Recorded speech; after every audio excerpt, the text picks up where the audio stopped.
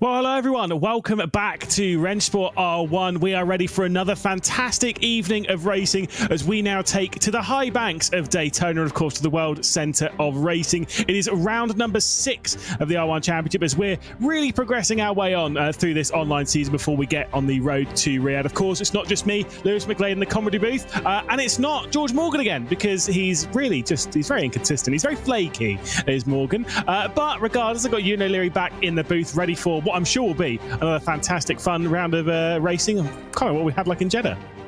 Exactly, yeah. It's going to be fantastic racing at Daytona, as we always see.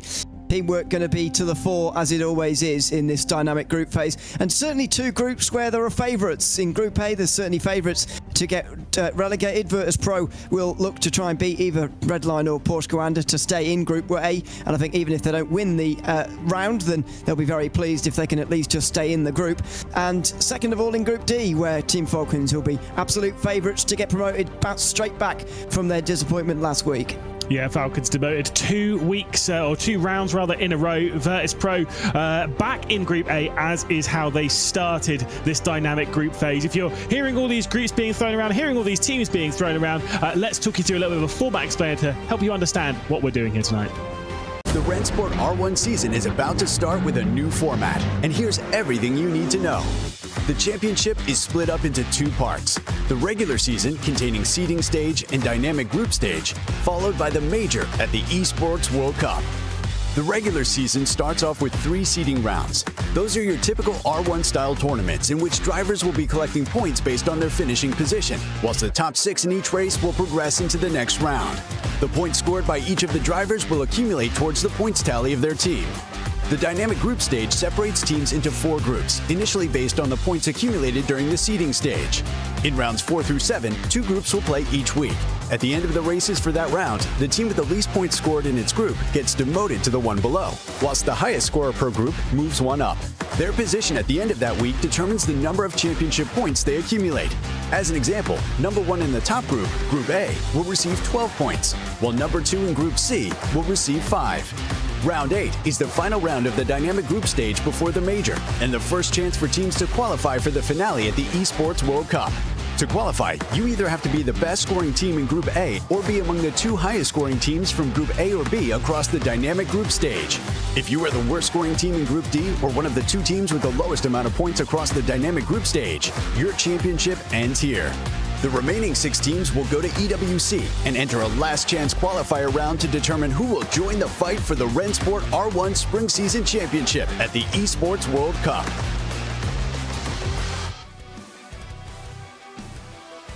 So there we go. Hope that makes a little bit more sense to you. If you've joined us over the previous couple of rounds, you'll kind of understand the scenario that we're in. Of course, looking at Group A, which we'll be dealing with a little bit later on this evening, it will be Porsche Coanda versus Team Redline versus Virtus Pro. And of course, the top 2 teams there, they've both shared a victory this season when it comes to the overall round. Porsche Coanda, of course, winning at Fuji, and BWM Team Redline, they were victorious last time out in Jeddah. Virtus Pro were able to top Group B, so they moved up into Group A. Mouse drop down into Group B. We'll deal with B and C later on next week. Group D sees Falcons join ERA and Guild.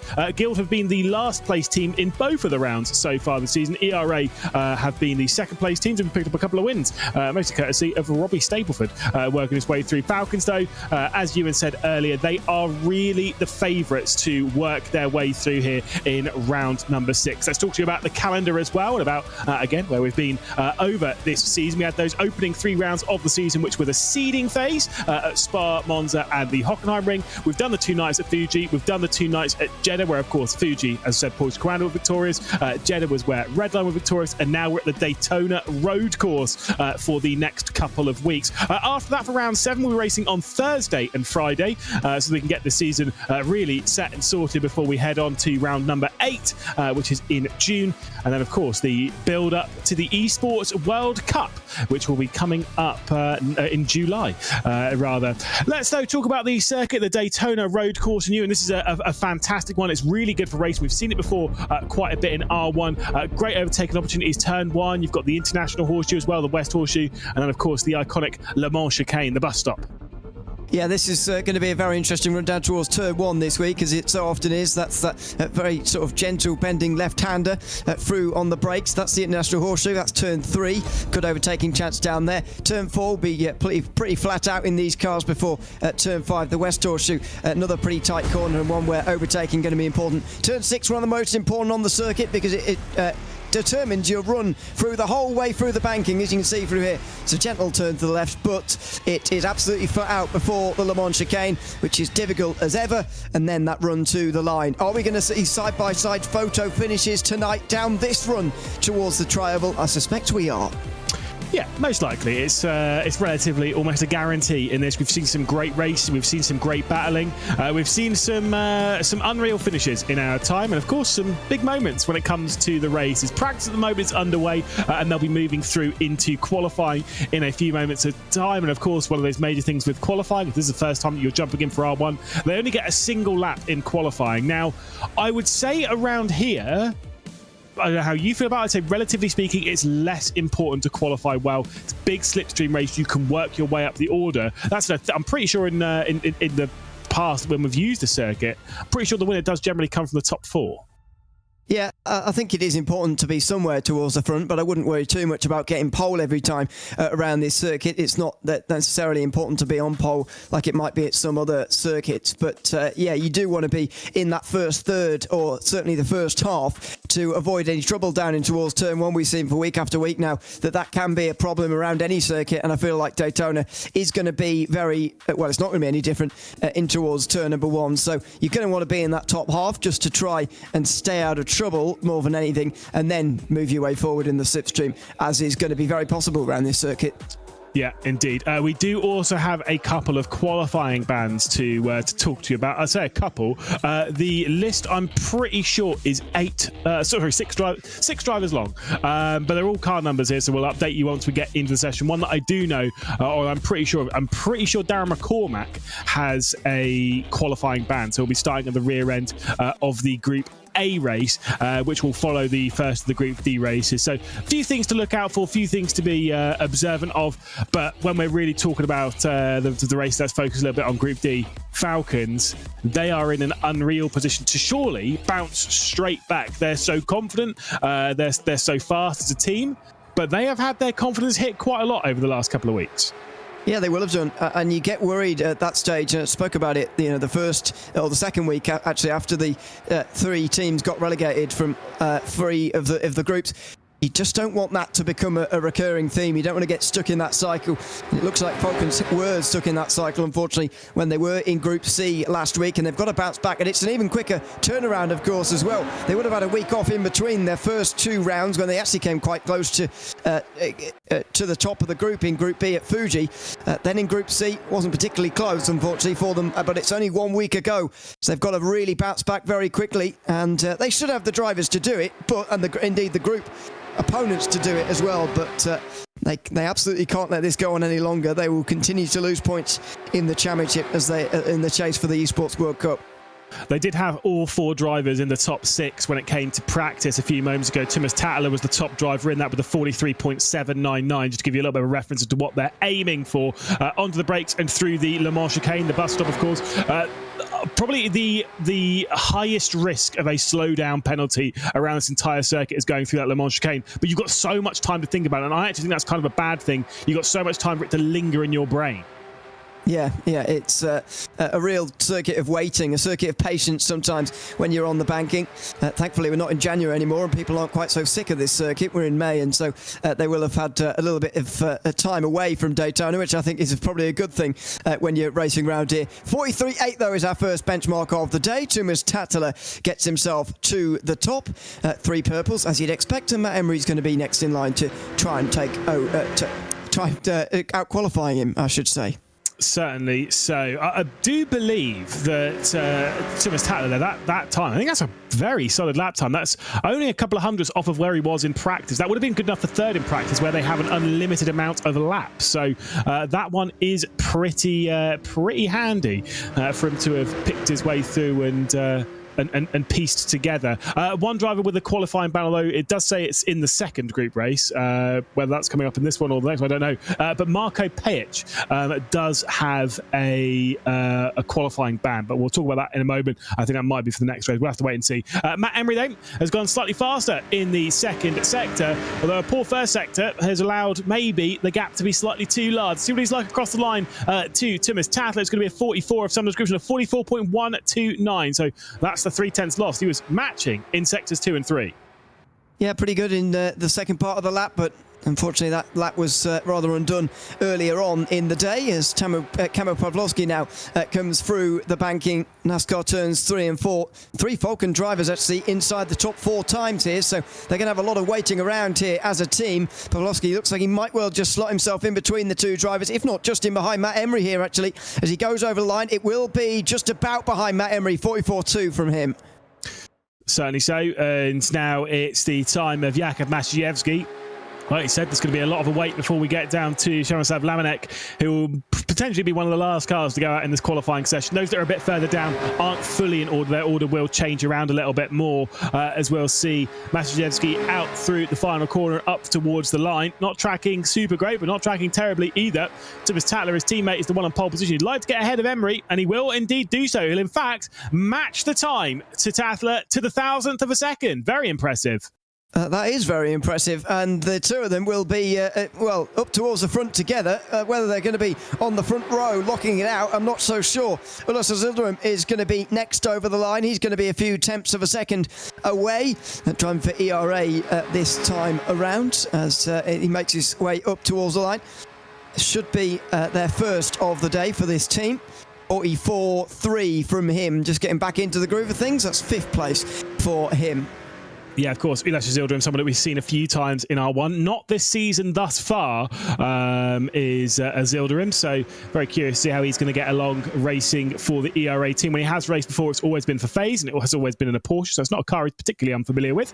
Let's see what Henry Moore could do as he works his way up towards the line. Sectors again looking quite good, relatively speaking. I think it'll be around where Matt Emery is. Not that much quicker if he is going to go ahead. Sets a purple final sector and goes the tiniest margin ahead, just 3,000 a second. The teammates are very close, aren't they?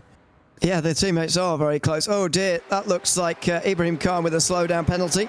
And it is. So ERA with a struggling session so far. Falcons certainly have taken the initiative here, as we expected them to do. First and second so far with Maciejewski and Thomas Tattler.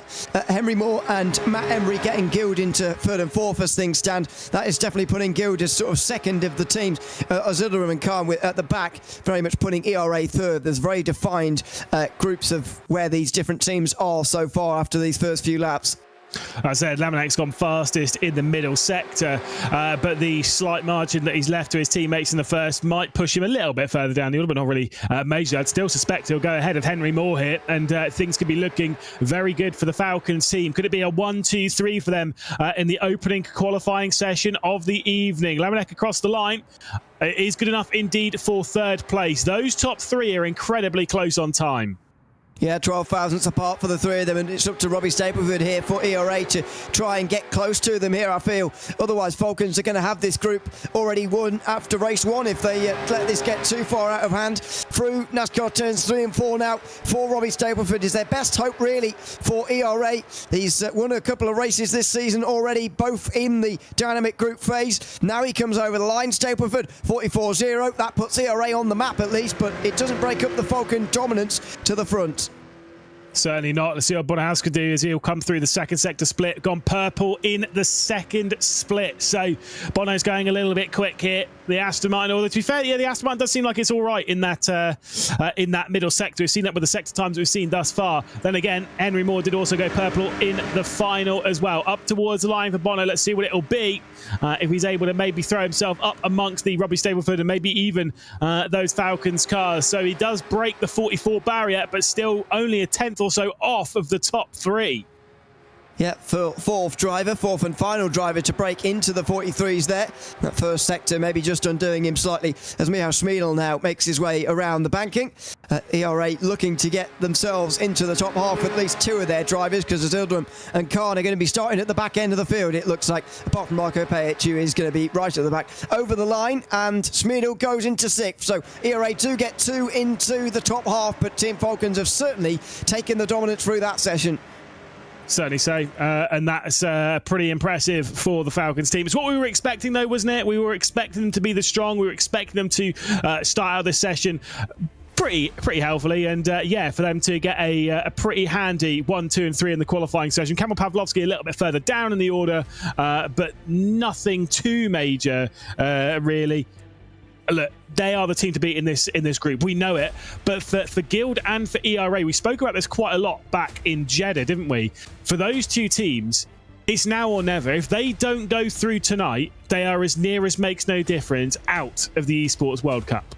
Yeah, pretty much. With the amount of rounds remaining, you've got to remember that it really takes you a delayed week to start to gain points on being where you are at the moment. So even if they do top this group, it's still only 3 points here this week. It's next week where you start to regain a few more points over a few of the other teams. There's sort of a delay in that. So you've got to sort of think almost a week ahead of where you actually are. And that means for Guild and ERA, it is now or never. I think I might have said that 2 weeks ago. It's now or never. And unfortunately, it was never for them on that occasion. They finished second and third at Jeddah, so they've got to pull off a miracle here. But for Team Falcons, they've got off to the perfect start. I know that they are the favourites, but to actually get off to this good start and immediately assert their dominance at the beginning is brilliant news for them. Yeah, they'll be looking not only to progress, obviously, the default of what you'll need from this group is to score the 3 points basically for winning it. It's about bringing the confidence in, though. They'll want to win all 3 races. They'll want to lock out all 3 podiums to take the confidence into round number 7 at the Temple of Speed, because it's kind of one of those ones, if you don't, then you're kind of backs against the wall. And also, if you do progress through, or whichever team progresses through, just because of the nature of how this works, obviously they won't be in groups B and C next week. Then they won't be racing the week after, because that's groups A and D again. So there's quite a long wait, slightly less so, I guess, for this round, because the next Monza we're racing on the Thursday and the Friday. But it's that long wait before you go racing again, which sometimes can knock you out of the confidence. So they need to build that confidence as best as possible. It can't be a close margin for them. It's got to be dominance. Yeah, absolutely. Having said that, William, was it... who was it who raced? MSI, sorry, not Williams. MSI, who got promoted into Group C racing last week after a couple of weeks of not seeing them, did a really good job, to be fair, at Jeddah. They've stayed in Group C again, didn't get promoted quite, but they came very close, and they have at least stayed in Group C for another week. So they did a pretty good job despite that couple of weeks off. As you say, there is going to be less of that now, because while we're doing Group B and C next week, B and C are also on the week after that, as well as you say, we race on Thursday and Friday the week after that, and then everybody races on the 6th of June, I think it is, whatever Friday it is that week. I don't know the date, but yeah, 6th, all four on the same night. That's going to be carnage, by the way. It's going to be very exciting to watch indeed. It's going to be a long night, that's all I know. I think they only get 2 races on that night, but I can't remember each. But either way, it might be 3 actually, or it might be 4. Who knows? It might be 700 races, and we'll be here until the end of time. Who knows? All I know is that I'm sure it's going to be a lot of fun. It's going to be a lot of excitement. Let's take a look at the onboard lap, of course, from pole position, Jakub Masiejewski. I'm sure it looked like it was just tidy, and he also was the pole time by 0.000, which I'm actually genuinely not sure if we've had a pole time by such a non-existent margin. I can't remember an occasion when that has happened, but that doesn't mean it hasn't happened. We've had a lot of qualifying sessions now in R1, that's for sure, over the course of history. So it's somewhat likely to have happened in the past, given how close these sessions normally are. As you said, though, it's just about tidiness for Jakub Masiejewski. That was the West Jaw shoot, a little bit of oversteer on power, but that's fine. Out of turn number 6 now as well, over the bumps, horrifically bumpy through there, as you make your way onto the banking again. time through NASCAR turns 1 and 2, and then just using the straight line speed of this Porsche. But as you say, just tidy really more than anything. A lot of these pole laps won't look particularly spectacular around this circuit. It's not a circuit that has a lot of high-speed technical sections like Jeddah. Laps on board there, very exciting to watch with the lefts and rights and the high-speed turns and whatever. This is really the only high-speed corners on this circuit. There you go, bouncing over the first curve, particularly hard for getting over the seconds. Again, a little bit of oversteer before that run to the line. An identical lap time at the top of the field. Very impressive. I do also agree, by the way, turn 6. If there's like around this circuit, for one, I've never really got into a flow round here. I've never really vibed with and gelled with the circuit so well.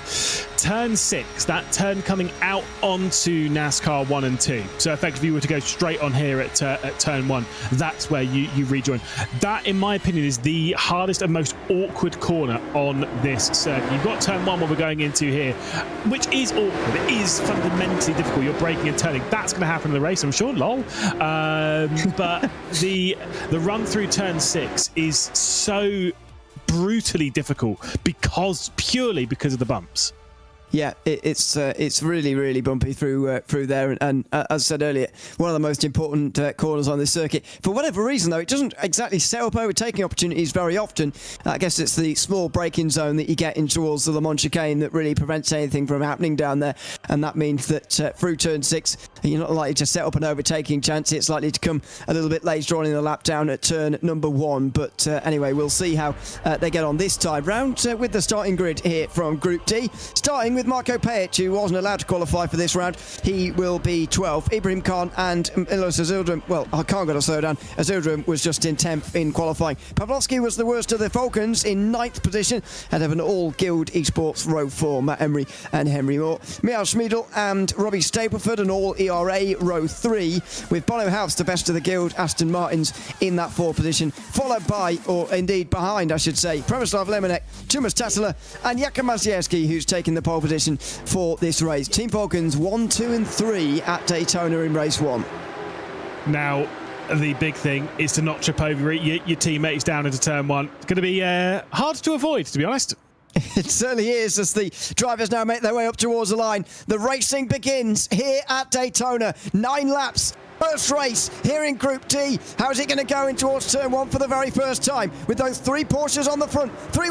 Contact! And someone's hit the pit wall down there on the way through into turn number 1. It looked like one of the ERA Porsches to me from that distance. And Ibrahim Khan has slipped back a little bit. We'll wait and see on confirmation of that. But for Team Falcons, they haven't hit each other. In fact, they haven't hit anything. They're 1, 2 and 3 out of the first sector for the first time.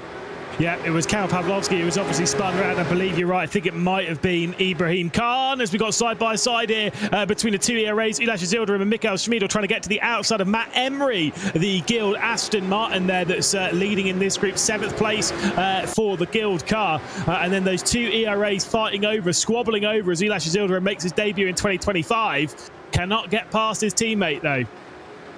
Well, that is not a good start for Michael Schmiedel. He's back behind now a couple of Guild Esports drivers of Henry Moore, Matt Emery, but Bono House as well, who was already in front. Robbie Stapleford has continued his trend of making up places to begin with. He is up to 4th, but he's still behind the Falcons drivers, and here he comes now as Tomas Tassila assumes the role of defender here of his 2 teammates. Is that going to create a gap for the front 2 to get away? Yeah, so obviously Tomas Tassila dropping back behind Lemonek then, so into 3rd position. And like I say, he's got to fend off Stapleford, he's got to fend off House, Moore as well. He'll be desperate there to kind of work with his teammate, but House to try and work their way through. At the moment, though, everything's remaining a little bit single file. Let's see if Bono goes for a move. I think he's slightly lifted out of that one, at least by my eyes, whether he didn't want to go down the inside or outside of Stapleford, wasn't particularly sure. Looks to the outside as they work their way onto the high banks and then down into this braking zone at turn 1. Robbie Stapleford, though, he can get aggressive. He's worked his way up the order a couple of times. That's why he's won a couple of races so far in the dynamic group stage. Absolutely. Most recently, a couple of weeks ago at Jeddah in the opening race of the evening. So exactly this time, a fortnight ago, he was on his way to victory. I think he was already leading, actually, by this time in the race at Jeddah, from memory. He's certainly not leading in this situation right now. And the race situation is so much more difficult for him to repeat that win as well, isn't it? When you've got 3 teammates in front of you, they're all just going to help each other, and he's got no friends up here at the moment, Robbie Stapleford. you'd have to say up here. But that's harsh. That's harsh. But no, obviously the thing is with Stapleford, he's won the opening race of the dynamic group on both the opening weeks. So he won it at Fuji as well, race number 1, and then of course won race number 1 last week as well. But you're absolutely right. This is a very different thing. In both of those races, he'd already been leading by the end of the first lap, or I think he was second in Jeddah by the end of the first lap. But he was up there. Whereas now, as much as you could classify him as being up there, passing 3 cars from the same team on a slipstream heavy track, very, very difficult. Look at the side-by-side and behind, though. Matt Emery and Ulash Zilderim, I think it is, that are going side-by-side as there is the battle heading into that. Might have actually been Schmiedel and Emery as Schmiedel's worked his way through. Yeah, I think it was Schmiedel, and he just completely missed the corner.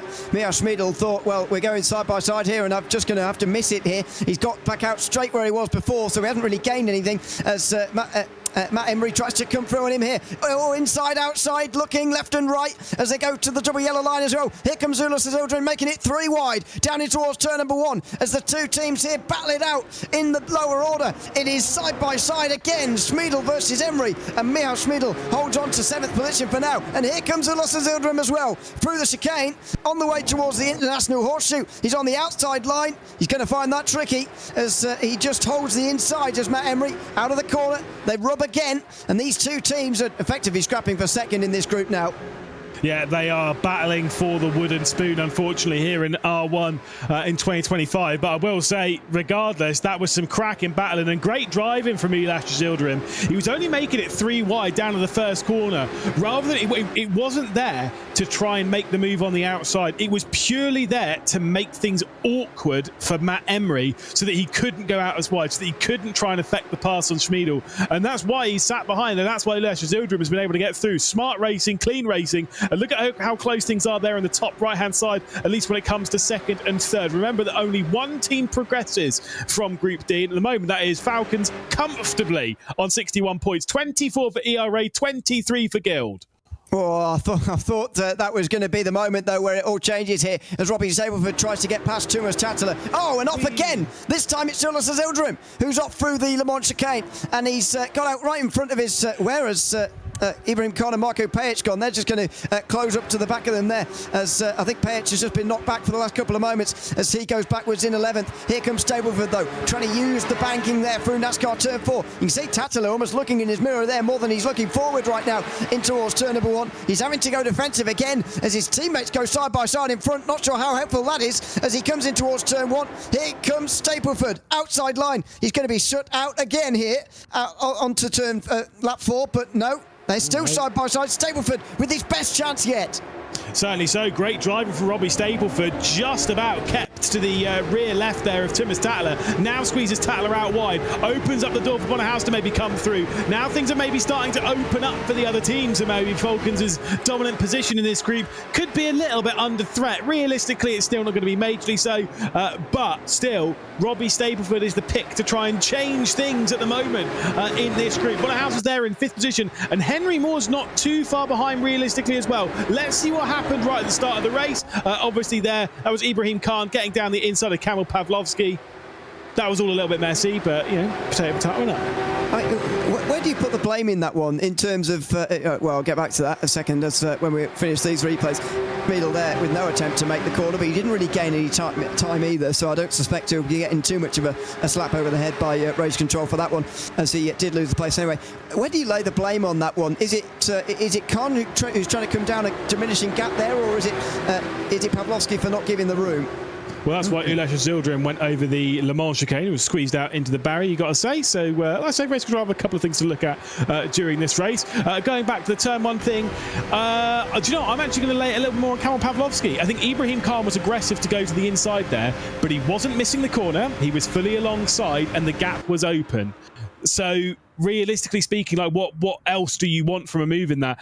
This is going to be a little bit of a freight train pass, unfortunately, for Robbie Stapleford, because Tumas Tatala's got to the inside the battle for 3rd position, as it might well become a 1-2-3 once again for the Falcons, and that is indeed where they go. Tumas Tatala back up then into 3rd position. Robbie Stapleford demoted to 4th. He's going to try and look coming down into the international horseshoe once more.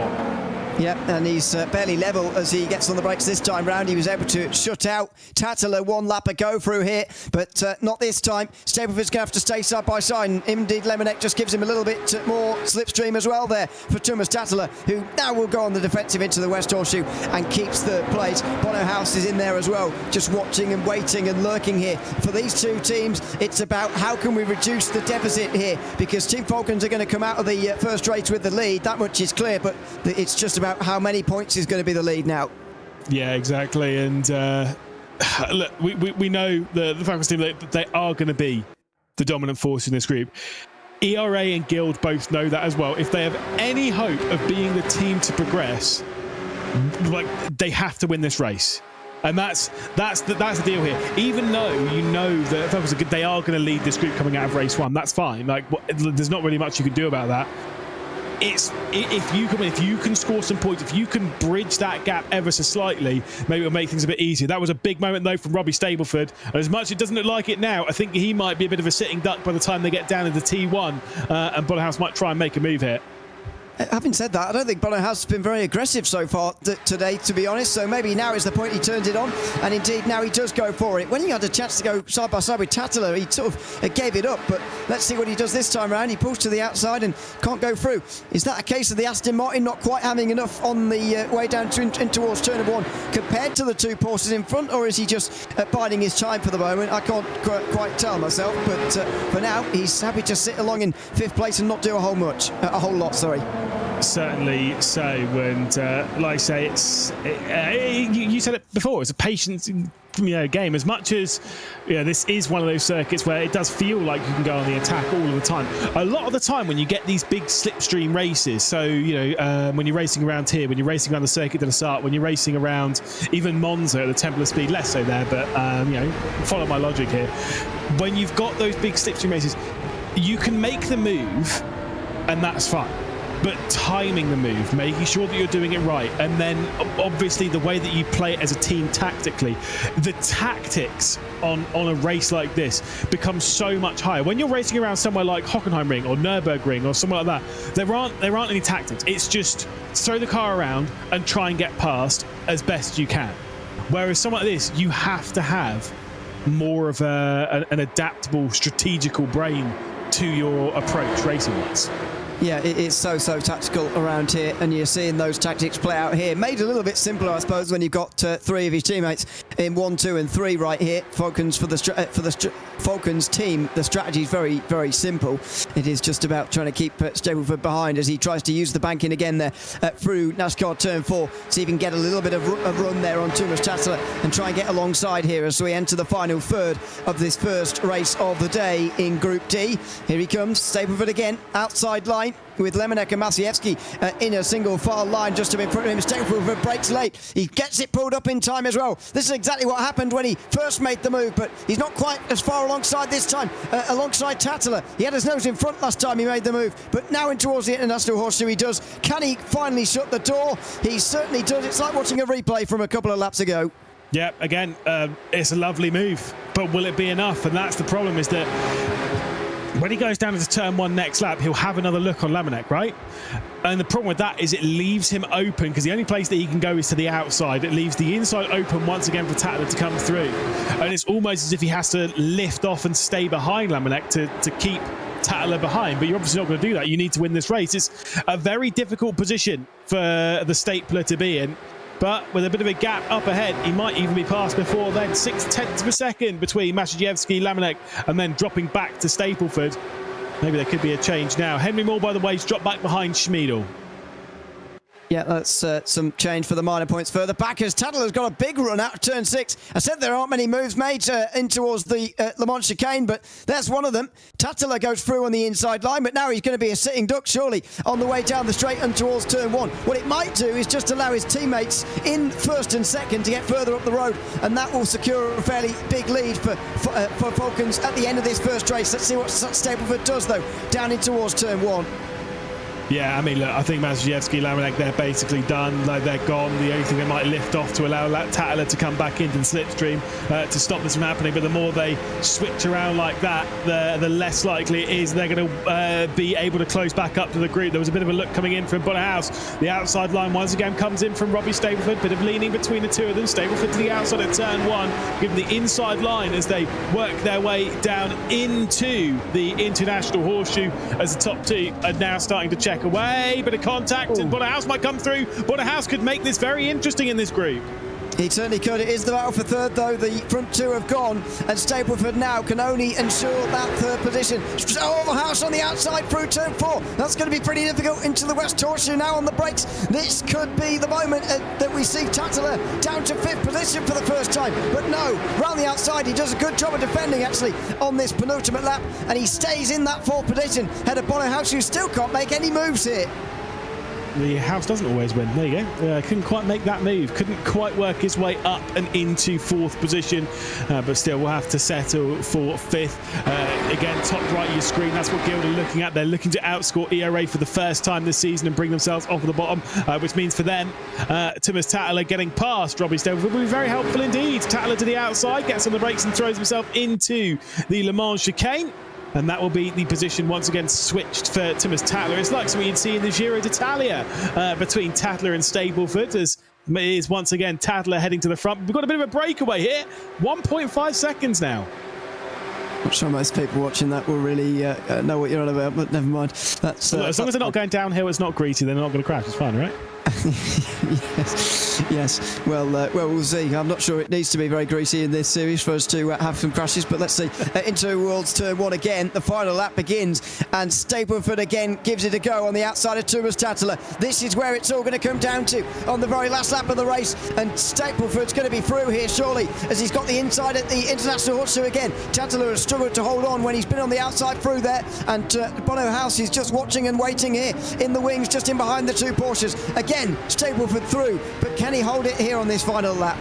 So frustrating for Bono, as he's actually been caught by Schmiedel, who's going to be knocking at the door potentially by the time they run up towards the line, dragging Henry Moore back with him.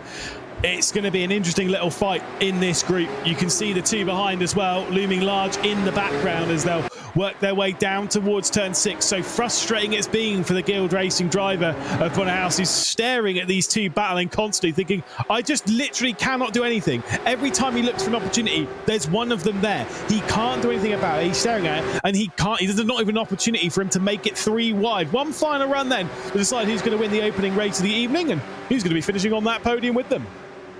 Well, it's going to be Maciejewski and Lamanek who are on 1 and 2, but who's going to be 3 and 4? It's Tattler on the inside line again here. Stableford seems to be relatively pleased to let him through as long as he compromises his run down in towards the bus stop chicane. Look at Miao Schmiedel in the background, by the way, coming up very quickly here as well. We could well see a couple of photo finishes for some of the minor places here as Stableford jumps to the outside line now. He doesn't want to come through too soon. He's going to use that banking here and just get the slipstream and indeed the run now off of the turn 4 of the NASCAR banking. Here comes Rako Maciejewski in the meantime for his first win personally in the dynamic group phase. Who's he going to be joined by on the podium? Oh my goodness, House through the middle. Very nearly got there. He'll finish just in behind Stableford, who just beats Tattler to the line. All in behind Jakub Maciejewski, who wins here at Daytona. He wins for the first time in the dynamic group phase, and Falcons win for the first time since they were in Group B back in Fuji. A fantastic day for them, but Tattler loses that photo finish just at the line.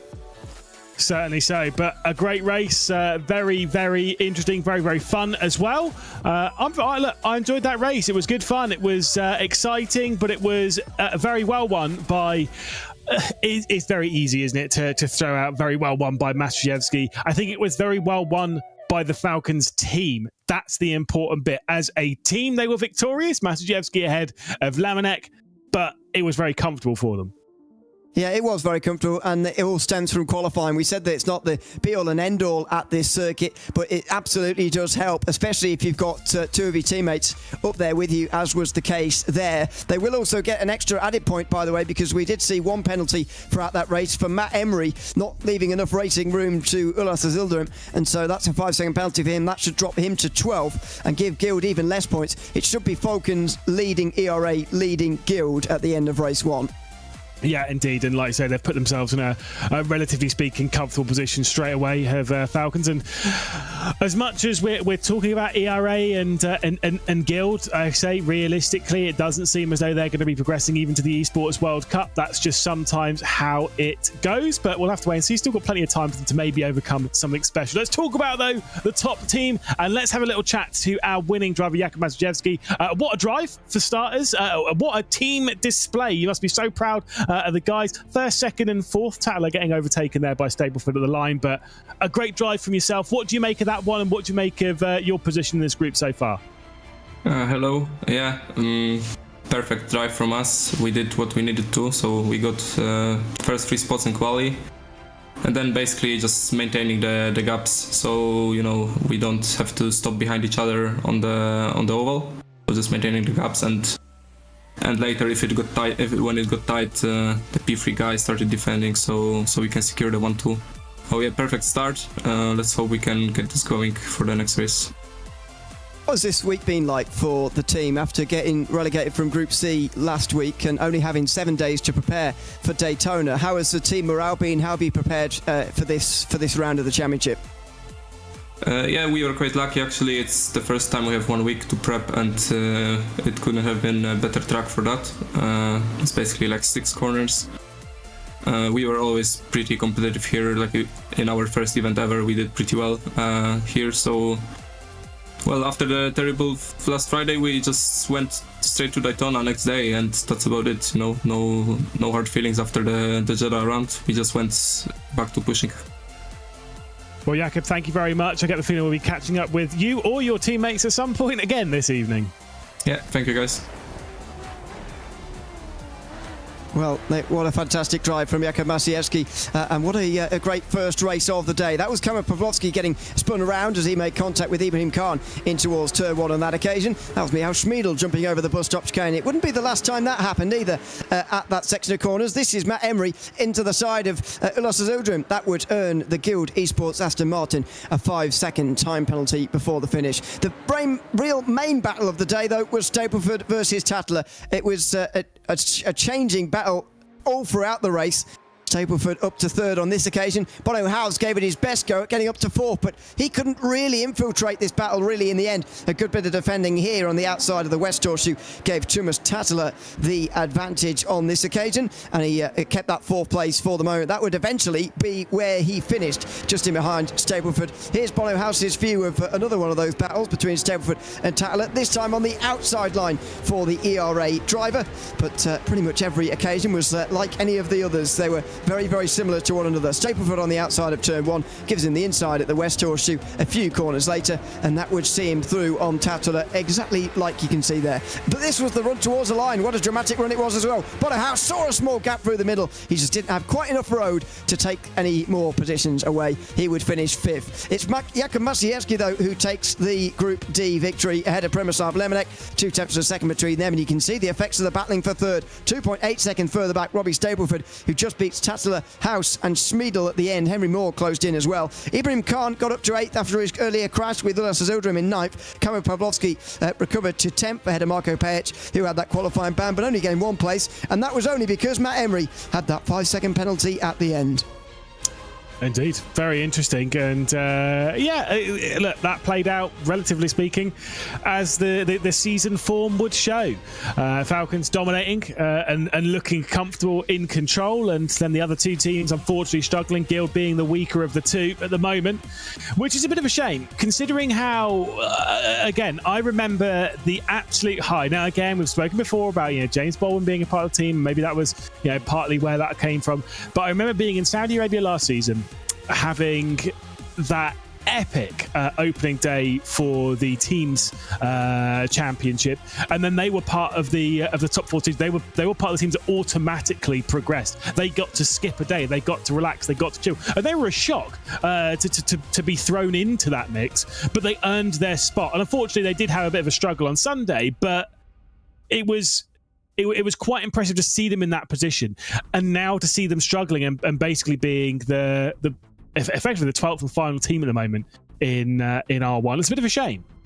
Yeah, It was a huge moment for them 1 year ago, and you just wonder where they can find that form from now. I still go back to the opening weeks, actually, and think a little bit, first about the seeding phase, of course, but, you can have a bad few rounds there and get dumped into Group D pretty easily. I think getting promoted out of Group D first week around was really, really important. MSI were the ones, if I'm not mistaken, to be able to do that, and that has really kick-started their season. They've got a much bigger chance of going to the World Cup as a result of that. And it wasn't actually, it was close. Sorry, it wasn't a huge margin that MSI won by on that occasion. ERA and Guild have been there or thereabouts, but every week now they're getting somebody new with them, and it almost feels like the standard of that team that is coming back in with them here in Group D is almost getting higher with every week that we go through, and it's just becoming more and more difficult. So again, I go back to that first week, really.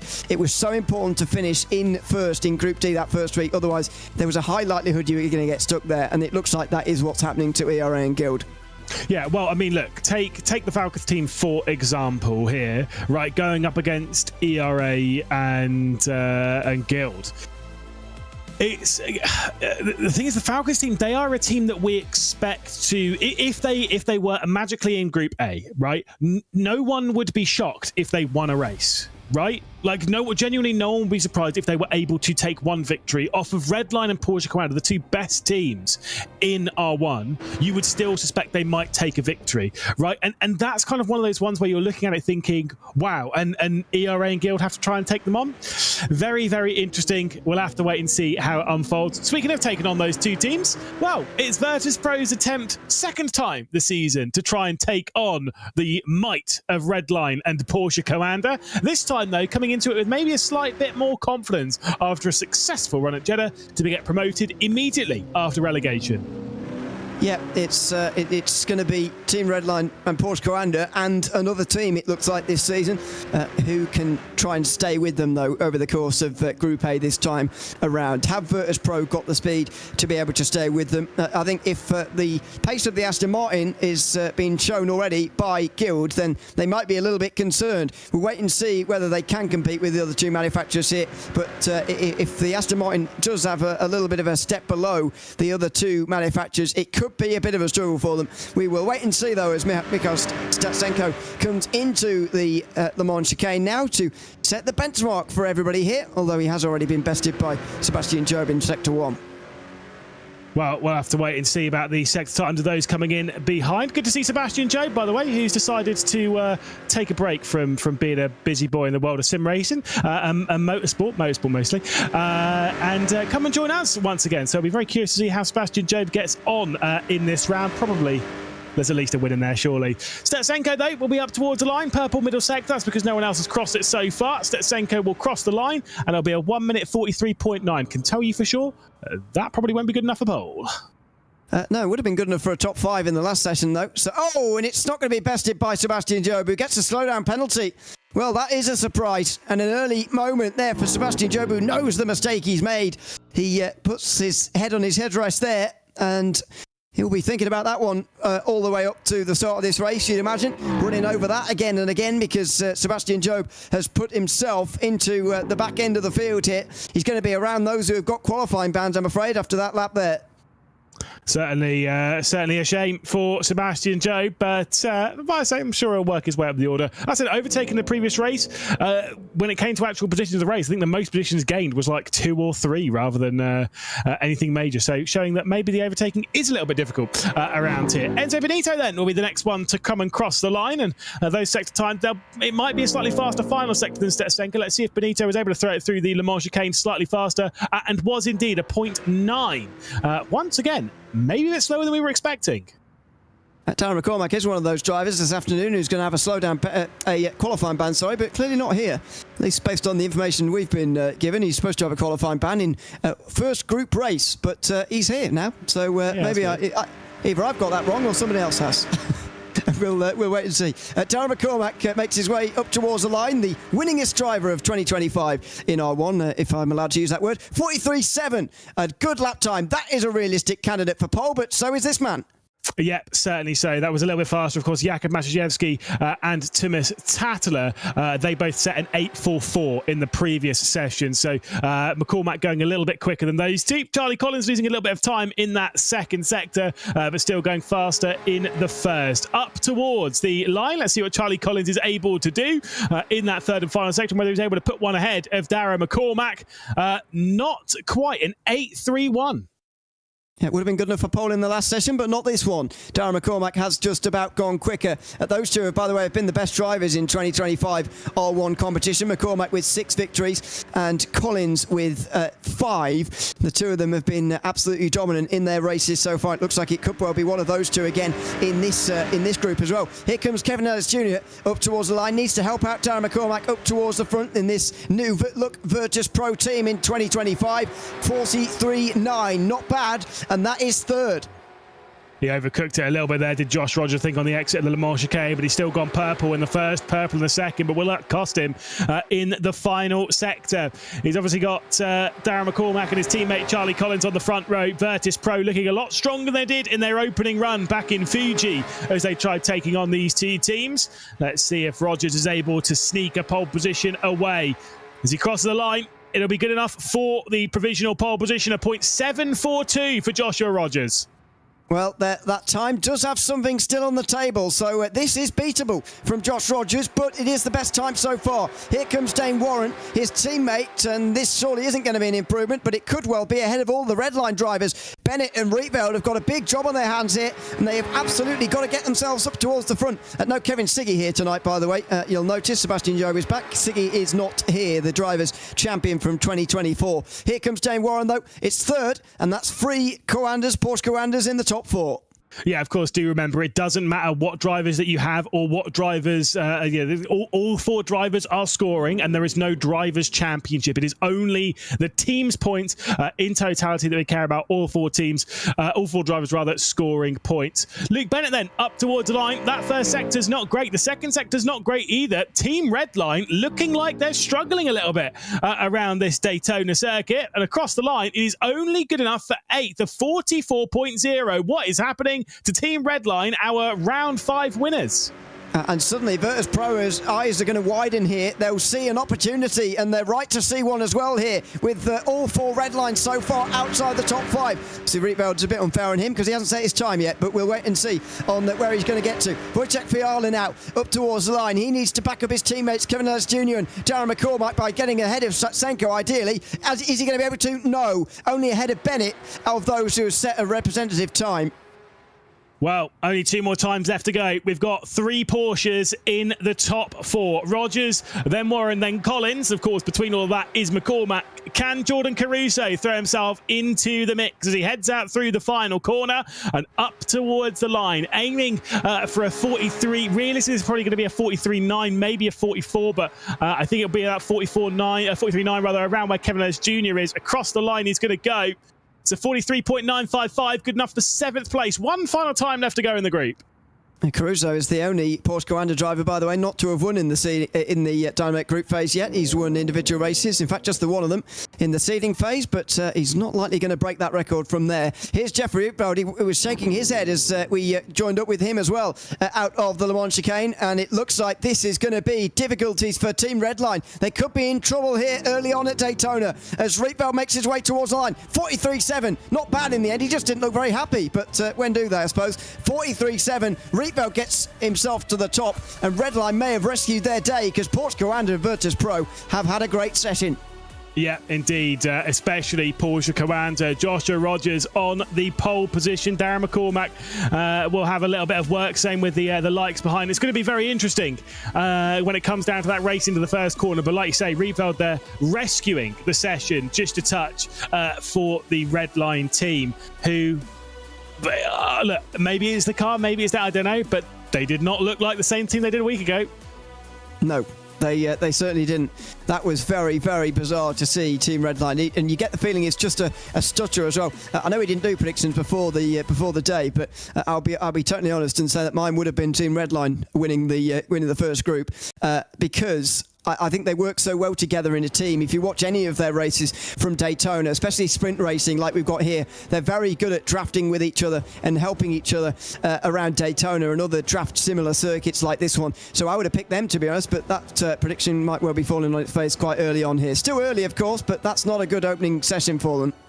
No, certainly not. And I get exactly where you're coming from. Look, the Redline team, they have been strong, and it's kind of one of the ones. Of course, we do have a BOP that changes each round, balance of performance, which all the teams basically add into. They do laps in other cars. If you Redline, you might go and do laps in the Porsche, and I was going to say in the Audi, but that's probably a little bit harder this season because it's not in there. The Aston Martins or the Mercedes, and effectively you're proving that car is faster, and then they're balanced.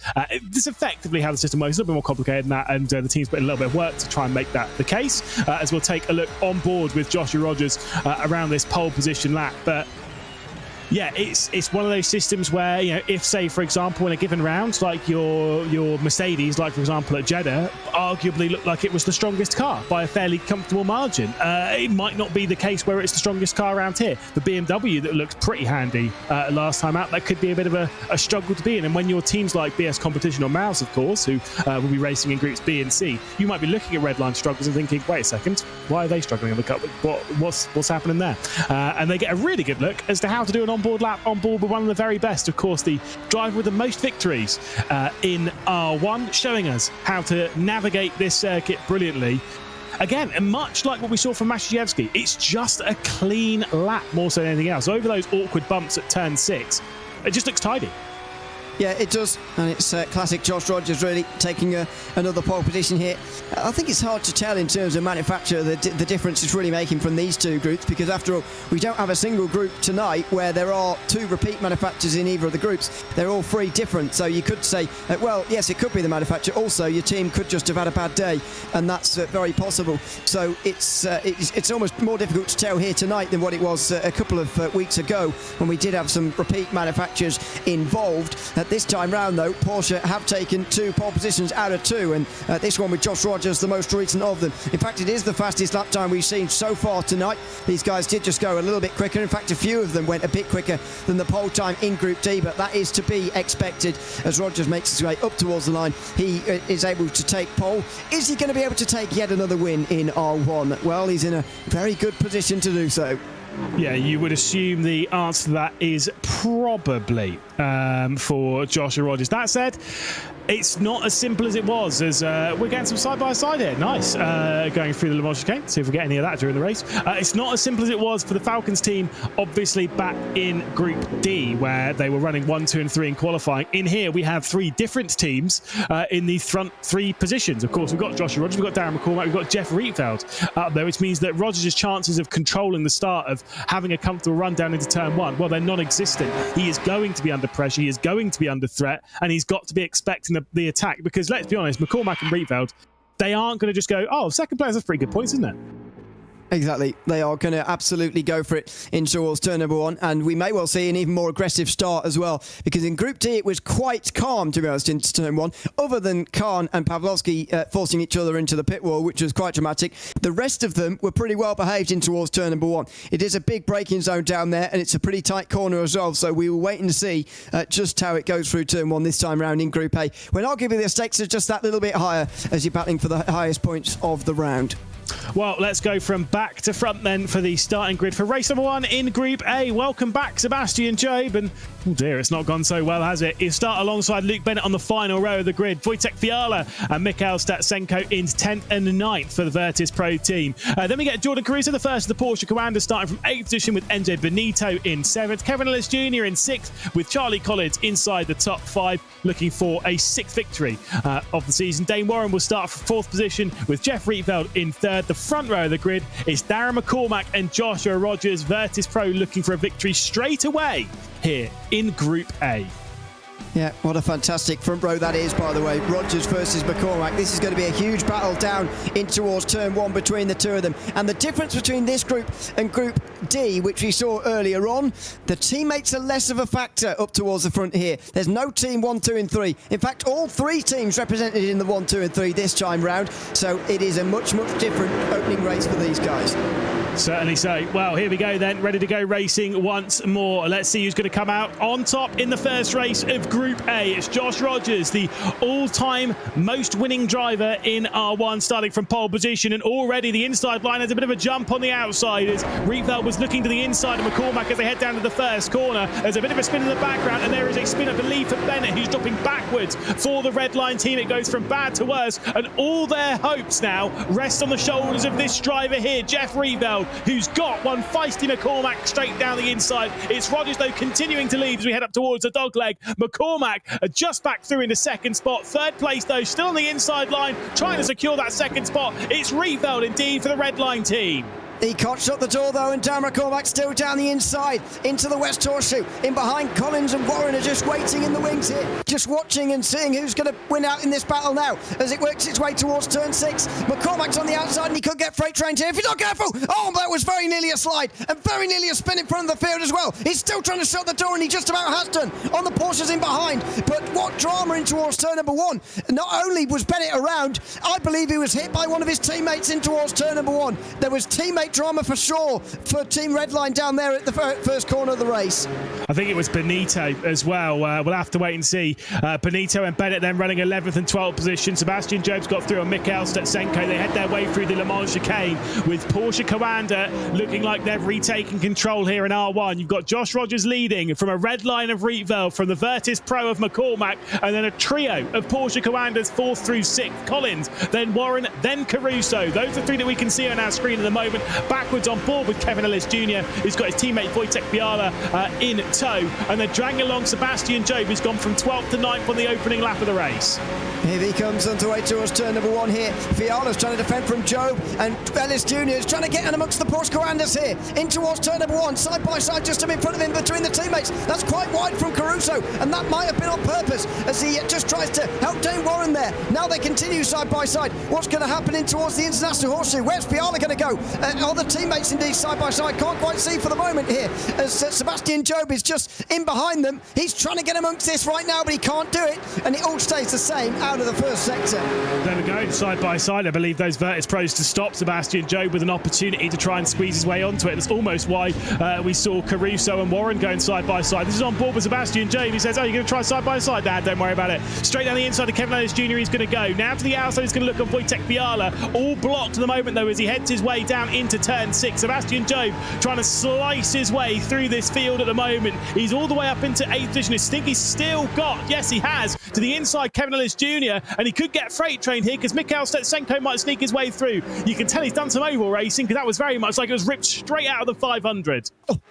Look at this, 3 wide on the inside line, or 3 in a row, I should say, for the Virtus Pros. He's going to get freight trained, is Sebastian Job, but Stetsenko not aggressive enough to get amongst it for the moment. Oh, round the outside, there's contact. Job and off the road for Ellis Jr. as well. Job and Ellis Jr. found themselves off the road just slightly there. And here comes Mikhail Stetsenko. It's all getting messy down towards the back end of the field as Virtus Pro and Redline fight over relegation.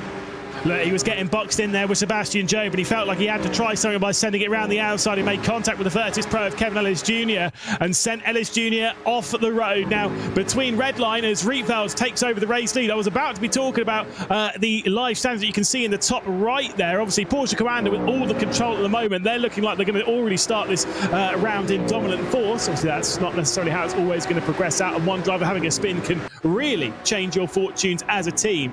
But that transfer spot, the one team that is getting demoted from Group A at the moment is Virtus Pro. But it does seem as though Virtus Pro and Redline are going to be battling all day as to who is going to be dropping back down into Group B. It certainly does look like that as well. As we go back in the pack to Sebastian Job, the driver who's been making up the most places so far, up to 8th position as it stands, because Stetsenko not able to get past him this time round. Kevin Ellis Jr. has found himself in amongst Benito and Bennett here as well, down towards the back end of the pack, so he's got some work to do. After qualifying in the top half, Kevin Ellis Jr. is now outside of the top 10 and it needs to start making some of these overtakes here. As we go back to Jeffrey Rietveld, he is leading ahead of Josh Rogers, then it's Darren McCormack, Jordan Caruso, Dane Warren, Charlie Collins, the top 6, excuse me. Here comes Josh Rogers, inside line for the Le Mans chicane, he's straight through. Certainly so, and let's see if those top two will be chopping and changing a fair amount to try and pull some kind of gap to those behind. It's not going to work out because McCormack is also right there, and it's kind of one of those ones where you've got to look at these three and think, right, how do they battle without losing time? How do they almost work together despite being in separate teams to not allow Caruso, Warren and Collins to close the way back in? Meanwhile, Josh Rogers is sat there probably being like, no, battle with me really hard, really unnecessarily hard, so that then they can drag those other three back into it. Side by side between the top two, McCormack could have made it 3 wide there as he got right onto the brakes, almost into the rear end of Rietveld. This is that side by side that I was talking about. Rogers is intentionally leaving it side by side here down at the first corner. He doesn't want to be setting quick lap times. He wants his teammates back in the fight. Yeah, I'm not sure how intentional it is, but it's certainly he's certainly not displeased by it. Here comes McCormack, inside line, no, not quite, on the exit of the corner there, but this is all helping his teammates. Here comes Warren, and there they are, 3 in a line just in the background there, as Porsche Granda look to put this one out of sight already here, further on down the field. Here comes Rogers into the inside line, no, not on this occasion. They can see the top 6 all in a line further back. The bottom 3 are all together as well here, but this is all very close. Rietveld versus Rogers for the race win. How many times have we seen that over the course of R1's history? The two of them battling out it again here. Yeah, certainly so. Like I said, the first ever winner in R1's history in Jeff Rietveld, and the driver who's got the most victories in Joshua Rogers at 40 victories at the moment for the Porsche Carranda man. Darren McCormack not too far behind. We finally have the driver who's at second on the all-time winners list back into the championship, but he's not going to be challenging for a 31st victory, at least not in this one. Will Sebastian Jobe, whether he will do throughout the evening, I mean, look, you'd have to say the answer, he's probably going to be contending for at least one of the 3 victories tonight, surely. Whether he's going to take one or not, we'll have to wait and see. His win percentage is incredibly high, is Sebastian Jobe's. But Jeff Rietveld, he's in the comfortable spot at the moment, but is he just going to get passed down into turn 1? All 3 of the other Porsche Carrandas are back in the fight.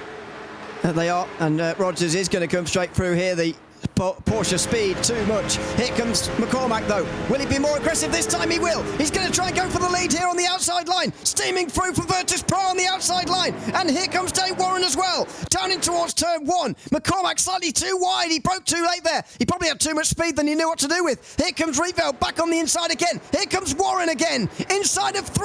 Oh, that was close. He tried to force the issue. Can't do it. And McCormack will have to settle for second, will he? Or will Rietveld even stay alongside here? No, not quite. It's pretty close. Oh, and there's contact again. But McCormack does get through into second.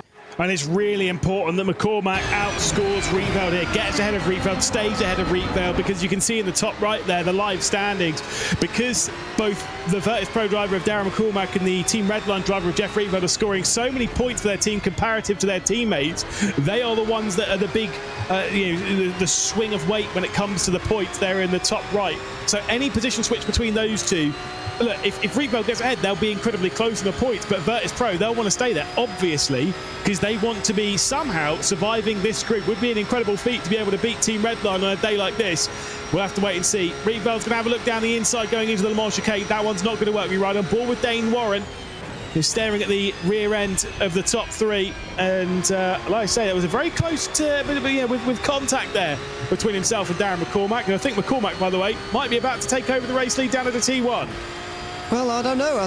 It's going to be a real big battle in towards turn 1. I think there's any number of drivers who could come out the other side with the lead, but let's see who it is as Darren McCormack now works his way on the way towards that start-finish line with Rietveld in tow. Is he going to make it 3 wide for the first time? McCormack had to pull out a little just early enough there to get alongside, and he does. Side-to-side contact with Josh Rogers down in towards turn 1. Rogers holds the the best line, though, and he'll keep the lead this time around, and Rietveld has to get back into line as well here. Oh, just taps the brakes as well. Here comes Warren. No, they can't make anything work on this occasion. The big BMW in the way, and there goes Charlie Collins around the outside as well. The Porsche's changed positions. Yeah, little dab of the brakes there from Warren to sit in behind. Then Charlie Collins on the exit of the International Horseshoe. He did tap the rear end of the Dutchman of Jeff Rietveld, just to basically say, you're right, mate, I'm here.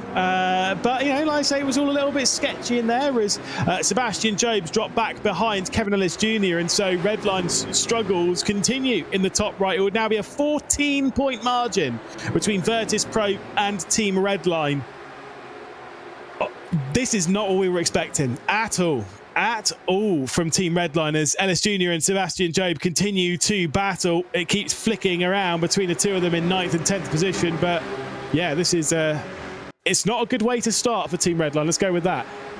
No, they've got to all beat Culminates Jr. there. They've got 3 of them for 1 of him, and so they've got to beat him there and just reduce the points deficit just a little bit here. If Darren McCormack wins the race, then suddenly it gets more difficult. Suddenly maybe that pegs Porsche Coanda back into the fray, but maybe not. Let's see, though, as we see the run towards turn 1. McCormack now helping Rogers. So a bit of an inter-team alliance being formed here between the two of them as they try and keep Jeff Rietveld away. Is it going to last all the way towards turn 1? It might well do.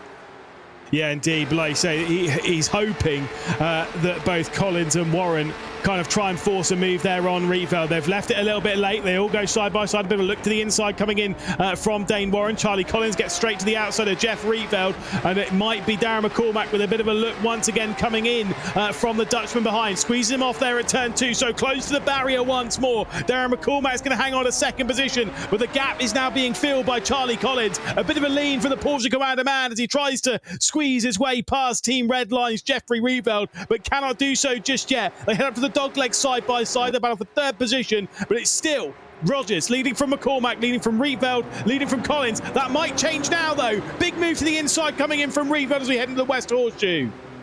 You might as well give Rogers the win now as well, because the gap's going to grow. Here comes McCormack on the inside line. He's going to have the position, at least the ideal line on the inside line. And now he's going to be freight trained. Jeffrey Rietveld, he's got to be careful of this here as Charlie Collins tries to sneak into that gap. Rietveld wanted to sneak in there, but he couldn't do it. Rietveld tried to hit the brakes and sneak in, but he's going to get freight trained now by the teammates. Here comes Dane Warren as well. And Jordan Caruso's going to go as well. Team Redline in trouble. Big trouble here at Daytona as Jeffrey Rietveld drops to 6th position.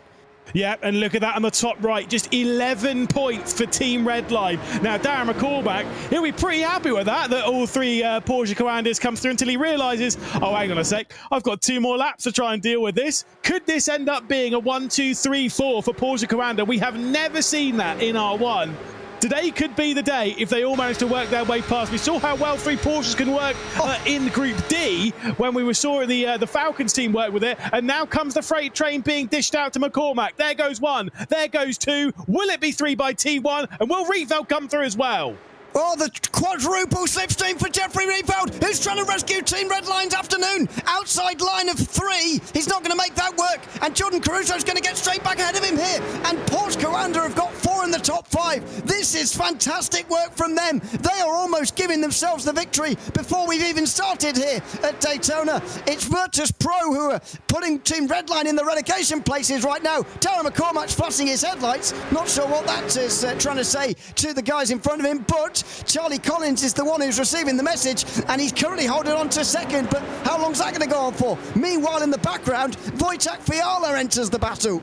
Yeah, indeed. And again, it could be some more important points here for Virtus Pro, who could be starting out the evening in a relatively successful way. There'll be frustrations, I'm sure, for Virtus Pro and McCormack that they're not in contention for victory despite having such good pace to potentially take them on. But it's been an exciting start to the evening. But Redline struggles. That is the highlight here at the moment. We'll have a lap and a bit left to go here at the World Centre of Racing at the Daytona International Speedway to try and sort it out. Always was going to happen. Charlie Collins hanging on to 2nd spot. McCormack had a little bit of a lift behind him to stay behind. Caruso was always going to look down the inside, decided better of it, lifted, backed off, now looks to secure some decent points of the team. But I do get the feeling here, Ewan, that McCormack might get a bit of a freight train once again as he tries to sit behind Collins. He's trying to make sure that Collins is going relatively quickly. Yeah, Fiala's got to come and rescue him here because there's no way he can fight off these 3 Porsches on his own. And Collins is just going to sit on that line there. And McCormack's going to go backwards. Porsche Coanda putting themselves into position for maximum points here.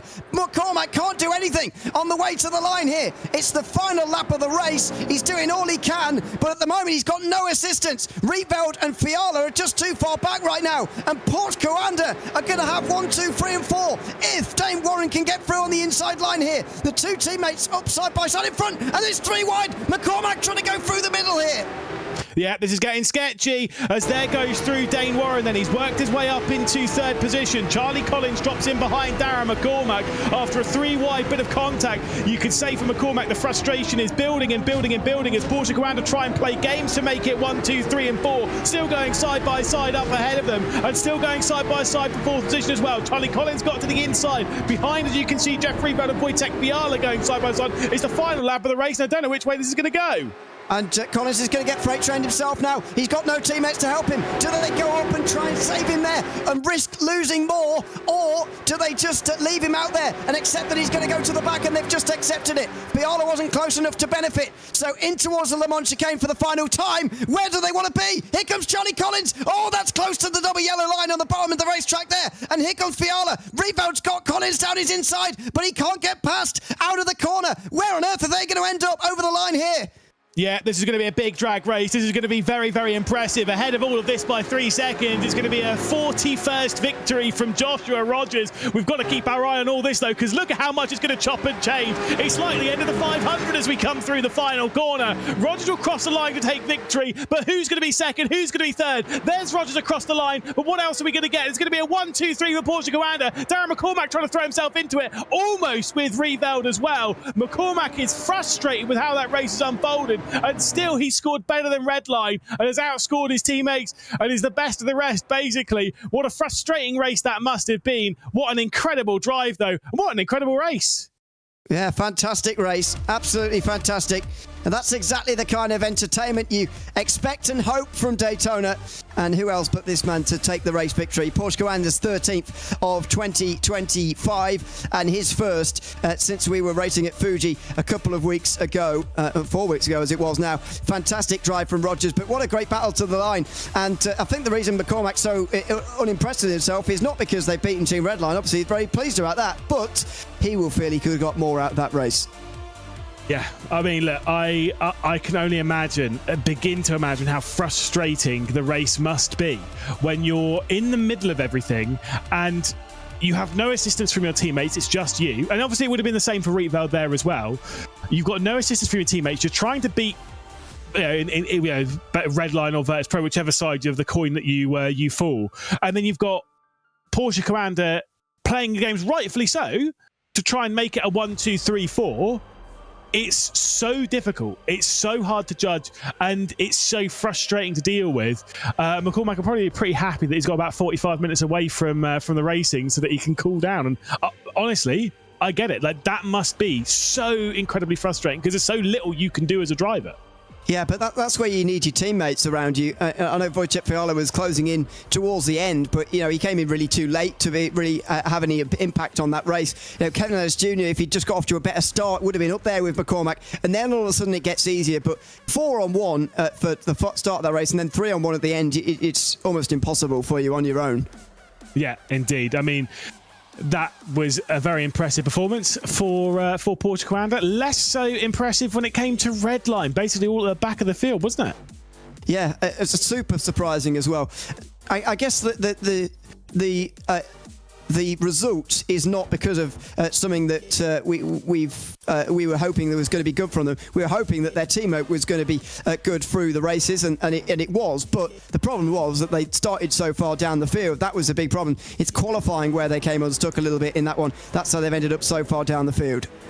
Well, this was the early drama. Enzo Benito having a bit of a moment with Luke Bennett, and the two of those would be plummeted all the way down the rear end of the field. And this was up towards the front. Rietveld taking over the race lead from Joshua Rogers. They kind of had this battle a few times in this form. Obviously on board here with Darren McCormack, trying to throw his way back into the mix. Rietveld in a little bit deep to secure the race lead. Obviously, they would chop and change so many times that the order would be all over the place. This was McCormack's attempt to get around the outside, side by side between the top two, and it allowed the rest of the group to close their way in. The rest of the group being 3 feisty Porsche Commanders, the first of which would be Charlie Collins.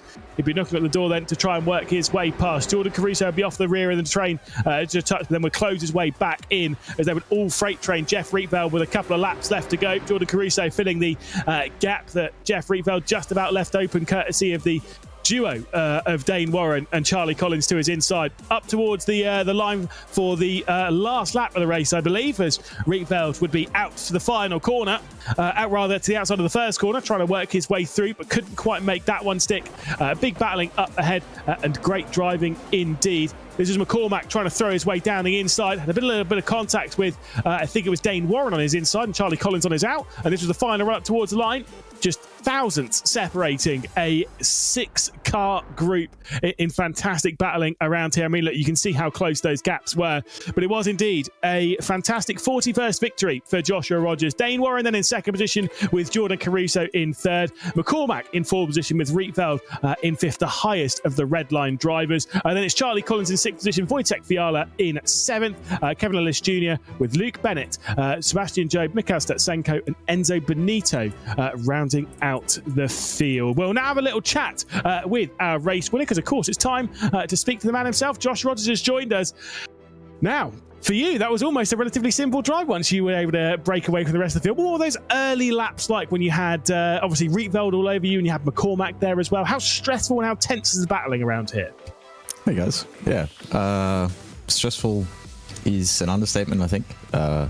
Draft was a bit stronger than we were expecting coming into this round, and yeah, it obviously changes the way we have to race things a little bit. And Daytona as well it's one of those tracks where it's 90% strategy and the rest just kind of falls into place. So yeah, awesome job from the team. Obviously, to have all the cars in the top 6 and the top 3 locked out is pretty huge, and obviously really good for us points wise as well. But yeah, some pretty chaotic racing, even in the first laps, to be honest. Like, you're just trying to position yourself in the best place possible to keep you safe, one, and being defensive in the right spots, but also then choosing, you know, when to maybe work with other cars to try and build gaps. But it's always fun, and I enjoy races like this.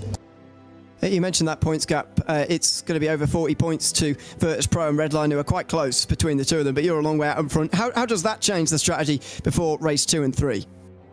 Not at all, honestly. Realistically, to be anywhere near safe, we still need another result exactly the same as what we had there. So, you know, still same focus. We'll push forward, try and to score some strong results again, and see what we can do. But yeah, it doesn't change it at all. We're full push and trying to score maximum points. As professional as ever, from the first victory to the 41st. Well done, Josh. Cheers, mate. Thank you. There we go. Yet another victory. Very impressive it has been from Josh Rogers. And for Porsche Commander there, 1, 2 and 3. Obviously, Charlie Collins letting the side down with only 6th place. An incredible points haul from the team. And once again, a double performance. I'm pretty sure that is the highest points haul that we've had so far. Ooh, I'll double check. Thanks. It's got to be up there, hasn't it? It's got to be. I feel like Redline 2 weeks ago at Jeddah had a similar score, but it may not have been quite that high. So yeah, you might be right. They did come very close to going 1, 2, 3, and 4 though. And as you said at the time, that would be the first time in the dynamic group phase. Are we saying first time ever? Because we did see Williams do it in the last chance qualifier in 2024 at Saudi. So I'm not sure whether to count it or not. But anyway, we'll cross that bridge when we get to it, if we get to it. Yeah, well, no, I would, because we would count it if it was in Group D, if it was a 1, 2, 3, and 4. True. So in that sense, that we would count it in the last chance qualifier. So it would be then the second time that would happen. I don't remember that happening. Did it really happen? Did they go 1, 2, 3, 4? I'm pretty. I've got a 95% sure memory of that. Yes, I'm fairly sure that did happen. It was race 1, I remember, and it effectively won them the group from minute 1. And the rest of the day wasn't particularly interesting because the other two teams were just sort of scrapping it out for who was going to be second and third, and therefore knocked out of the competition on the Saturday. So I'm pretty sure that's how it went at Fuji, if I'm remembering correctly. Well, here's the thing, right? You can use your phone to go onto the RENNSPORT app, which you can get obviously from either the Play Store or the Apple App Store, and you can look the information up because it's all on there. There you go. There's the QR code from you. And Ewan O'Leary is 100% right. It was Fuji. It was race 1 of the day. It was McCormack. It was Dennis Schoeniger. It was Daniel Pashtor. It was Dom Blyer. The team of Ds, 1st, 2nd, 3rd, and 4th. Either way, speaking of Ds, we're back in Group D, and it's Henry Moore, driving around the circuit, of course, as he goes his way into the West Horseshoe. And Moore will be the first driver in qualifying for race number 2. Yeah, trying to put Guild up there in contention for a promotion out of Group D for the very first time. As we've mentioned before, it's been such a struggle for them ever since they were put here after the seeding phase. As I mentioned earlier in the broadcast, it feels like they've been a little bit stuck there ever since the first week of racing. And this time round, they don't seem to be getting that much closer. Henry Moore, though, will be out there first, as you can see, in towards the Le Mans chicane now for the first time. He's about to see how he stacks up against his teammate. And he's gone 1/10 quicker, or even less than that, about half a tenth quicker, which I'm sure he'll be pretty pleased with. Yeah, exactly. Let's see what he can do up towards the line. Again, remember the times that they are aiming for in this qualifying session. It was the pole time from this group. Let's see, we have 38. Was it 0.8? Wasn't it earlier on in the round with Tatler? So basically aiming for that. Yeah. Tatler was 0.8, yeah. Rogers did a 0.7 in his pole time. Henry Moore is going to do a 44.0. That would be a good job if that's pole. Yeah, can confirm that will not be the pole time of 40.0. However, he might be able to beat his teammate Matt Emery, who's just got a slowdown penalty as he works his way through the Le Mans chicane. So he'll be comfortably ahead of Emery. But again, Guild, they're looking to beat or to beat ERA. Falcons, that's a tall order and probably almost impossible. But realistically, the focus will beating ERA and scoring that extra point to get 2 points onto the board, which would double their points score, which at the moment is 2. Yeah. When you compare that to 23 for Redline and Porsche Commander, you start to realise what a massive job they have on their hands to even go to the Esports World Cup at the end of this competition in 2025. As Jakub Masiewski, now the Race 1 winner, makes his way all the way towards the line. He did a great job in Race 1 with the assistance of his teammates, in fairness, but he did a good job, and this should be the first 43 of the day. Falcons are taking this by the scruff of the neck. That could be up there for pole position, as could this from Thomas Tatler. Yeah, certainly so. Going 100th or so faster in the first sector, and then another 100th or so faster in the second. Thomas Tatler looking to take control here in the second race of Group D. And again, Falcons looking to really assert their dominance on the group, as we've seen earlier. Their last lap time, so they've gone faster. Obviously, Jakub Masiewski and Thomas Tatler both set exactly the same time in the previous qualifying session. This time, well, they're separated somewhat. A 43.779. Very impressive from Thomas Tatler indeed. That would have been good enough for third place. Sorry, for second place. That would have been good enough for the front row in Group A. Told you, Falcons could do it. Yeah, that would have been really good in Group A. Honestly, the fact they got knocked out in Fuji of Group B has put a really big dampener on their season. And you know, just a couple of other results on that particular afternoon, they could have been in Group A and could have been right competing with Team Redline and Virtus Pro last week or 2 weeks ago. But anyway, that's the way these things go. It's Tatler and Masiewski 1 and 2 at the moment. Michał Schmiedl moves up to 3rd. Yeah, indeed. Will Bonnehaus throw himself into the sub 1 minute 44 gang, or will he have to settle for being around his teammates Henry Moore and Matt Emery? Emery, of course, with the slowdown penalty. Bonnehaus does not have a slowdown. However, these sector times not looking so great. It's going to be a 1 minute 44, and I think it's going to be behind his teammate Henry Moore. The next driver to come around will be Marco Payet, so we'll get all 4 guilds completed before the end of the session, before rather even really the major part of the halfway point, as there was Bonnehaus into 5th. Marco Payet here is going to be qualifying for the first time this afternoon. Don't forget, he had that qualifying ban that he's now served. And that was for race number 1.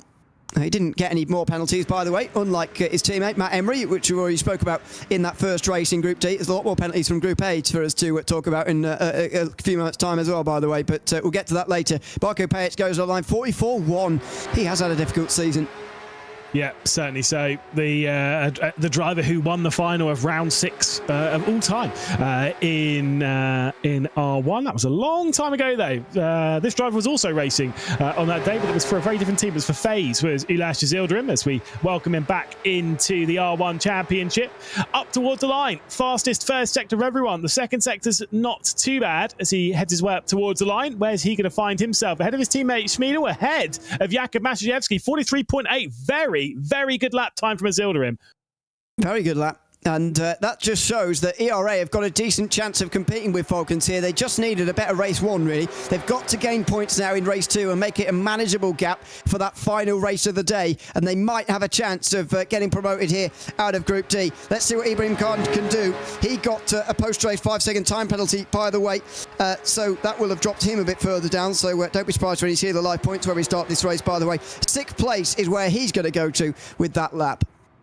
Cam Pavlovsky then has got a slowdown penalty, so he'll be starting back with the Guilds. Unfortunately, at the rear end of the field, he'll be back alongside Matt Emery. So for Pavlovsky, this lap time won't necessarily matter, and it's the second time that he's done that today. He started on the final row of the previous race, so he'll be starting back there as well. We'll have to refocus ourselves to Stableford and Lamanek in just a second to see what the final real lap times will do in this session. Let's see what Pavlovsky does across the line, whether he's at least ahead of Emery or not. Across the line, he will indeed be comfortably ahead of Matt Emery. And now Robbie Stapleford for ERA.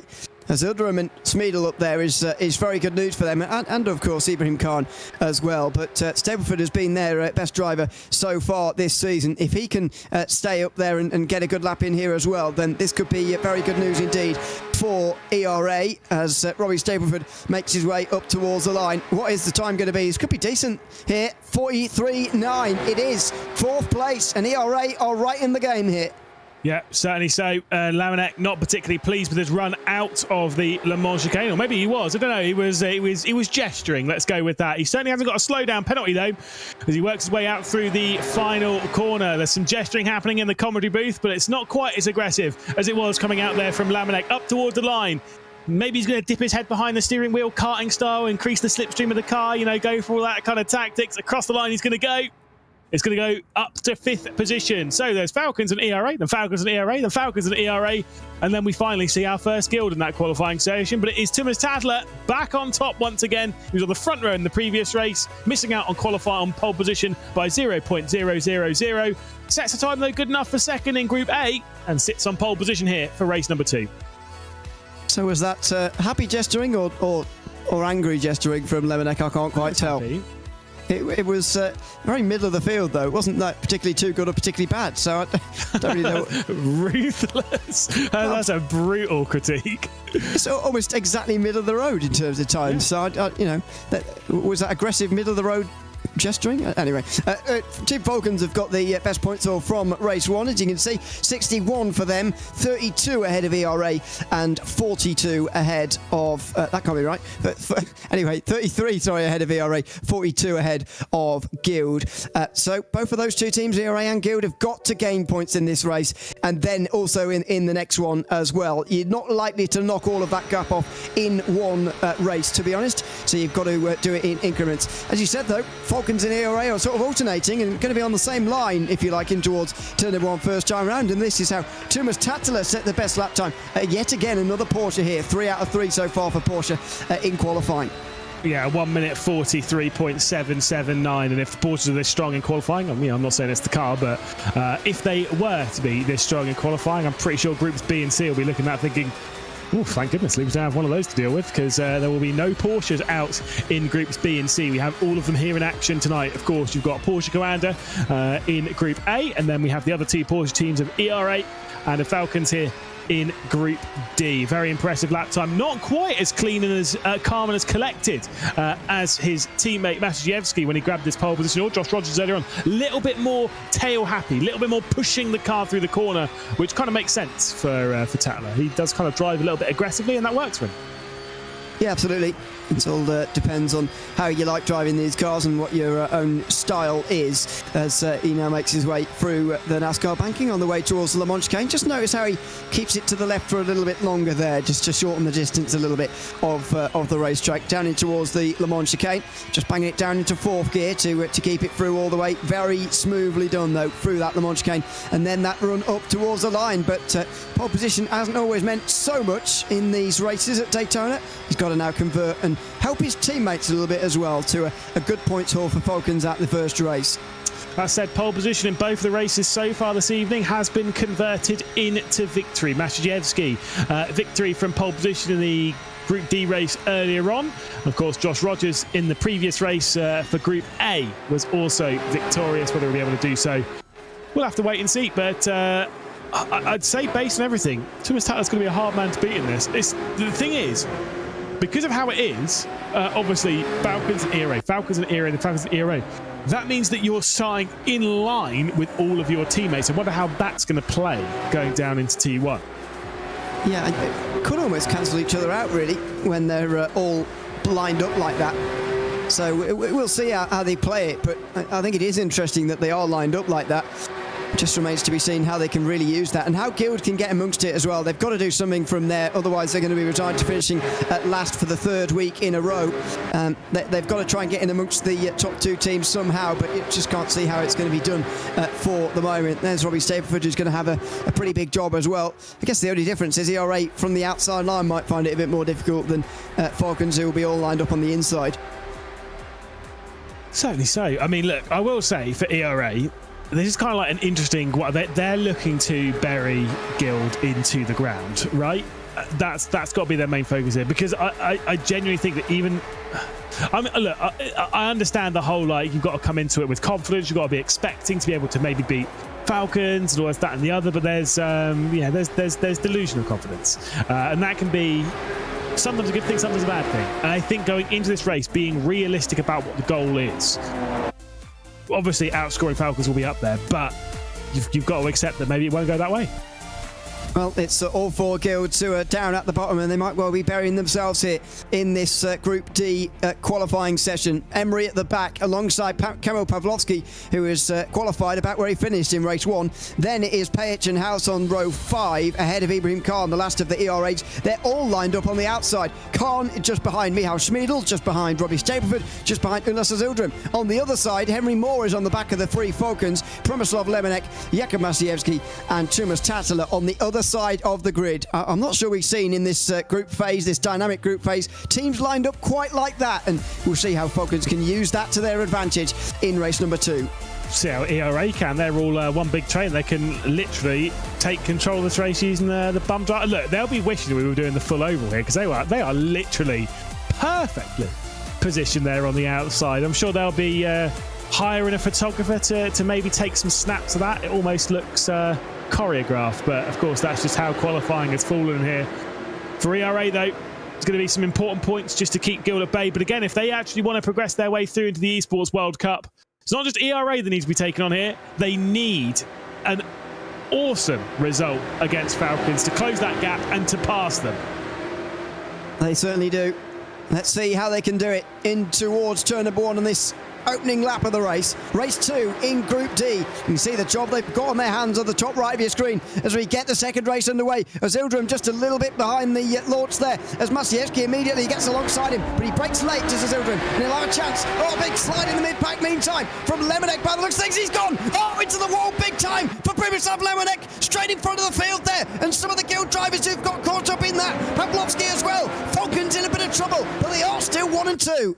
Yeah, it's Jakub Masiewski who's worked his way past Ulas Azildrim. Like you said, it was a pretty slow start. Henry Moore's had a great one, though, up into 4th position, passing a couple of those ERA cars. He now sits ahead of Robbie Stapleford and Michał Schmiedl. But you've got to say, yeah, there's a bit of a slide in the middle of all. I think it might have been Bonnerhouse who just clipped the rear end of Lemonek as he was having a bit of a moment coming out of T1. There were some big slides coming in from the Falcons team. And like you say, as much as they're 1 and 2, they're also 11th and 12th. We'll see what they're like towards the end of the race, though. They're still really comfortable in those live standings, but Ulas Azildrim, he'll be desperate to try and sneak his way into it. Yeah, it's just a problem for them that Henry Moore has got in amongst the ERAs. It really is a big problem, that the fact he's in 4th position, he's doing his job for Guild at the moment and trying to get them out of the bottom place. But for the ERA guys, it's a bit irritating, I'd imagine. Here comes Stapleford down the inside in the meantime, and he gets through. There goes Ibrahim Khan in the background as well, flying down the inside in towards the Le Mans chicane. So there's a few extra points, but the gap's still large. They would gain on Falcons here, but it would be very minimal.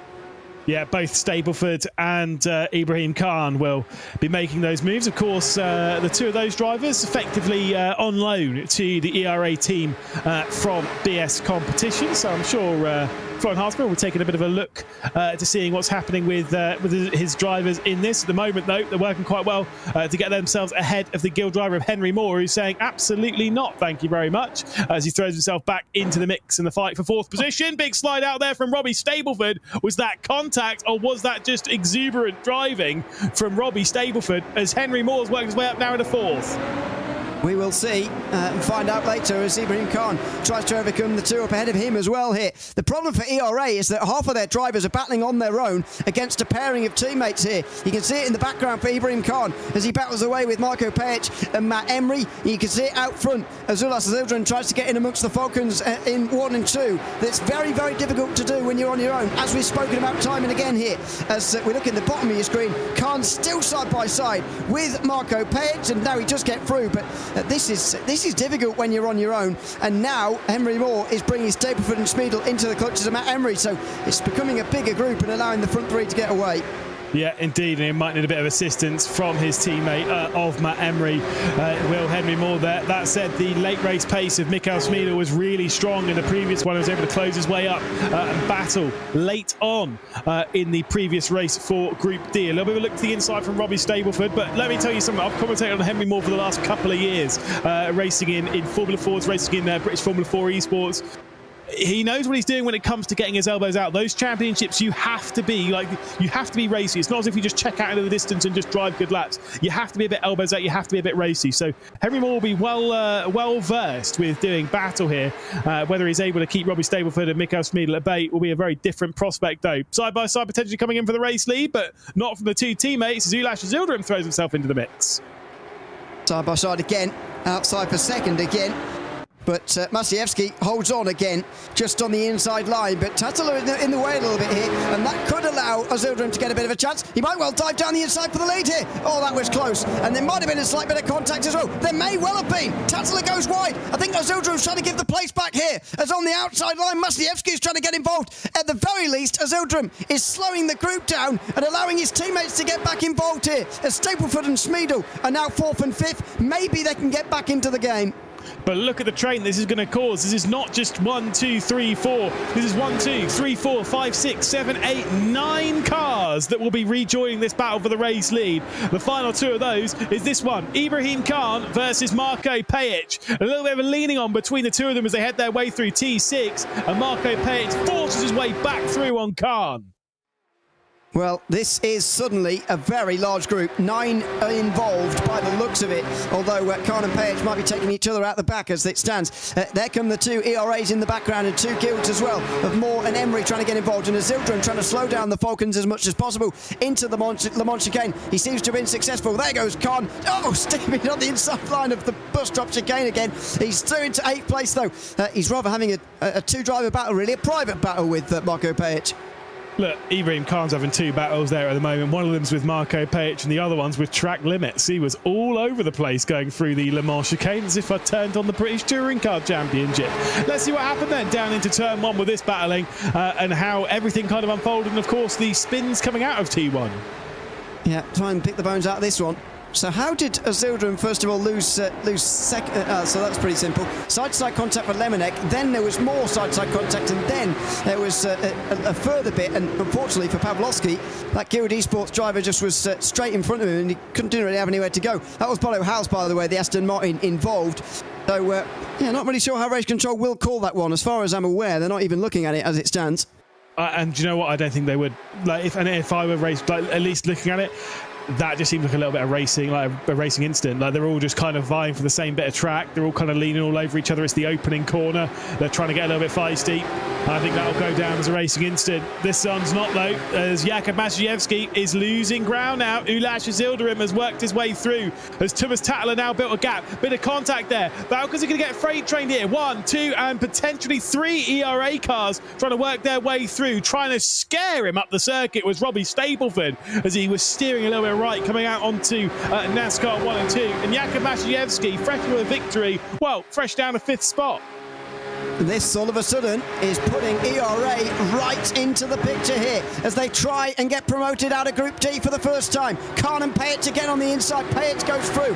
In the background, here comes Henry Moore and Matt Emery, by the way, as Guild tried to do the impossible here and get themselves up towards the front as well. This could be a bad lap for Jakub Maciejewski as he goes backward for Team Falcons in that Porsche. Here we go onto the banking again here. Tumas Tattler leads by some distance. They've got some space to work into here, and Guild Esports are going to be coming on the outside line. Here comes Moore, and then Matt Emery in the back of him here. There he is, just in the background, and they're going to go side by side of the line. Good straight line speed though from the Porsches. The Aston Martins can't go anywhere where they're bump drafting each other on the outside line. It stays as it is in towards turn one. Now, can the ERA drivers catch up to Tumas Tattler out front? Yep, certainly so. This is going to get very interesting indeed. Like I said, side by side behind all this between Marco Pech and Ibrahim Khan as well. So more points potentially going the way of ERA versus Guild. Although there is Pech down the inside and a bit of leaning between them, a bit of frustration starting to brew between Khan and Pech. And for Ibrahim Khan, this might be a little bit problematic because he's going to get caught potentially by Bonnehaus as well as he tries to fight his way through on Marco Pech. It's very messy, the racing between these two, isn't it? Yeah, it's not very orderly at all, but there you go. Why would you expect it to be, I suppose? Khan versus Payet going to continue on. House might well catch them, actually. Depends how much he battles with Kamil Pavlovsky down at the back end of the field. But this is exactly what ERA need. I think they'd take this, to be honest, if they had the option to end the race now. I think they'd take this. They might be able to feel that they can get some more out of the race, so maybe they will continue to try and fight for that. But 16 points deficit is not bad at all at the end of this race, as Payet is going to stay behind Khan for the first time in a while in towards the Mont chicane. The only problem for ERA right now is where are they potentially gaining more points from? Because the only real way, like if Ulash Zildra and Robbie Stableford and Mikko Schmid will work together, then Jakub Maciejewski might throw them way back into it. But they all do need to work together to try and close down on Tumas Tattler. But is that gap slightly too large? And then the other battle that you could potentially see is Ibrahim Khan closing his way back up to that group if they started slowing things down. But is that likely? Is that going to potentially cost them more points? It's actually not an easy one at the moment for ERA to gain any more points in this one. They need perfect driving. It's a tough one. Like I say, I think that they'll take the position they're currently in, but I actually think they're going to lose out more points towards the end of the race. I think Falcons will gain some more here. Well, there is Maciejewski trying to gain one more, but not able to. I think they've just given Azildram a lap there to see what he can do in terms of trying to close on Tattler. They've seen the gap stay at 1.2 seconds, excuse me, and now they've said to Robbie Stapleford, it's your turn to try and drive this gap down as best you can, and that is a fair thing to do, I think, based on the pace so far this season. Stapleford's got a little bit more of it, but Tattler at the moment looks like he's strong enough to hold on to this race lead. The problem for him is that there are 4 laps to go, including the one they're on at the moment. Yeah, there's still, relatively speaking, plenty of time left to go in this race. Plenty of time to make up some moves. Plenty of time to dish some overtakes out and get some more points. For Kamil Pavlovsky and Lamnek actually no, because he's waiting for through. But for Kamil Pavlovsky rather, he can gain some more points on Bonnehaus and Ibrahim Khan. Maybe even Marco Pech as well if he's able to fight his way into it. Matt Emery sits behind his teammate Henry Moore into the Le Mans chicane. Could Guild be yet to score some more points in this race? It does seem as though Tattler, without any mistakes, is going to run this one into the checker flag. But Stableford's only 1.2 seconds behind, and that gap has been pretty stable. Stableford's a quick driver as well. Maybe there'll be something special for him. As the huge shove from Matt Emery onto the back of Henry Moore, and now he'll just sit there in behind in that Aston Martin by the looks of it, and they get that little bit closer. Here comes Azildram, by the way, on Stableford as they're changing places for ERA again. Not sure quite why, because Maciejewski's under pressure here. Normally you change positions to try and keep your places effectively, change positions between your teammates to keep other teams at bay, but Maciejewski's going backwards here, and it's Henry Moore and Matt Emery who are both closing in. Maciejewski just not with quite the speed that he had in race 1 by the looks of this right now. Henry Moore and Matt Emery. That's fine. No, I will say, obviously, Ulash Zildra retaking over the race lead there from Robbie Stableford, the lead of that group, rather, from Robbie Stableford up into second position. They're trying the classic team time trial, using the slipstream to work your way back through into... don't you pull any faces at me. You know you like a good cycling reference. But it is true. You know, you want someone at the front, and then you use the slipstream to work your way through and blah, blah, blah, and you keep that rotation going. it doesn't. It does work, but it's so hard to make work. It needs to be practiced to do it well. I remember we've seen it before in special events, obviously, out there, like an iRacing thing like that, where you do like the Daytona 24 hour, and you see this kind of switching constantly through the race. If done well, it is so solid to gain unreal lap time. I remember Apex doing it, obviously MSI in this season, doing it really, really well back in the day. At the moment, though, that has actually cost them 2/10 rather than gained them anything. Yeah, it's so far been pretty difficult for Draft to really work on closing this lead. There goes Emery's shove again on Henry Moore, but I think Guild are going to finish up 6th and 7th here, to be honest. They don't look like they're going to change. ERA's order of finishing, I think, is going to be decided here as Jakub Maciejewski closes in on Azildarum and Schmiedel, who go side by side. And they're just blocking, effectively, the Porsche in behind them here. Who's going to get out in front in the end? Maciejewski is going to try and follow the driver, whoever finds themselves out front. But this is where teamwork really plays a factor. Maciejewski is trying his very best to get up ahead of the ERA drivers, but just can't do it. There's the slipstream given again. Schmiedel gets it from Azildarum. Maciejewski can't get anywhere. He's got no teammates around him at all. And like I say, you might be looking at those points in the top right thinking, oh, maybe things aren't quite so comfortable for the Falcons team. It's not ridiculously uncomfortable, but it's not comfortable either. We have seen much larger points hauls than, 16, 17, 18 overhauled by teams like Vitality in the first week. There was a 23 point haul that they nearly overcame back in Fuji. Say saw some of the similar stuff in the last round as well back in Jeddah, where we saw points gaps like that overhauled. So for ERA, definitely not done. Another race like this from them, and maybe they could do it. Thought it was more than that, by the way. That they overhauled to get very close in Fuji, but anyway, we'll 20 or so. Okay, maybe I'm giving them more credit than what they deserve at the end of that race. But anyway, meanwhile, Jakub Maciejewski is going to get close with this one last chance in towards turn number 1. It's clear that he's not going to slipstream past them because he won't have any help. So, well, maybe I'm going to eat my words on that at the moment. No, not quite. So. Think he's going to have to do it in the infield, and he's going to try very late on the brakes, and he's going to have it. Michał Schmiedel drops a place, and Azildarum has to fight hard to keep him behind as well. He goes so wide, in fact, does Maciejewski, that Schmiedel's back on his outside line all over again here, and that chance has been whipped away from him almost as quickly as it presented itself. Inside line again, and Schmiedel still with the upper hand here with the teammates up ahead of him. Yeah, Maciejewski there trying to assist the team to break a century. They're almost there. They just need a little bit more. Maciejewski has to drop in behind the two as the two teammates go side by side for some reason, allowing Robbie Stableford to clear his way. That might actually cost Michał Schmiedel by the time they get down to the T6. Bit of contact into the rear end. Jakub Maciejewski all over the rear end of Schmiedel, as Karol Pawlowski, by the way, has got himself past Pejec, who's attacking Ibrahim Khan for potentially yet more points for the Falcons team, as they once again try and assert their dominance on Group D. It's certainly not sorted yet, as we'll have a little run to the line here and see if any of these positions are going to switch around yet more so.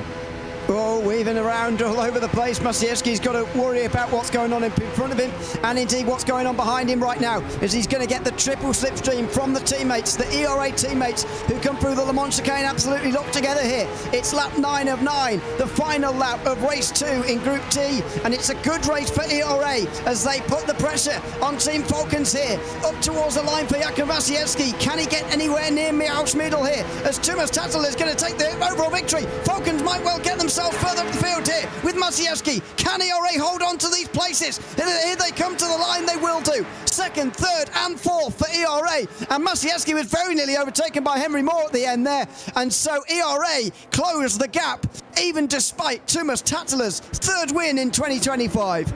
Brilliant stuff. Brilliant racing once again, and very well held by the ERA team. But for Tumas Tattler, much like what we saw from Josh Rogers and his way to victory, it was a little bit of pressure early on and then just a controlled, mistake-free drive from that point on. 3rd race in the evening then that has seen pole position translated into race victory. Superb stuff from Tumas Tattler.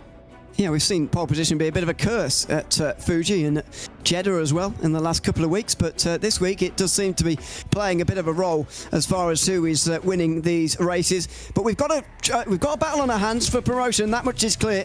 Group D is certainly providing us with a battle for promotion. It's not just Falcons absolutely drubbing the rest of the field. It is a bit more nuanced than that, and that is a good thing. I think so far in this race as well, we've got our first race of the day with no intervention in penalties from race control, at least so far. Yeah, look, the race control will still be looking at stuff, you never know. But I also agree, I don't think actually there was, like thinking back to it, I don't think there was anything major. I mean, look, you can maybe look through this and see if you can find any reason for penalties, but I think we might be safe. Yeah, I think we might be. Falcons started all lined up on the inside, ERA on the outside, but unfortunately that would be undone pretty quickly as Lemonek got battered from pillar to post there. Firstly from a guild up the rear, then into the side by an ERA as they spun in towards turn 2 in that chicane. That unfortunately held back Pavlovsky and Lemonek for Team Falcons as they lost points. ERA would do a good job in terms of battling through. Michał Schmiedl with a lot of the overtakes on Matt Emery and Henry Moore as well. Those two Aston Martins you can see towards the back end of this group. Bono House will be the one a lot further down the field. He was well in the background, finishing down towards the bottom end of the top 10, but this was Schmiedl through on the inside line into the West Horseshoe as ERA tried to get their ducks in a row. Finally, they just get themselves clear on the way towards turn 6. This is the battle for the win, and it was a bit of a struggle initially for Ulas Yildirim because he was on his own with Tatala and with Masiewski. He gave a bit of a tap there to Tatala, and he was very courteous in giving Tomas Tatala that race lead back again. It would continue that battle though with Jakub Masiewski, who would eventually drop behind all of these ERA drivers because, as we know, when you're a solo driver in amongst a lot of teammates, you can get into trouble very, very quickly. There was a bit of a tap, and there was the freight train on the outside line. Ibrahim Khan and Marko Pejic provided the entertainment through the middle part of the race as they tried to kill each other in towards the bus stop chicane time after time. That was the most recent of those occasions. Side by side in towards turn 1 was a constant in the battle for second.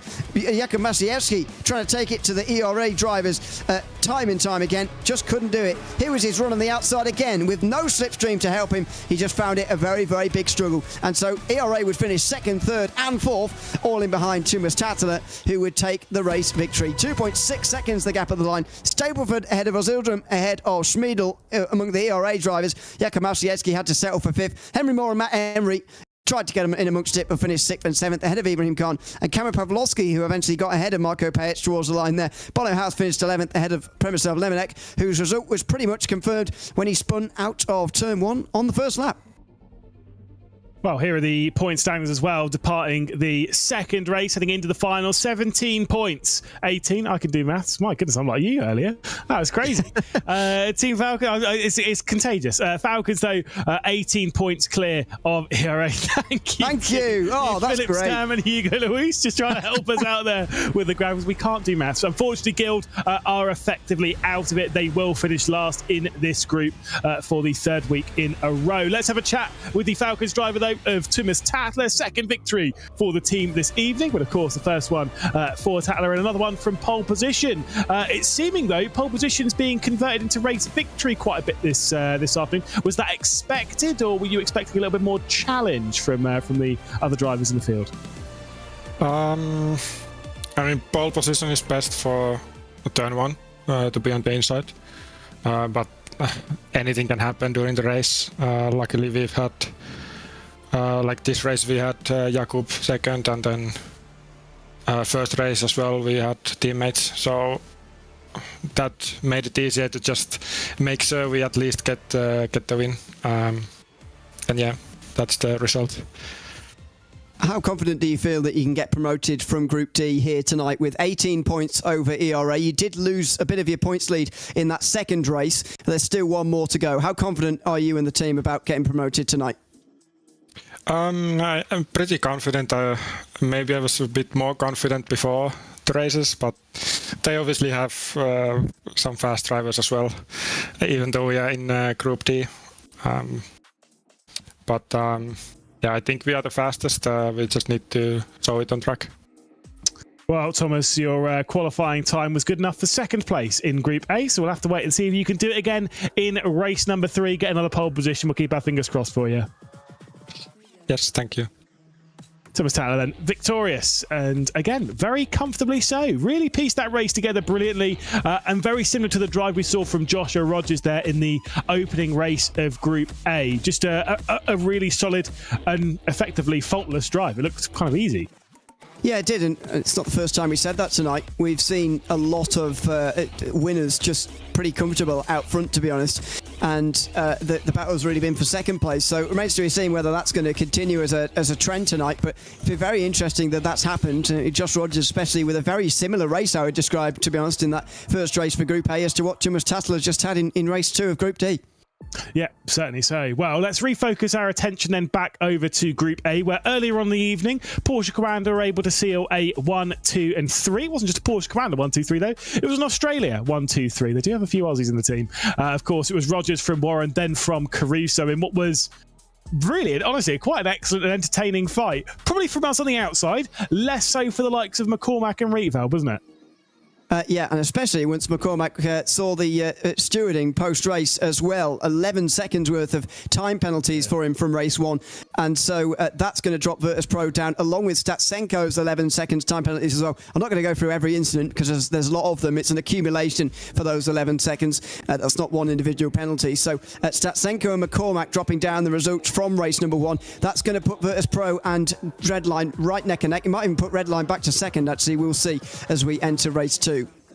Yeah, certainly so. Like I say, a lot to deal with in the group, and I say maybe a bit of a shame there. And Virtus Pro once again receiving the ire of race control, and they have done quite a few times this season where they've been involved in incidents and have received penalties in doing so. So yeah, not great for Virtus Pro. Thankfully, it wasn't just McCormack that was kind of up there. So as much as he's lost points, the team, it might be all right. We'll see McCormack out in qualifying then as the first driver in the session. And the main focus for this team must be beating Redline. Must be. They can't have any other, really. That's the realistic goal they've got here from this round.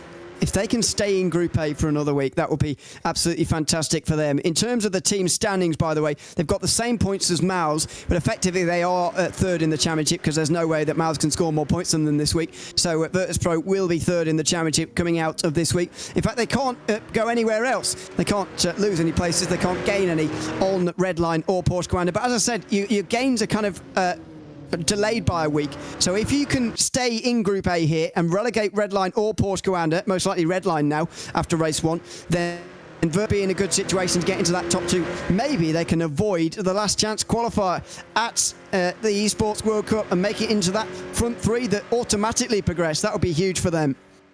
Yeah, certainly so. Well, we've seen the first sector come in then from McCormack. Maybe it's about a tenth or so off where we would like seeing. But to be fair, the Aston Martin goes strong in the second and third sector. Although I will say that entrance into the Le Mans chicane was exuberant, shall we say. And I'm pretty sure McCormack is aware of that. A little bit too much of a slide coming in. And that's going to cost him a whole heap of time.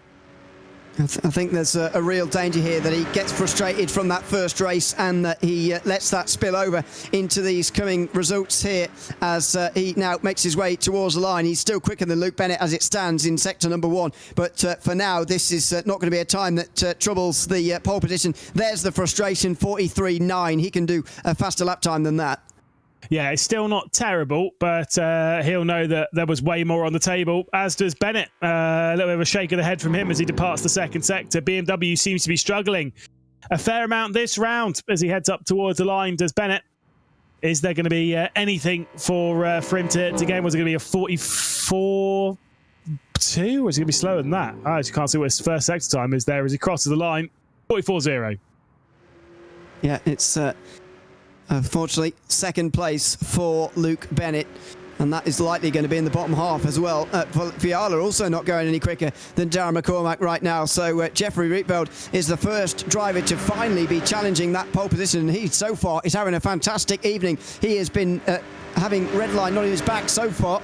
He'll be hoping that some of his teammates can now join him up towards the front as Wojciech Fiala now makes his way over the line. 43.9 as well, close to his teammate, and they're 1 and 2.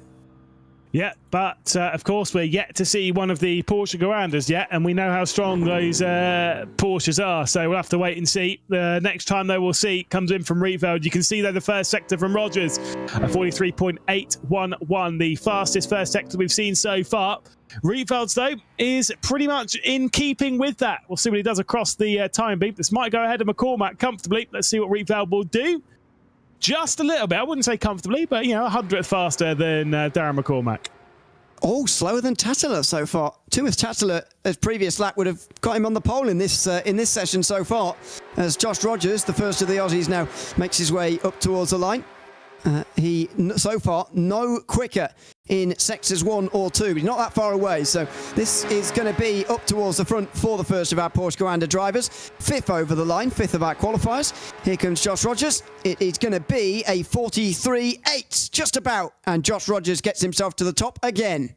Yep, I won't say exactly who, but one team was messaging me saying that, like, I've been talking rubbish about their team, and then I'm saying that, you know, Falcons can potentially win a race in Group A. That sounds crazy, and now I feel pretty vindicated on that. I'm not going to lie, Ewan, considering how fast Thomas Tattler is being this evening, and once again proving that, yeah, we're right. We're always right. That maybe Falcons could have won if they were in Group A. Of course, they're not. They're in Group D, and they're still trying to struggle their way out of it. It just shows once again how close it is as Dane Warren crosses the line and goes into second.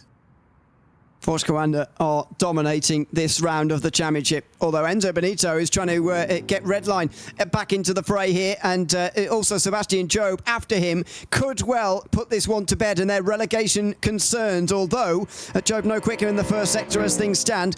He was a bit quicker than Benito at least. Here comes Benito up towards the line. I think this is going to be right around where Rietveld has gone so far, and it is just about, in fact, it's just a bit quicker than Dane Warren as well. It's super close up towards the top. Sebastian Job, though, didn't get a slowdown penalty this time, so we finally get to see what a lap time will look like in the hands of the driver who sits second in the all-time winners list. Let's see what it will be. Those sector times are okay. First sector's pretty solid. It's right up there with the sector time that we've seen from Josh Rogers. Let's see if Sebastian Job is able to tick off a decent lap time and has returned to R1. Just about an 8.21, goes up on the provisional pole. And that, I think, is going to be very difficult to beat for any of the remaining drivers. It's not going to be Kevin Ellis Jr. beating that one, I'm afraid, with that first sector immediately. I think puts him out of the game with a 43.9 first time round. This is going to be lucky if it's better than his teammates so far. Darren McCormack's that time not so bad, really, but it's down in 6th, and Virtus Pro suddenly finding themselves in trouble here. And the relegation worries that will have been concerning and looming over them since the very start of the evening, starting to become very real now. 8th place for Kevin Ellis Jr.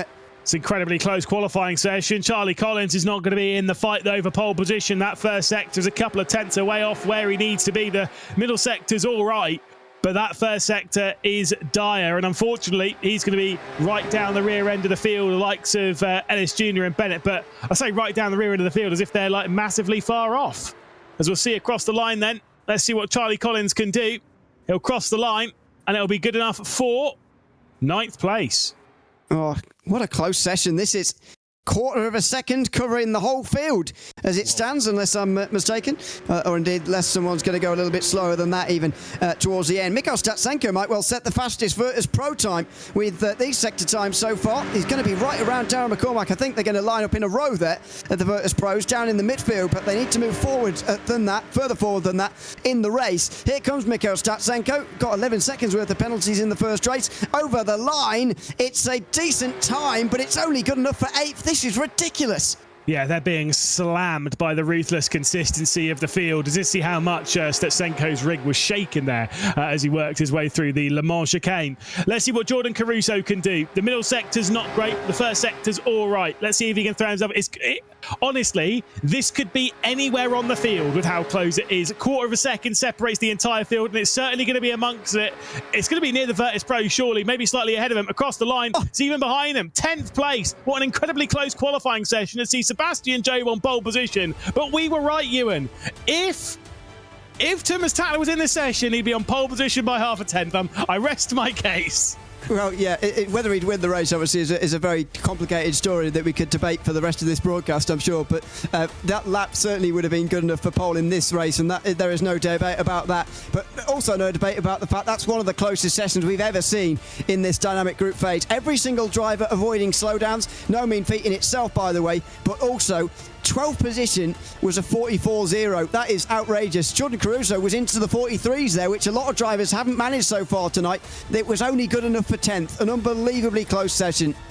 Yeah, incredibly close, and it is Sebastian Job back on pole position. The driver who has obviously the second most victories, but he does have the highest percentage of victories in R1. I'm pretty sure his win percentage is, I was going to say it's about a third. It's 36.1%, meaning that in all likelihood, based on statistics, he's winning at least one of the races tonight. And I think this might be the one as well, based on what we've seen so far tonight in terms of pole position. First time, though, we've seen a non-Porsche on the pole position in terms of manufacturer. Sebastian Job, of course, driving the BMW for Team Redline here tonight. He's also not been here this season, so he would be a new winner in 2025 if indeed he gets to the end, and the Redline be the first team with 5 different winners, because all of their other drivers have managed it, as far as I'm aware.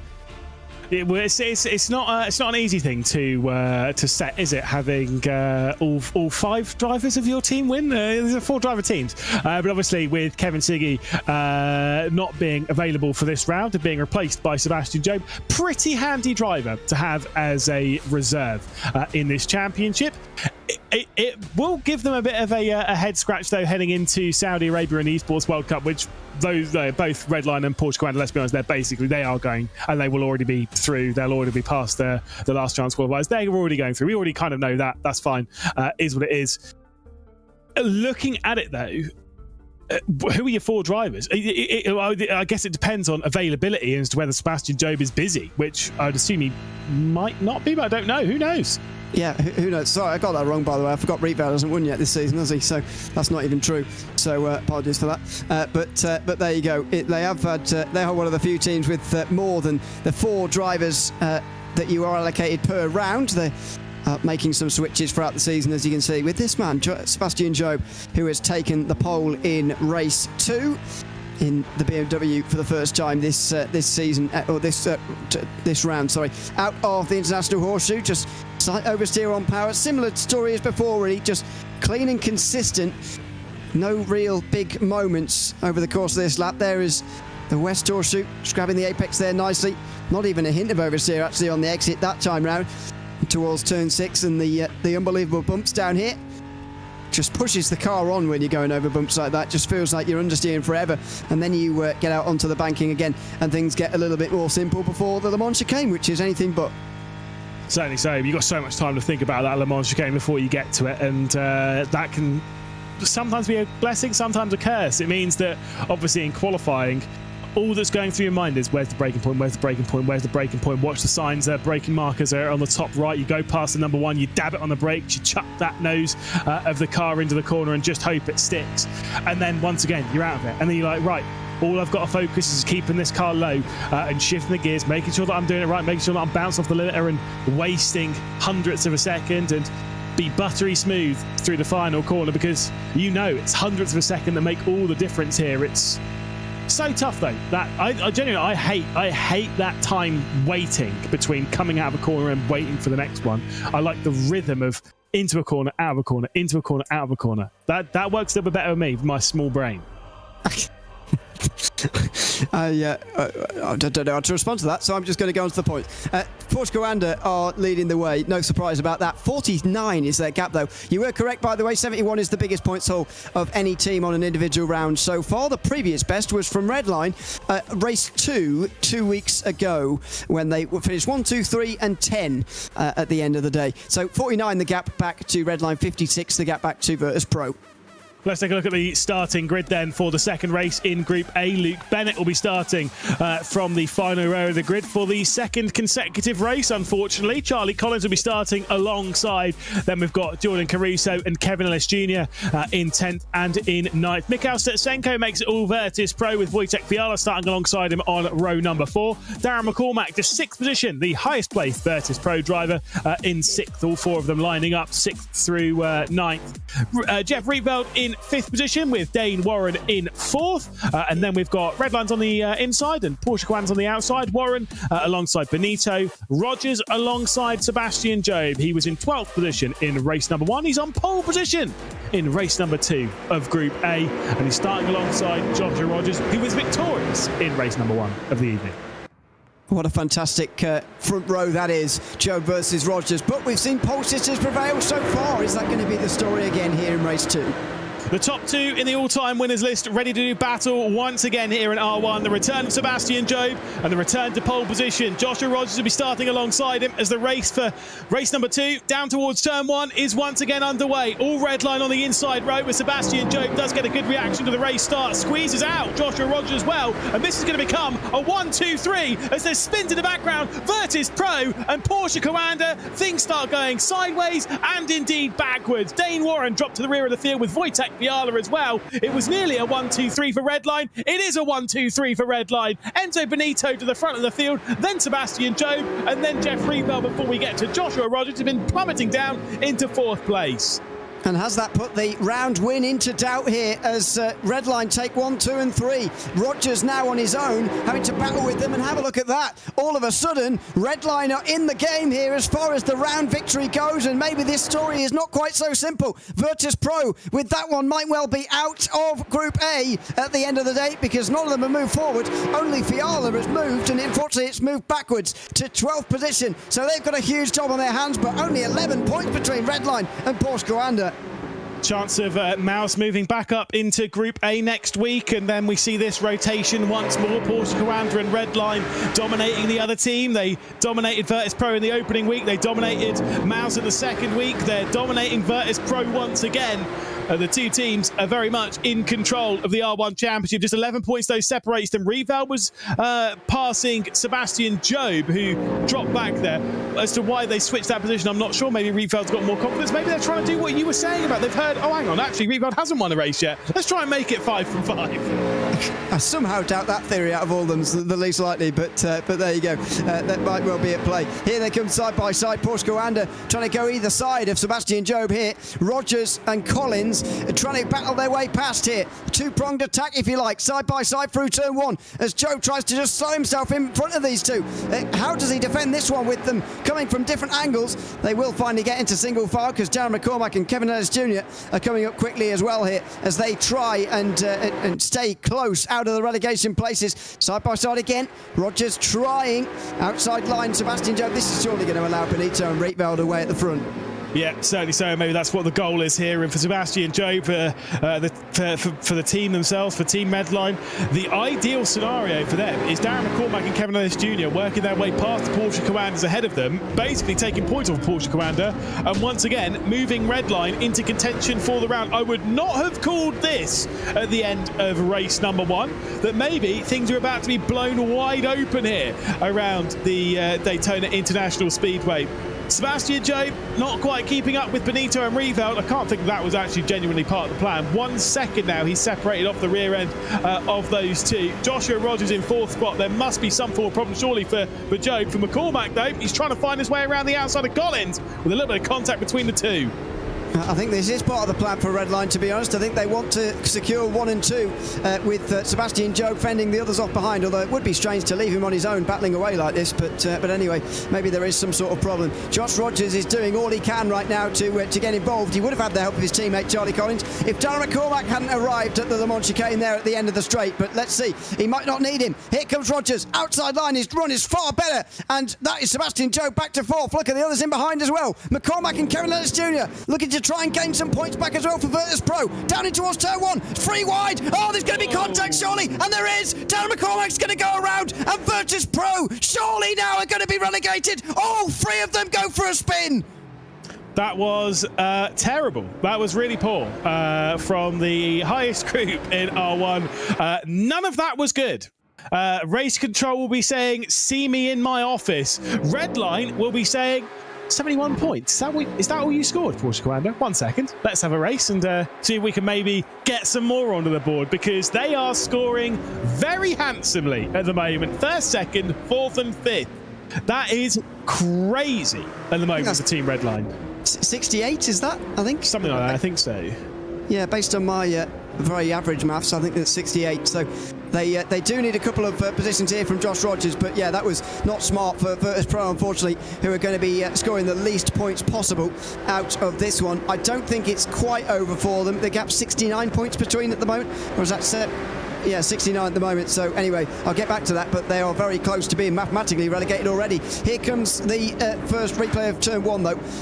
How did this all start? Rogers on the outside there for me is a very interesting one, because that's where it all stems from in my mind. It just goes a little bit wide through turn one. It sort of holds up that entire line, and you see the result of it afterwards. This is what's just happened for Virtus Pro. Yeah, so Charlie Collins on the inside. Obviously, Darren McCormack's tried making the move, and then it's just chaos. It's just like there's no way of putting that other than that's just chaos and very, very average. But still, Charlie Collins could be losing some more points here as Wojtek Fiala has got to the outside. Bit of contact and a bit of a hip check as they work their way down towards turn one. Fiala on the high side as he tries to send it in. Virtus Pro at the moment 9th, 10th, 11th and 12th. Now, obviously with that instant, they are being fully outclassed here in race two, although you can maybe say there wasn't, yeah, it's just that's one of those things. They all got very, very unlucky in that instant. They remain side by side, but it does seem as though Virtus Pro will be booking their tickets in a couple of weeks' time to have a little visit back down into Group B. Bit of a weave them from Charlie Collins. Not particularly happy, I guess, with what's going on around them, but I don't know. It's all very messy, isn't it? Yeah, it certainly was. If Fiala doesn't make this overtake, by the way, then they will be out. The maximum you can gain on a particular team on one round is 68 in one race. Sorry, 68 points. The gap currently 69 as far as my maths goes. So that is requiring an overtake now. Wojtek Fiala needs to get past Charlie Collins, and then that would only allow them to tie Redline in the final race. But yeah, Virtus Pro good as gone, unfortunately. The battle's going to be Porsche Coanda versus Team Redline for the round victory. Yeah, which again I would not have called before we'd turned a lap in this race. It looked like Porsche Coanda were looking dominant, but still, for Team Redline, by the way, like I said, it was 71 points, I believe, that Porsche Coanda scored in the previous race. For Team Redline at the moment, it's 25 for first, 20 for second, 13 for fourth, and 10 points for fifth, meaning 68 points will be scored in this race by this team. Sebastian Job steps aside and allows his teammate Luke Bennett to work his way through. Also stepping aside, Enzo Benito has been allowed to pass on Jeff Rietveld. Meanwhile, we have this fight as well. Charlie Collins has dropped back behind Wojtek Fiala, and that gap closes by a point at the top of the standings. However, Wojtek Fiala's got a 5-second time penalty, so it can't be him who's making the overtakes here. Otherwise, he's just going to go backwards at the end of all that. That, unfortunately, was just a judge by race control, just in. So at the moment, Virtus Pro will be out with still a race to go.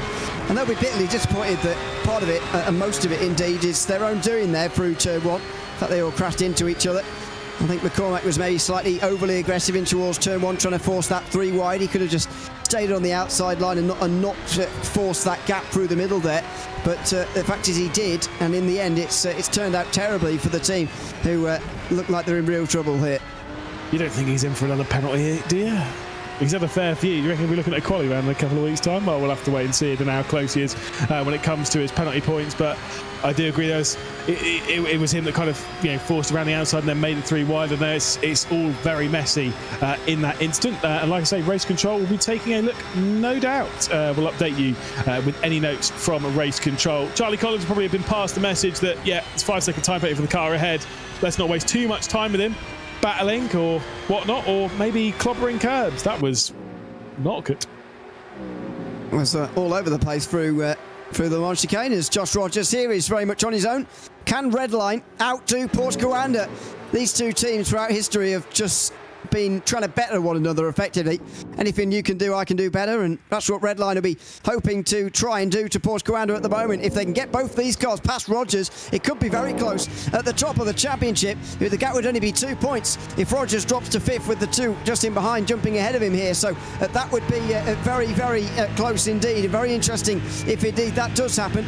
Although Collins' overtake there just makes the gap a little bit larger potentially. Through the international horseshoe, close again. Rogers can't get through, or sorry, Job can't get through on Rogers this time.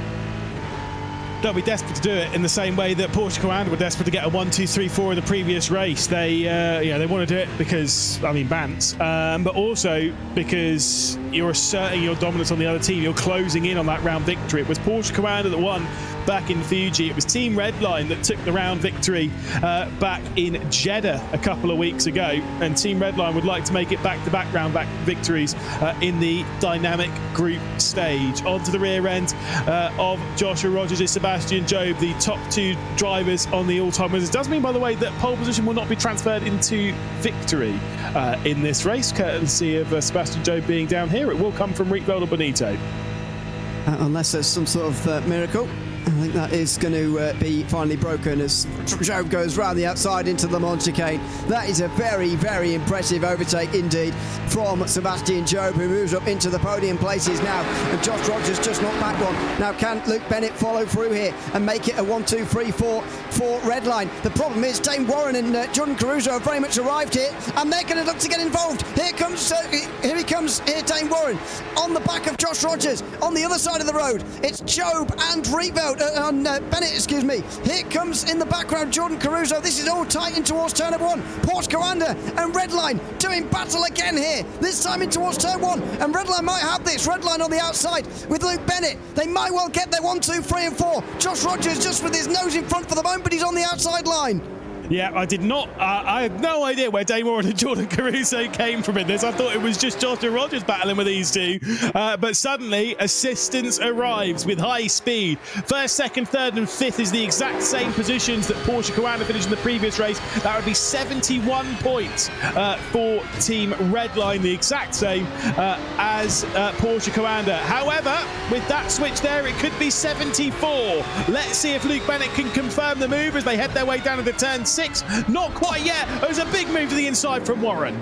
And now he's going to be freight trained. Luke Bennett's going to go to the back of the group. As Warren's through, so's Jordan Caruso. It's Aussie for Porsche Commander as they move forward. 4, 5 and 6. And Luke Bennett's gone backwards. Redline's dreams of a 1, 2, 3, 4 is vanishing very, very quickly here. And look what that's doing to the points. Look at what it's doing to the points because Joshua Rogers has just got past on Sebastian Job. The gap was under 10. It's now over 20. The gap between Porsche Commander and Team Redline, and that has changed in just a handful of corners. How things have unfolded since Dane Warren and Jordan Caruso have rejoined this group. They stay high through NASCAR 3 and 4, then drop down into the slipstream. Try and find that rear end of Joshua Rogers as we work our way out of the final corner of the oval and then back out onto the start-finish straight. It's going to go 3 wide as straight to the inside comes Caruso. Porsche Commander have mugged Team Redline for these positions right at the very end, and look at their points gap being restored. My goodness, what a great bit of teamwork here from Porsche Commander as Rogers, Warren and Caruso take the places from Sebastian Job and Luke Bennett, who now have only got 2 laps to try and rescue some points here. This is crazy scenes as they're now going to try and play the game to keep them behind, work together as a team and focus on keeping Sebastian Job and Luke Bennett at bay. They will not be able to slow them down enough over the next 2 laps to bring Charlie Collins back into the mix, but they will do all they can to keep those 2 Redline drivers at bay. The outside look comes in from Sebastian Job. Luke Bennett is also sat there as well. These are all drivers that know how to get the victory done on the day, and they're all battling 3rd through 7th. Unbelievable battle it is as well between these 5. Fantastic driving all around. We've seen some pretty questionable driving over the course of some of these battles, but this has been fantastic so far.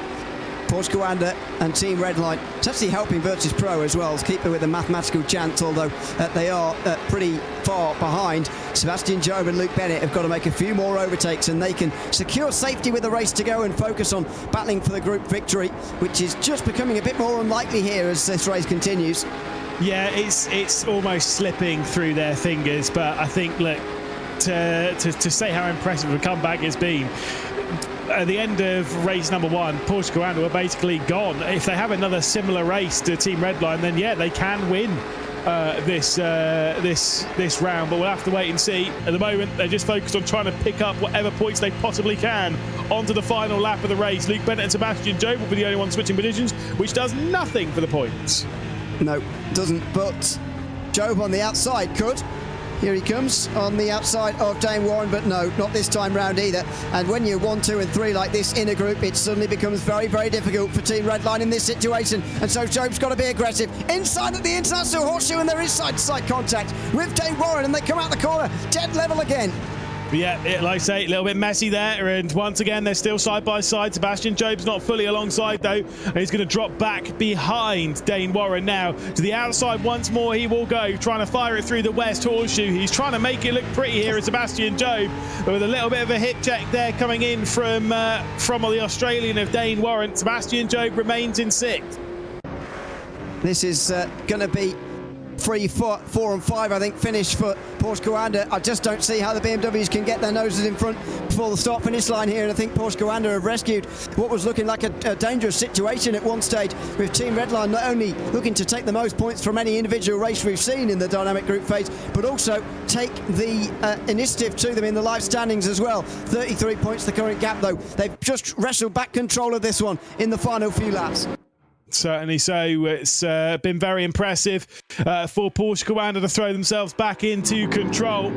For the final corner, though, it's not going to be a victory for Jeff Rietveld unless there's a big drag race between the two of them towards the line. Enzo Benito is the one ahead. There's going to be a photo finish and a flying finish between the pair of them. Let's see what it's going to be. Whoa, a little bit of a squeeze out of the barrier from the teammate. They're having a bit of fun. They're separated by the tiniest of margins, just 3,000 of a second. That's probably a bit more banter than it was anything else. Doesn't really do anything for the points, but 3,000 of a second separates Benito and Rietveld as Benito takes victory. Rogers, Caruso and Warren will come across the line 3rd, 4th and 5th.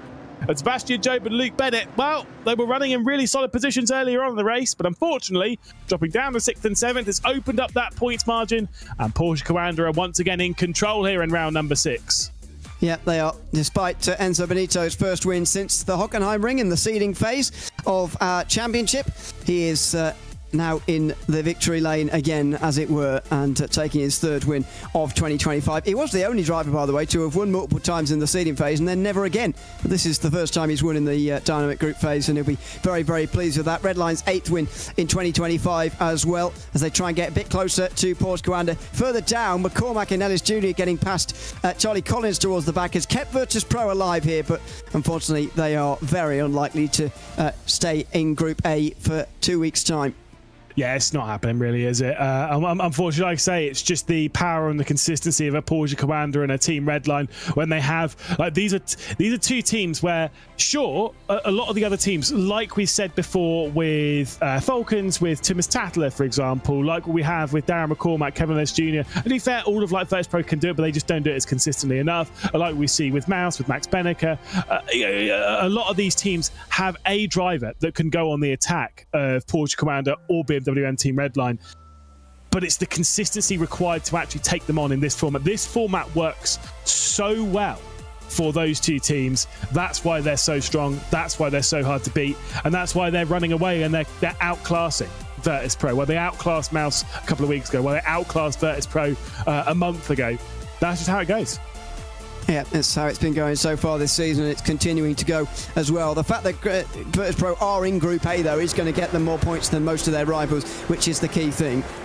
Let's take a look at some of the highlights from the race. I did see that Charlie Collins received a 10-second time penalty due to reckless driving. That might be for the incident down at turn 1. We'll have a look back at that again at some point in this replay sequence. This was the run out of turn 1, where everything got very chaotic indeed. It became a great result for Redline as they were all switching over. There was Sebastian Job dropping back behind Jeff Rietveld and the likes. This is the move. Darren McCormack getting down the inside, and I believe this is what the penalty for was for Charlie Collins, because much like we had from Thomas Tattler earlier on in the season, did not lift out the throttle, kept the throttle on despite there being a car ahead. I believe that might be the case, but don't quote me on that one. Great move to the outside from Sebastian Job, working down into the Le Mans chicane as he was able to squeeze his way past Joshua Rogers, and plenty more great battling as well. But For Redline, they were forced backwards, and Porsche Commander, they were taking control in the group once more. Late on in the race, the attempts were coming in. Luke Bennett and Sebastian Job trying to work their way past the Porsche Commander trio, but alas, it was not the case. Unable to find that move, Job to the outside. A little bit of contact here from Dane Warren on the exit of the corner. That was more so the front end coming round of Sebastian Job. Across the line, though, by 3,000 of a second, it was Benito who would be able to take victory from Rietveld. So denied victory, Rietveld there. It's not really very teamly, is it? But still, first and second for Redline. Rogers there in third position, leading a Porsche Commander trio with Caruso and Warren in fourth and fifth. Sebastian Job would finish in sixth position, just ahead of Bennett, with Darren McCormack there in eighth position. Kevin Lewis Jr., Mikhail Statsenko, Wojtek Fiala and Charlie Collins would round out the field after that 10-second time penalty. It does mean, though, that Porsche Commander are very much in control here. And they certainly are. As far as the round win goes, they're absolutely favourites now to finish ahead of Team Redline, who are favourites to finish in second as well, ahead of Virtus Pro. I think that's even more confirmed, to be honest, the fact that Virtus Pro are going to be in third place. I think the group win is still very much up for debate here, because if they can do that again, Team Redline, a similar result to what they just did, then it will be quite close. But unfortunately, Group A, again, is not particularly the closest group out of the four that we see week on week. It's normally pretty settled from early on, and that's what we're seeing again here. Yeah, it does seem as though that, yeah, again, Virtus Pro in that first week, and then Mouse last round, and Virtus Pro once again here, they struggle to keep up with Redline and with Commander. And whether we'll see that again in round 7 in a couple of weeks' time, we'll have to wait and see, because, of course, that will be on a Thursday as well, so it'll be slightly different with how that one runs. But it will be the same format, the same time, the same event. But it is going to be an interesting one. It is going to be a difficult one. I'm very curious to see which teams actually with them in that battle. But like I say, there's a lot up in the air. There certainly is, and I think we've been pretty clear from the start that Porsche Commander and Team Redline are going to dominate those groups. They're going to be 2 of the 3 who don't even have to go through the last chance qualifier at the Esports World Cup. So it's a question of who's going to join them, and even being there with them for a week is going to score you more points than the others. So the fact that Virtus Pro have been here twice so far out of 3 rounds is a very good reflection on them, and they're probably putting themselves into pole position for that last place in the top 3, if you like, from the team's points. Mouse, of course, will be up there as well now after being in Group A once. If they can win Group B again next week, then they'll have a real great chance of being close to Virtus Pro, and they will battle that one out. Vitality are going to slip away a little bit as a result of that. They're now in Group C, so they're coming out of contention a little bit. BS Competition starting to rise themselves to the fore as well, and if they can get promoted maybe next week, then they've got an outside chance of that top 3 as well. Yeah, look, we'll have to wait and see how that one's going to unfold. Of course, we've got B and C to deal with next week, where things will be getting very exciting. Obviously, we've got A and D to be dealing with here.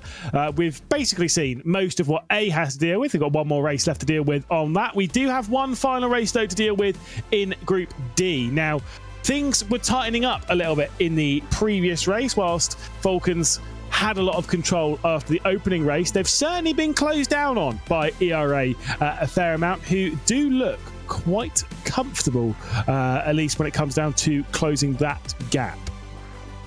They look all right. They're around here at Daytona. They've got a chance, and that's all they can ask for here. 30 points the gap between Falcons and ERA.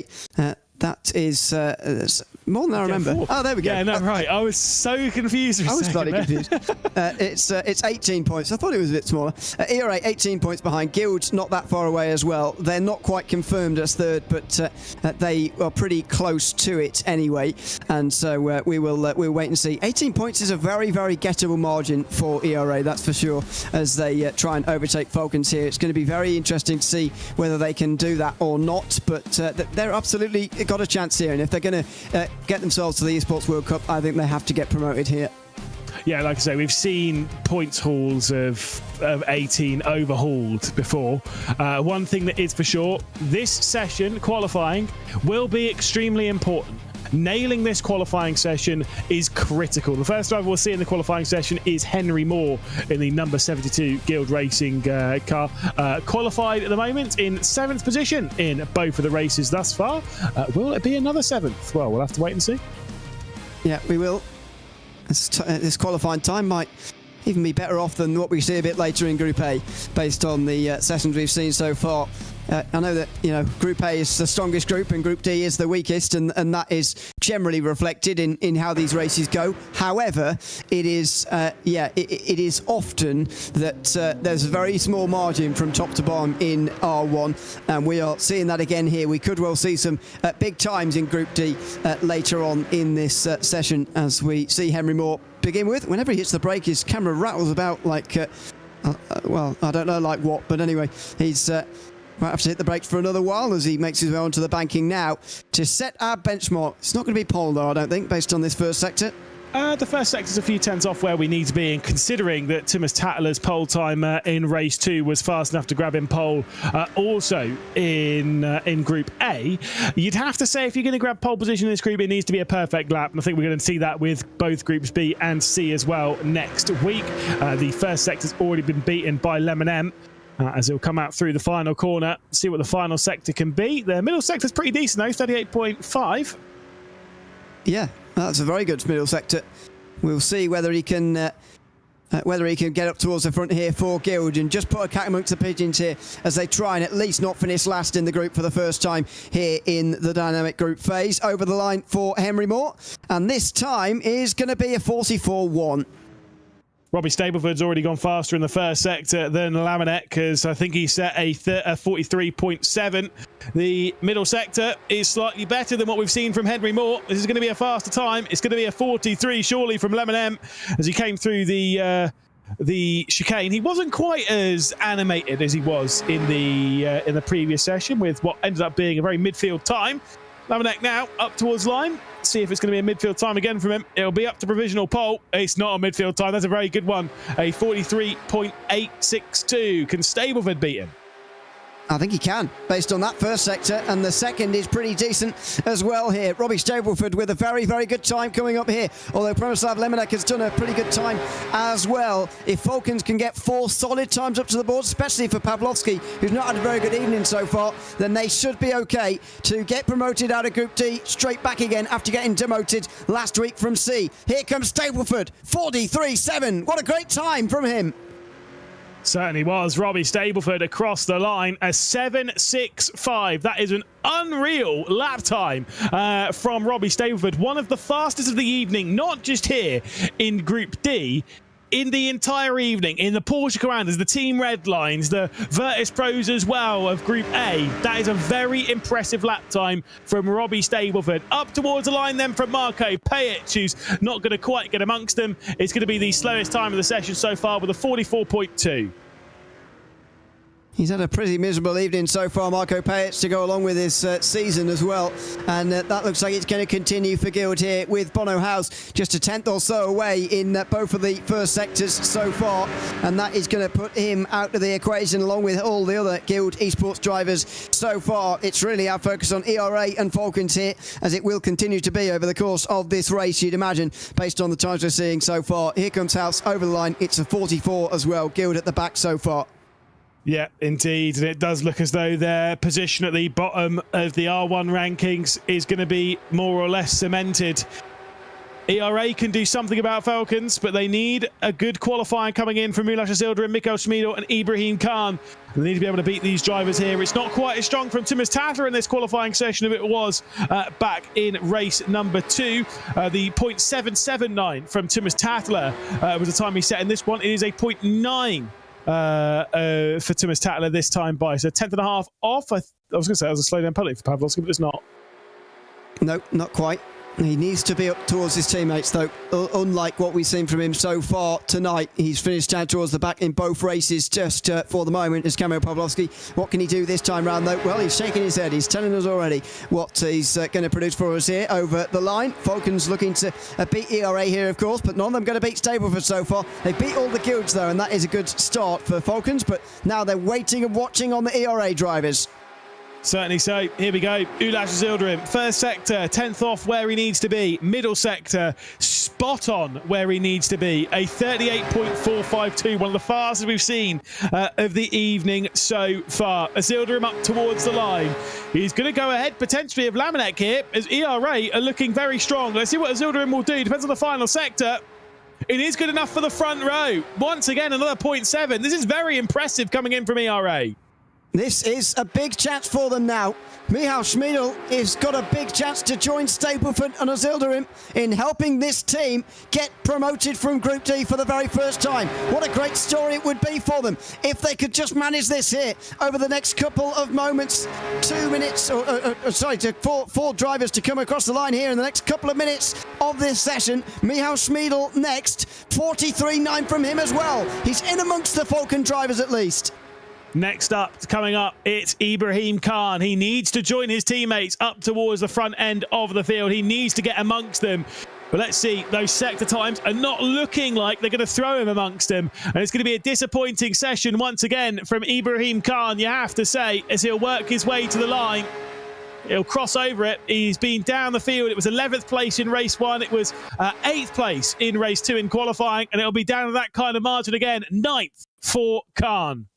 Now he's kind of hoping that Jakub Masiewski has a bad session, but his 3 teammates at least are beating 1, 2 and 3 for Team Falcons, which is positive for ERA, and they're going to be super close to Falcons in the live points as well when we get this race started, as long as they have a good start, that is. Up towards the line now for Matt Emery. Can he do anything to make the Guild Esports team smile here on a pretty miserable evening for them at Daytona? It's not going to be pole, I don't think. It's another 44. Matt Emery down towards the back. All Guild drivers 44 or worse. That is not good enough, unfortunately, for Guild. The Aston Martin's been proven fast enough in the capable hands of Darren McCormack and the likes, but clearly it has struggled a little bit around this Daytona International Speedway comparatively to the Porsches, which does look like a pretty handy machine. For Jakub Masiewski, the first sector's not great. The second sector's a bit more closer to where he needs to be, but it's going to be around Pavlovsky, maybe even slightly faster. Wow, he's nailed the final sector as he goes up to third. And even with that, not close enough to beat Robbie Stableford at Ulash Azildarim. It is a front row lockout for ERA out of absolutely nowhere. And they needed it. Boy, do they need it. I think it's pretty much the fastest time of the night as well in the hands of Robbie Stableford. I'll get back to you on that one. Yeah, we'll just check that, but it's got to be up there. One of the few 43.7s. You could see it right from the very beginning. The first sector was very good, and you could just tell from the very beginning that this was going to be a good lap. Wasn't one of those laps where you go 2 purple sectors and then crash like most of what I do. But Stableford was able to keep composure and set the best lap of the session. Well, let's have a look at how Robbie Stableford grabbed the... I can't believe the audacity. He just say 2 purple sectors and then crash. As if you would do that. My goodness, the ego from you. This lap time, by the way, would have been good enough for pole position in Group A, race number 2. It would have been good enough for the front row in Group... in the first race of Group A. The only person who's gone faster is Joshua Rogers this evening. He set a 43.742, so slightly quicker than the lap time that we're currently running on board with. Of course, the 1 minute 43.7 that we've just seen in the hands of Stableford, of course, being a 7.65, slightly faster than the 0.77, if I remember correctly, it was from Timus Tatler in the previous session, but still very, very quick lap time from Robbie Stableford, and you can kind of see why. Counter to Tatler's lap time, this does look smoother. Yeah, it does a little bit. Most of them have got little to choose between them, really, when we've been on board here. But this is one of the best we've seen so far today from Robbie Stableford, indeed from anybody. Here's the bus stop chicane.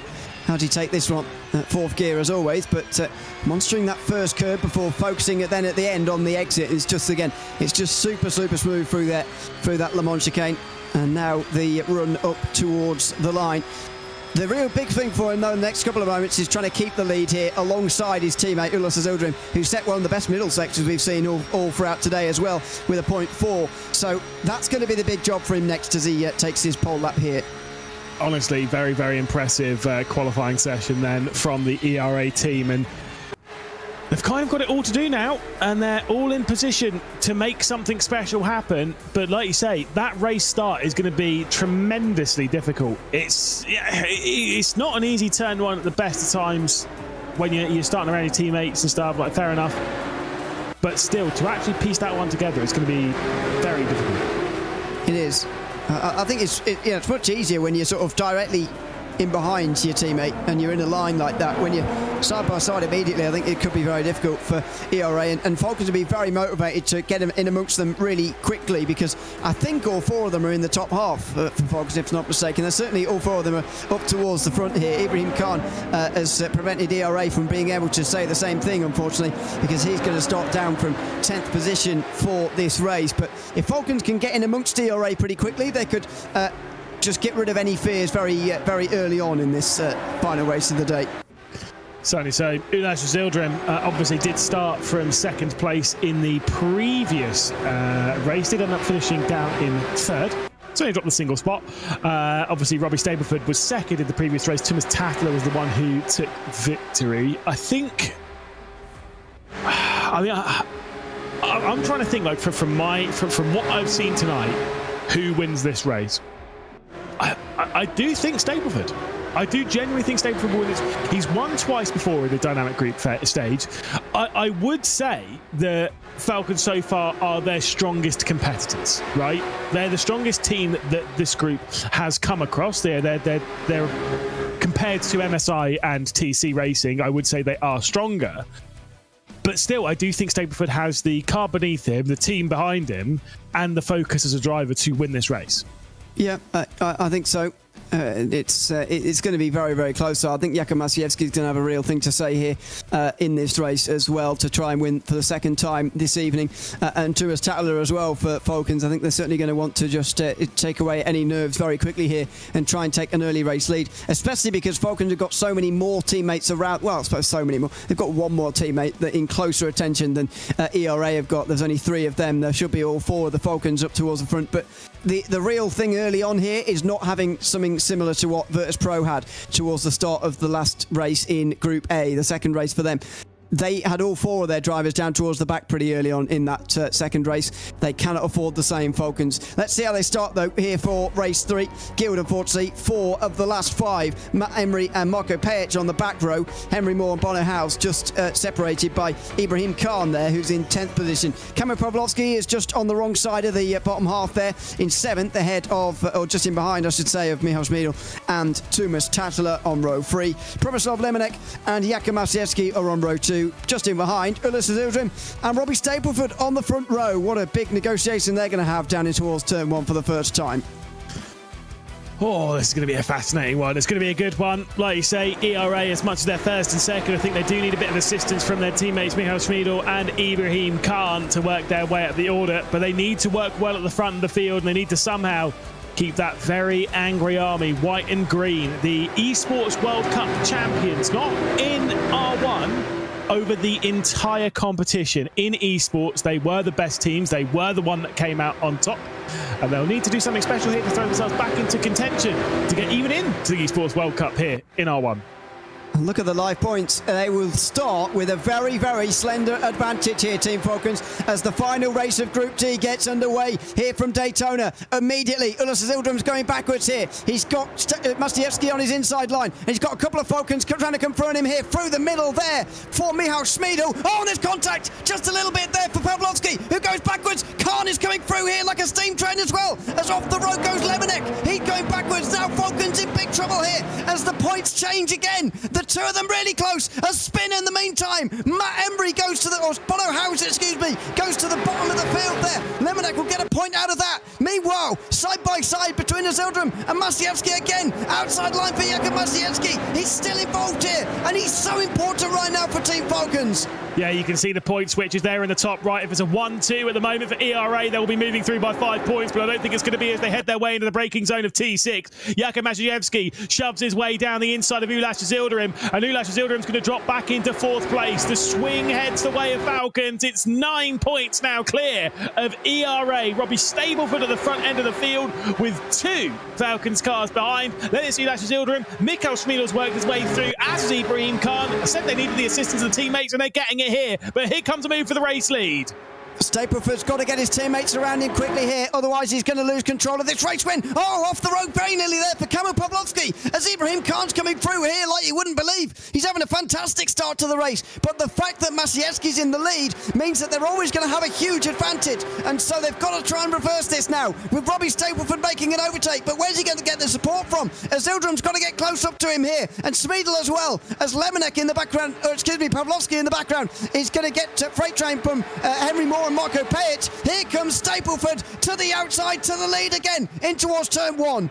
And this is make or break for ERA's entire season. If they are unable to get through here, then they are destined to not make it through at all into the Esports World Cup. Not to the last chance and not to nothing. They must work their way through now. It is now or never. They are in position by 1 point. Steaming down the inside of Thomas Tatler goes Mikael Smeedle. It's Robbie Stapleford leading from Maciejewski from Ulash Yildirim. And Mikael Smeedle has got through on Thomas Tatler as they head their way to the dogleg. Still with a slight overlap comes in from the feisty Finn. He'll get to the outside as they head their way into the west horseshoe. Smeedle with the inside line. Brilliant battling once again.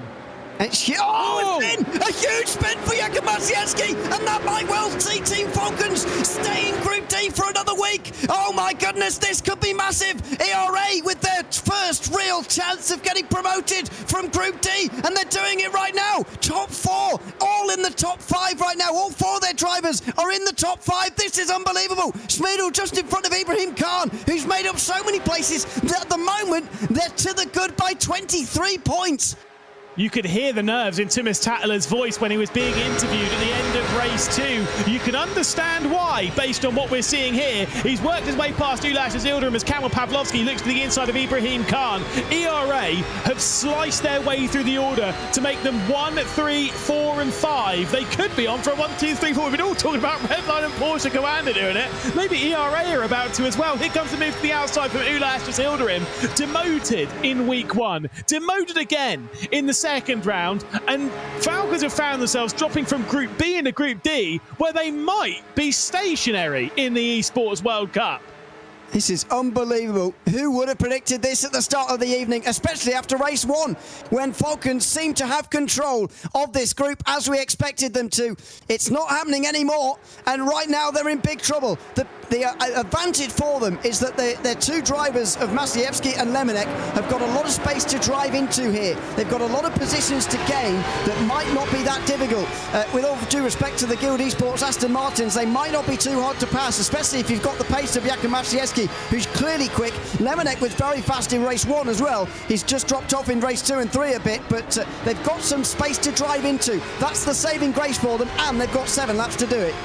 Kamil Pavlovsky then, who we're riding on board with him, right behind Ibrahim Khan, nearly into the back of Ibrahim Khan as well. That's a little bit sketchy, but like you say, you can see the points there in the top right. Wonder if Race Control will take a look at any of the incidents in the opening portion of this race. I'm sure there's been a fair few, but Race Control not laying down the law just yet. Everything is remaining above board. It's a 1 second lead nearly from Robbie Stapleford, looking to take his 3rd victory in 3 rounds here in the dynamic group phase. 1/3 of the victories. That's pretty impressive, isn't it? Yeah, it certainly is.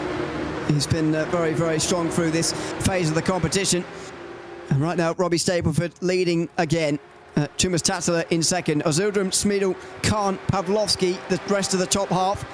And then you get to those Guild Esports drivers. Maciejewski and Lemonek have got even some catching to do before they even get onto the back of the next 2. They've gained a couple of points, just 1 point each though. And so the gap's now 13, the deficit now 13. Even if Tatler gets ahead of Stapleford, it's still not enough. He needs his teammates to do something else here. As the ERA drivers 1, 2 and 3 just protect each other into turn 1 from Kamil Pavlovsky, who is next in line. Honestly, how can you not love this? Like, I don't. If you're a Falcons fan, you might be a little bit like, oh, well, yeah, no, you can't. But how unpredictable this has been, because this has happened. This is not the first time that something like this has happened. We've had this quite a lot, where even in groups B and C, where a team starts out strong, and you think, yeah, Mouse and Vitality have done it, but Mouse especially in like, what was it? When they were in Fuji, they started out so strong and then it kind of all fell apart. They still did enough, and they still did more than enough to keep them at bay, and that's fair enough. We've seen that not just from them, but from Williams as well, from other teams, where they start out strong and then they almost completely drop off in race 2 and 3. to the point where it's wide open. And we're seeing that from Falcons. They were so dominant in race 1 that we were all sat here thinking, yeah, it's done. It's basically done. And then ERA have said, well, we've got some pretty quick drivers, as Tatler pointed out. Robbie Stable sets a second fastest lap of the night, slaps it on pole position, and suddenly it's thrown ERA right into the mix. Timmy Khan very nearly threw it all the way there through the mod chicane. But I agree, it's just been so much drama. And to be honest, I think it's one of the best formats we've had here for R1 throughout the years. It's been absolutely brilliant. Certainly as far as online racing has gone, this has been absolutely brilliant. Tatler have been catching Stable for the last few moments, but Ozildram's trying to prevent that from happening. And the Smeagol and Khan train is about to come through here as well. And it might well be 3 wide doing so. Oh, where are they going to go? Inside, outside, they're looking here. As Tatler defends the inside, Ozildram on the outside. They could really put this one to bed with a 1, 2, 3 and 4, and Ozildram's going for it. Outside line, he's broken too late there, surely, and he will get his place back to him as Tatler. Here comes Kamil Pawlowski as well. Lap 5, they've got to start doing something here. Pawlowski's having a look, he can't go for anything. The knocking at the door now is Henry Moore, who will try and find his way into it. Jakub Maciejewski is closing his way back up into it. They've been cost a point, though, with Lamanek dropping back behind Matt Emery.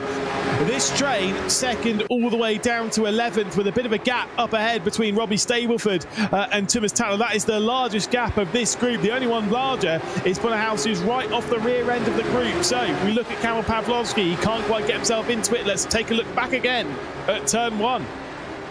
How did this all unfold? How did Falcons go from a fairly comfortable position to a very, very worrying one indeed? Well, first of all, it was side-to-side contact. Lemonek again having a poor start, and with Pawlowski as well, eventually ending up off into the grass, Lemonek, and falling down to the back end of the field. The Guild Esports drivers also got in front of him, but in the end there was a spin for Bono House. That's how that happened. Not sure he quite gave enough space on the inside line there, to be honest, through the international horseshoe. And in the end, that was Lemonek going back. We'll have a look a little bit later about how Maciejewski found himself to the back as well here. Lemonek, in the meantime, has got his places back. At least one of them, he's got back to 10th. I think Lemonek might have been a bit too aggressive there. I don't know.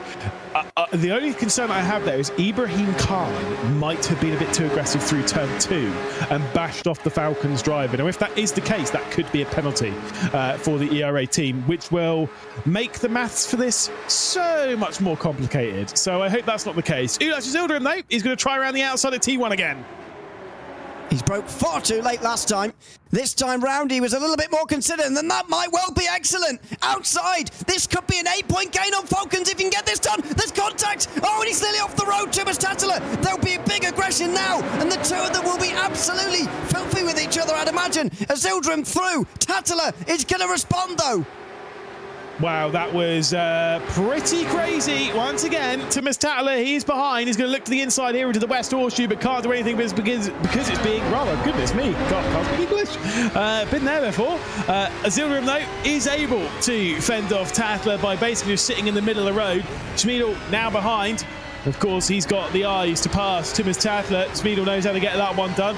He's got his teammate Ibrahim Khan behind. Then it's Kamil Pawlowski at 32 tenths back. Still Henry Moore and Marco Payet behind that. Before we get to Jakub Maciejewski, Lamanek's got ahead. So Matt Emery's dropped back in all of this. So Lamanek has actually gained the position of doing so, but he's a second and a bit off of the rear end of Jakub Maciejewski. Yeah, this is high-stakes stuff here. And Tatler has got his place back again. So 8 points gained, and now it's 13 again. Is Maciejewski and Lemonek realistically going to get many more places? They might well do. Maciejewski especially, who's on the back of this group as they enter the final 3 laps. They are just 2 position changes away, Falcons, from being promoted here, by the way. If Tatler makes an overtake, unlikely, and Pawlowski as well, then they'd be through. So that's all it takes. That's how close it is. Here comes Ozildram again, though, in towards turn 1. He's broke unbelievably late in towards turn 1 the last couple of times. Last time round, though, he got it done quite nicely. Can he do it again here? Is that too late? It might well be. He's just slightly wide, and on the inside, Tatler's going to get that place back easily.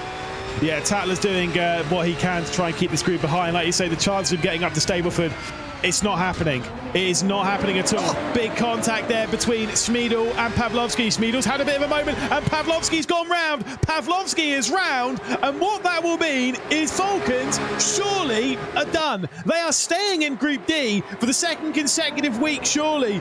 Kamil Pawlowski's also just been given a 5-second time penalty for exceeding the points limit. That is for track limit excursions. So to make shit bad to worse. It's an automated system in game. He's been off track too many times.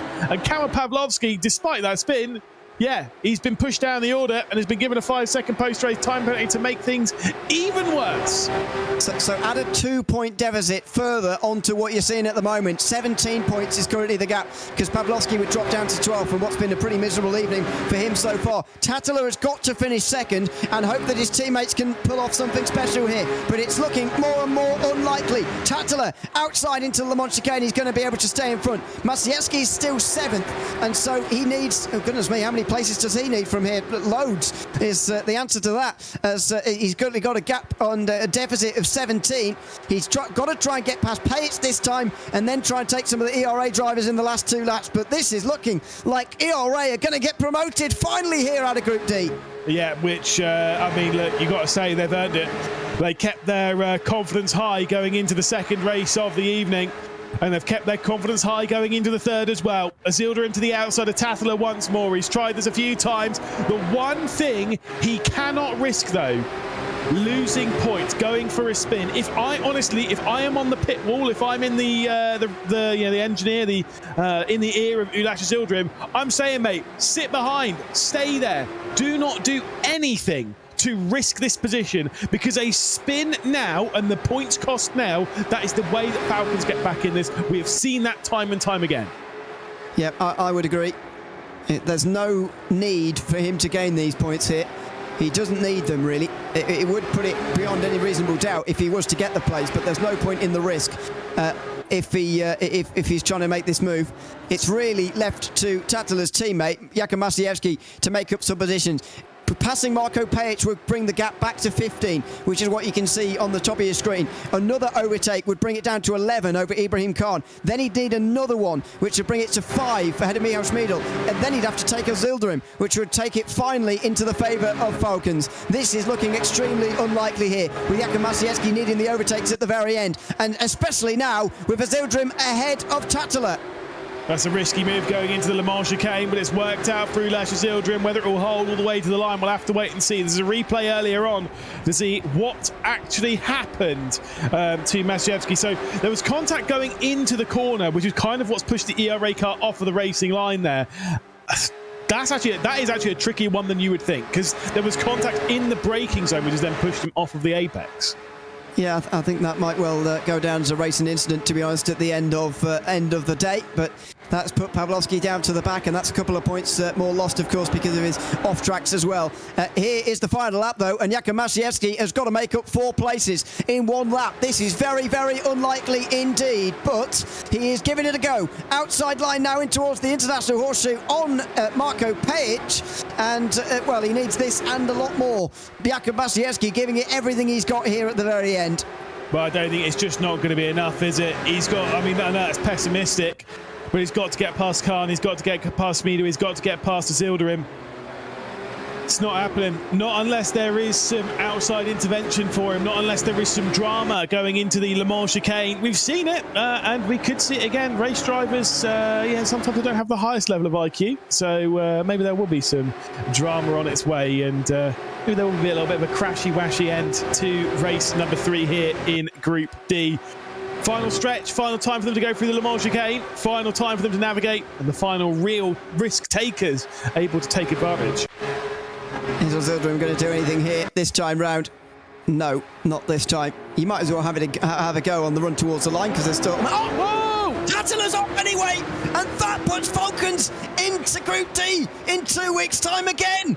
ERA are going to be promoted for the first time in this dynamic group phase. Oh my goodness me, ERA have done it finally, and they've done it in style. They are 1, 2, 3 and 4 here. Jakub Maciejewski might well just disrupt that, but Robbie Stapleford's going to win again. What a fantastic dynamic group phase he's having. 3 wins now, this time round at Daytona. Azilda next, then Schmiedl, and then Khan. It is a 1, 2, 3, 4. For the first time in 2025, the full complement of 74 points goes to ERA, who are promoted from Group D. What a crazy end. I mean, look, well, that's going to take some discussion. It's going to take a little bit of a look from Race Control, I'm sure. But I kind of get the vibe that this is only like a theory. I've not seen anything. I don't know. But could you maybe wonder if Tatler was trying to slow down Azildra, was trying to slow down the group to try and bring the opportunity? That's what I would do if I was in Tatler's boots. I would try and slow down all those cars behind to try and potentially bring the opportunity for some more moves being made from Jakub Mastrievski. But in doing so, you're bringing in the risk of being tapped off. And that's exactly what's happened. I don't know if there'll be any penalties, any post-race stuff.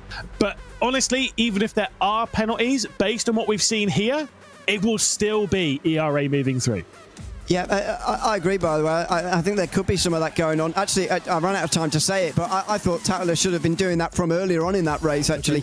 Just trying to get in the way, do anything. I know it might cost you a penalty, and I know that Race Control will crack down if you're actively blocking people and you know, causing danger to everybody.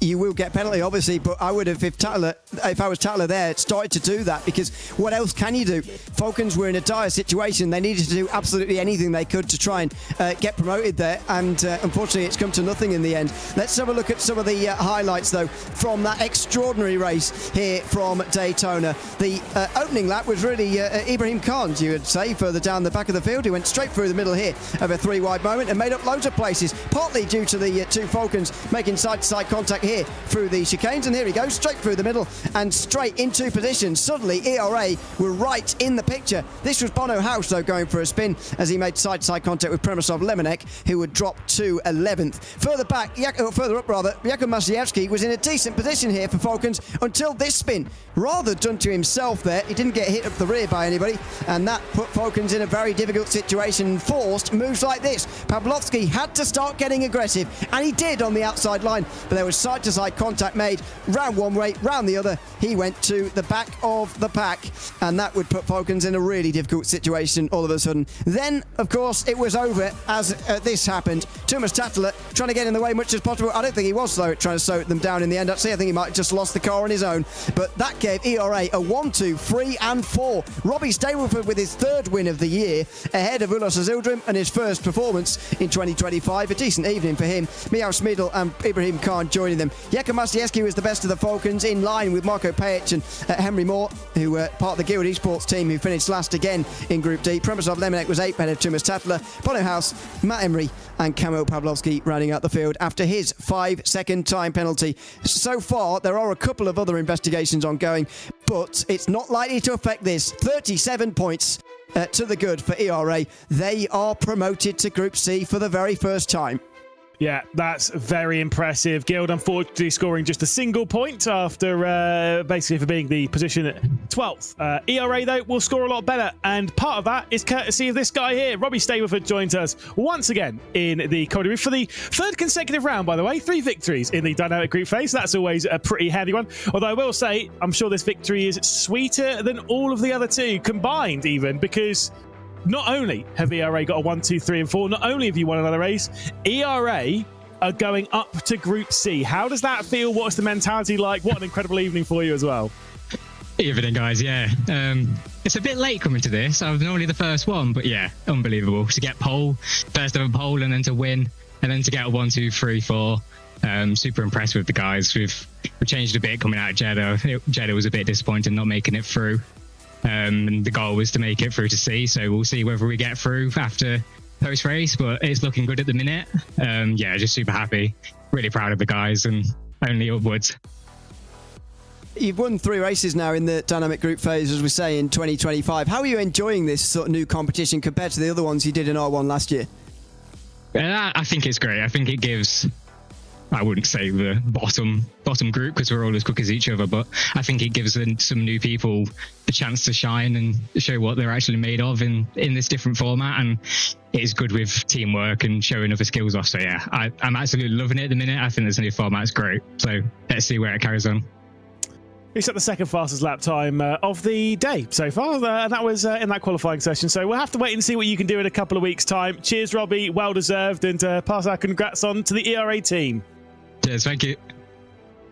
What a drive. What a victory as well. And what a pole position. I mean, it was an incredible race there for the ERA team. Like I say, I'm sure there's some bits that need to be ticked off by race control. I's dotted, T's crossed. But it does seem as though ERA are working their way up into Group C. To hammer that home as well, what a disastrous season it is going for Team Falcons at the moment, who could genuinely be looking. We were kind of hinting at it when they were demoted in the opening week, when they were demoted in the second round as well of the dynamic group phase, obviously round number 5 of the championship, and now they've stayed there in round 6. Could Team Falcons genuinely not make it into the Esports World Cup? That would be crazy. That would be absolutely extraordinary. But in the next couple of weeks, it's entirely possible they start to drop down a little bit and into a bit of a dangerous place with that. They're now going to be on 13 championship points through the dynamic group phase. Williams are going to jump ahead of them, so they're already going to be 8th. We already know that before we've even started racing in 1 week's time. If MSI finish either second, then they'd be tied in Group C. If they finish second in Group C, they'd be tied. If they get promoted from Group C, MSI would move ahead of them as well. If TC Racing get promoted next week, though, from Group C, they would move ahead. They can't both move ahead, obviously, so Falcons could drop one more place down into 9th place at the end of next week's racing. That's what they're staring in the face of at the moment. What an extraordinary set of circumstances after, as I said earlier, not coming that far away from getting promoted to Group A at Fuji. Yeah, and do remember when we're talking about all of these teams, is effectively once we get to the end of round 8, it will be the top 3 teams that automatically will move through into the Esports World Cup finals for us. And it is the bottom 3 teams that will effectively be out of the Esports World Cup. They will not be in the finals. They will be not going to Riyadh. Those teams in the middle, the 6 teams that will be positioned 4th through 9th, those are the teams that will be moving into the last chance qualifiers in the Esports World Cup. So obviously a lot for them to deal with, a lot for them to focus on. But yeah, for Falcons, it's not looking good at the moment, but there's still a little bit of time, round 7 and 8, for them to turn around their fortunes and maybe throw themselves back into contention. Surely they're going to do well in one of those. And if they do, then that might just be enough. I don't know. It's going to be a tight battle for those that final position to confirm your stay in the Esports World Cup. I do think that 11th and 12th is more or less set. That said, ERA could say absolutely not to that one. Yeah, I mean, the problem for Falcons is, again, that your sort of points losses are delayed by a week or so when you're promoted or so. And so, as I've already said, Williams, MSI, TC Racing already know they're going to gain points this week on them. Next week, we already know that one of MSI and TC Racing are going to get points over them because they can't both be demoted. One of them's at least going to stay in Group C, so they're going to gain further points on Falcons. We know ERA are going to gain points on them in round 7 as well. That's so many teams below them who we already know are going to score better than them. Yeah, indeed. It's like I say, it's going to be fascinating indeed. What is fascinating as well is that we're back in qualifying. This is for the final race of the evening, for the final race of Group A. We already basically know that Virtus Pro will be giving the big old salute to Group A as they prepare themselves for a nice trip back down into Group B for round number 7 of the championship in a couple of weeks' time. And, of course, it means it's a battle once again between Porsche Commander and Team Redline. That first sector from Statsenko is not quick. Not going to be where it needs to be, unfortunately, for Virtus Pro as they try and pull off a very, very unlikely set of circumstances here and try and stay in Group A. No further action and racing incidents so far across all the incidents in Group D, by the way. We'll keep you across that, but it does look like ERA have got enough of a buffer there to go promoted. Whether they will keep their 1, 2, 3 and 4 remains to be seen. But if they do, that'll be the first time that's happened so far in this phase. Here comes Statsenko, though, over the line. That's not bad. That might still be only 12th, though, based on the last race. Yeah, indeed. This is expected to be quite a close session. The second and final sector there from Statsenko was right on the money. We'll see what Warren can do. First sector, a little bit off where we'd expect, but nothing to measure. It's not that bad. Middle sector is, again, about a tenth or so off, but for the Porsches, they're not so strong in that middle sector anyway. It's the final sector and the first sector where I believe they pick up the most amount of time, but read into that where you will. 0.9 across the line, and it'll be good enough for the pole, but only by a few thousandths of a second. Is that 0.9 or 0.8? Yeah, I think I can see 0.8, but maybe we're both blind. Maybe I need glasses. But it is 0.8 apparently, so there we go. I'm safe for now. But Enzo Benito, in the meantime, has gone well in the middle sector, 38.5, and that should be good enough, I think, to get right around Dane Warren here. Should be good enough for a 0.8. Kind of depends what his run through the bus stop chicane was like. We'll see what it was like. Oh no, just a 0.9 from him, and or is that a 0.8? Who knows? Enzo Benito, second place anyway. Yeah, indeed. It is indeed Warren up then onto the provisional pole position. Jordan Caruso will be the next one to come through, and that second sector is a lot more like it, a 38.462. Trying to challenge the 0.8 from Dane Warren as he'll head up towards the line. Let's see if he can muster his way up onto the provisional pole position. He'll cross the line. Not quite enough. Oh, it's very tight though. Ridiculous. I said Statsenko could be 12th. I was kind of joking, but maybe he will be. This is outrageous at the moment. 3.8s to the top for Warren, Benito and Caruso. Here comes Sebastian Job. That's middle sector's very good, by the way. But Caruso's actually gone better than him so earlier on in the session. So we are seeing some very, very good times, but what is Sebastian Job's latest edition going to be?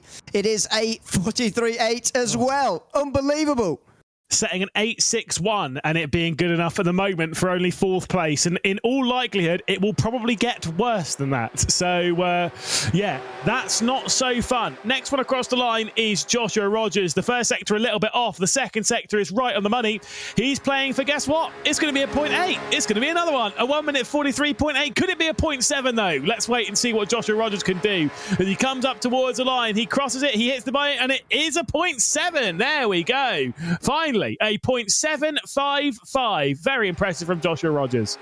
A small fist pump, and he'll be very, very pleased with that. The race one winner for Porsche Coanda right up there again, as Porsche Coanda now have their final driver coming up towards the line, Charlie Collins. This time is pretty good as well. If they can get all 4 of their drivers in the top 5 here after 7, then they will be very, very pleased and very confident that they can take Group A victory here tonight at Daytona. Collins over the line. It's a 0.8, but it's only 6 for him.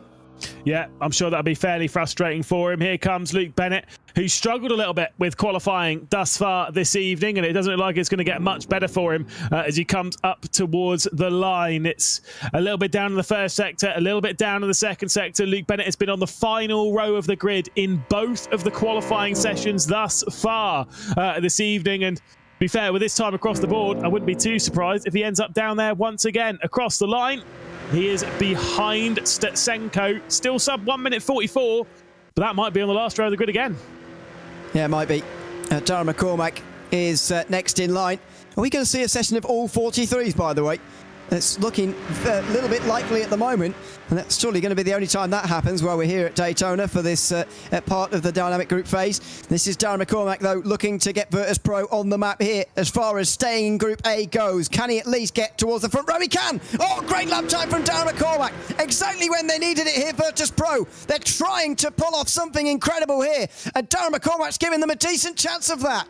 Yeah, indeed. That was a fantastic final sector from Darren McCormack. Now he needs to channel that over to his teammate Kevin Ellis Jr., who struggled a little bit in the first sector, has done okay in the middle.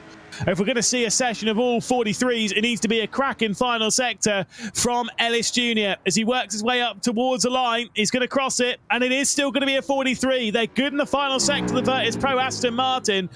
Still, obviously not a great time, but comparatively to the field, but it's good enough for 8th. It's good enough for a 43. Unbelievably close. 43.8, and he's 8th. What is going on? This is quite remarkable. Jeffrey Rietveld will be next in line. This could be down towards the bottom here with that middle sector, especially. Suddenly, 38.4 has become the norm in the middle sector, if you can believe it. Through into the line then for Rietveld, and it's a 43.9. It's going to be 9th place. Can Wojciech Fiala keep us in the 43s all round? And the first sector is a little bit not great. The middle sector is okay. I think we're on for it, Ewan. I think we're on for it. I think we're on for a whole list of 43s. Let's see what it's going to be from Wojciech Fiala across the line. A 43.755 to beat. That's going to be a tall order. I think it's going to be a 0.9 of some description around where Rietveld and Stetsenko are. Let's see what it is across the line. It is a 0.9, and it's just ahead of Rietveld. It's all 1 minute 43s here at Daytona. for the second session in a row in Group A. The whole field covered by 1/4 of a second.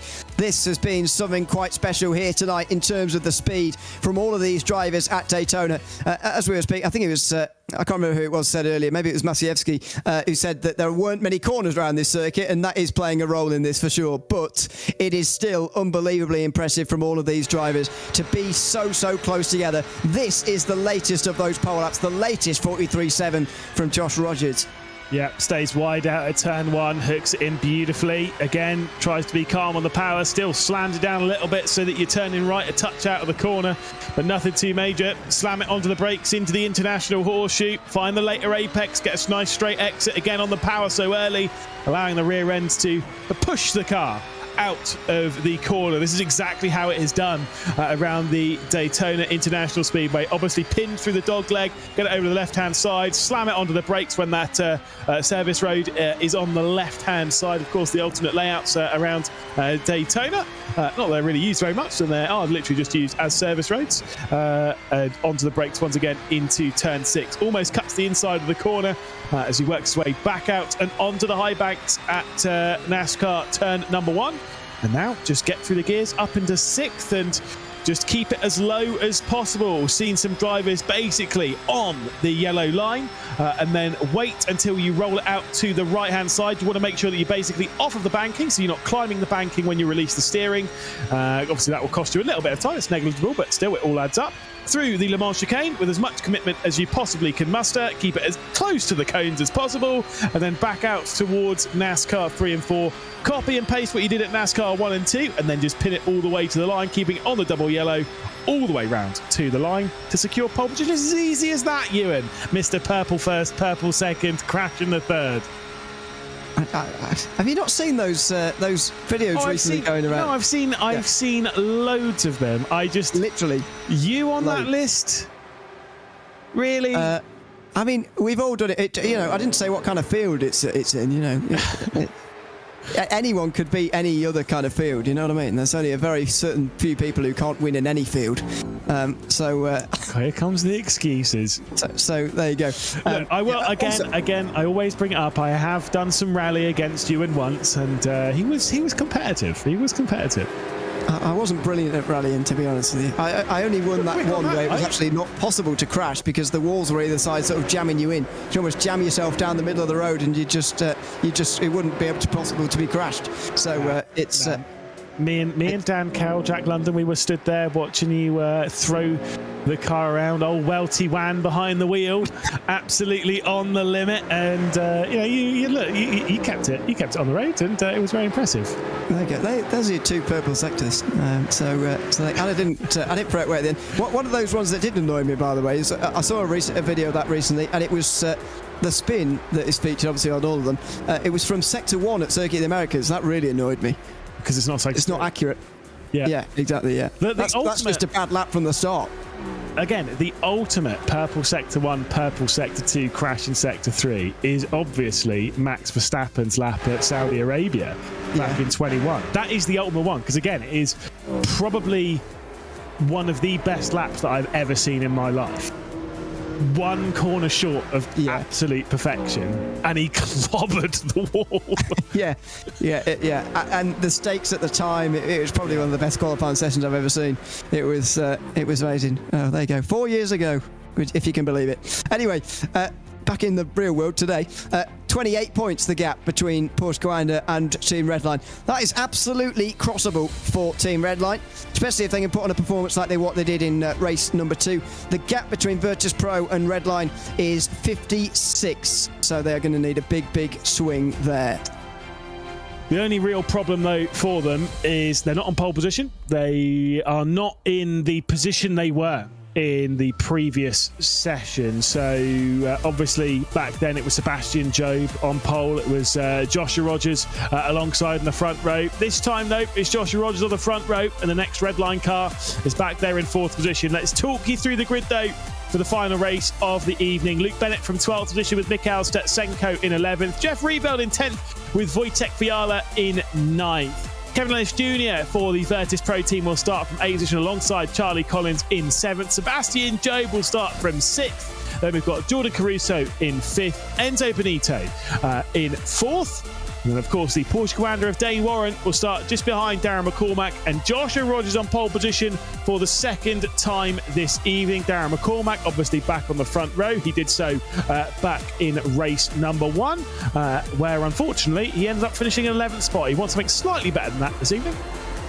Yeah, absolutely. We will wait and see just how this final race is going to go. I think we're pretty certain that it's going to be Porsche Commander beating Red Light, beating Virtus Pro in this race, but you just never know. We said it time and time again, one spin and suddenly the story can change dramatically.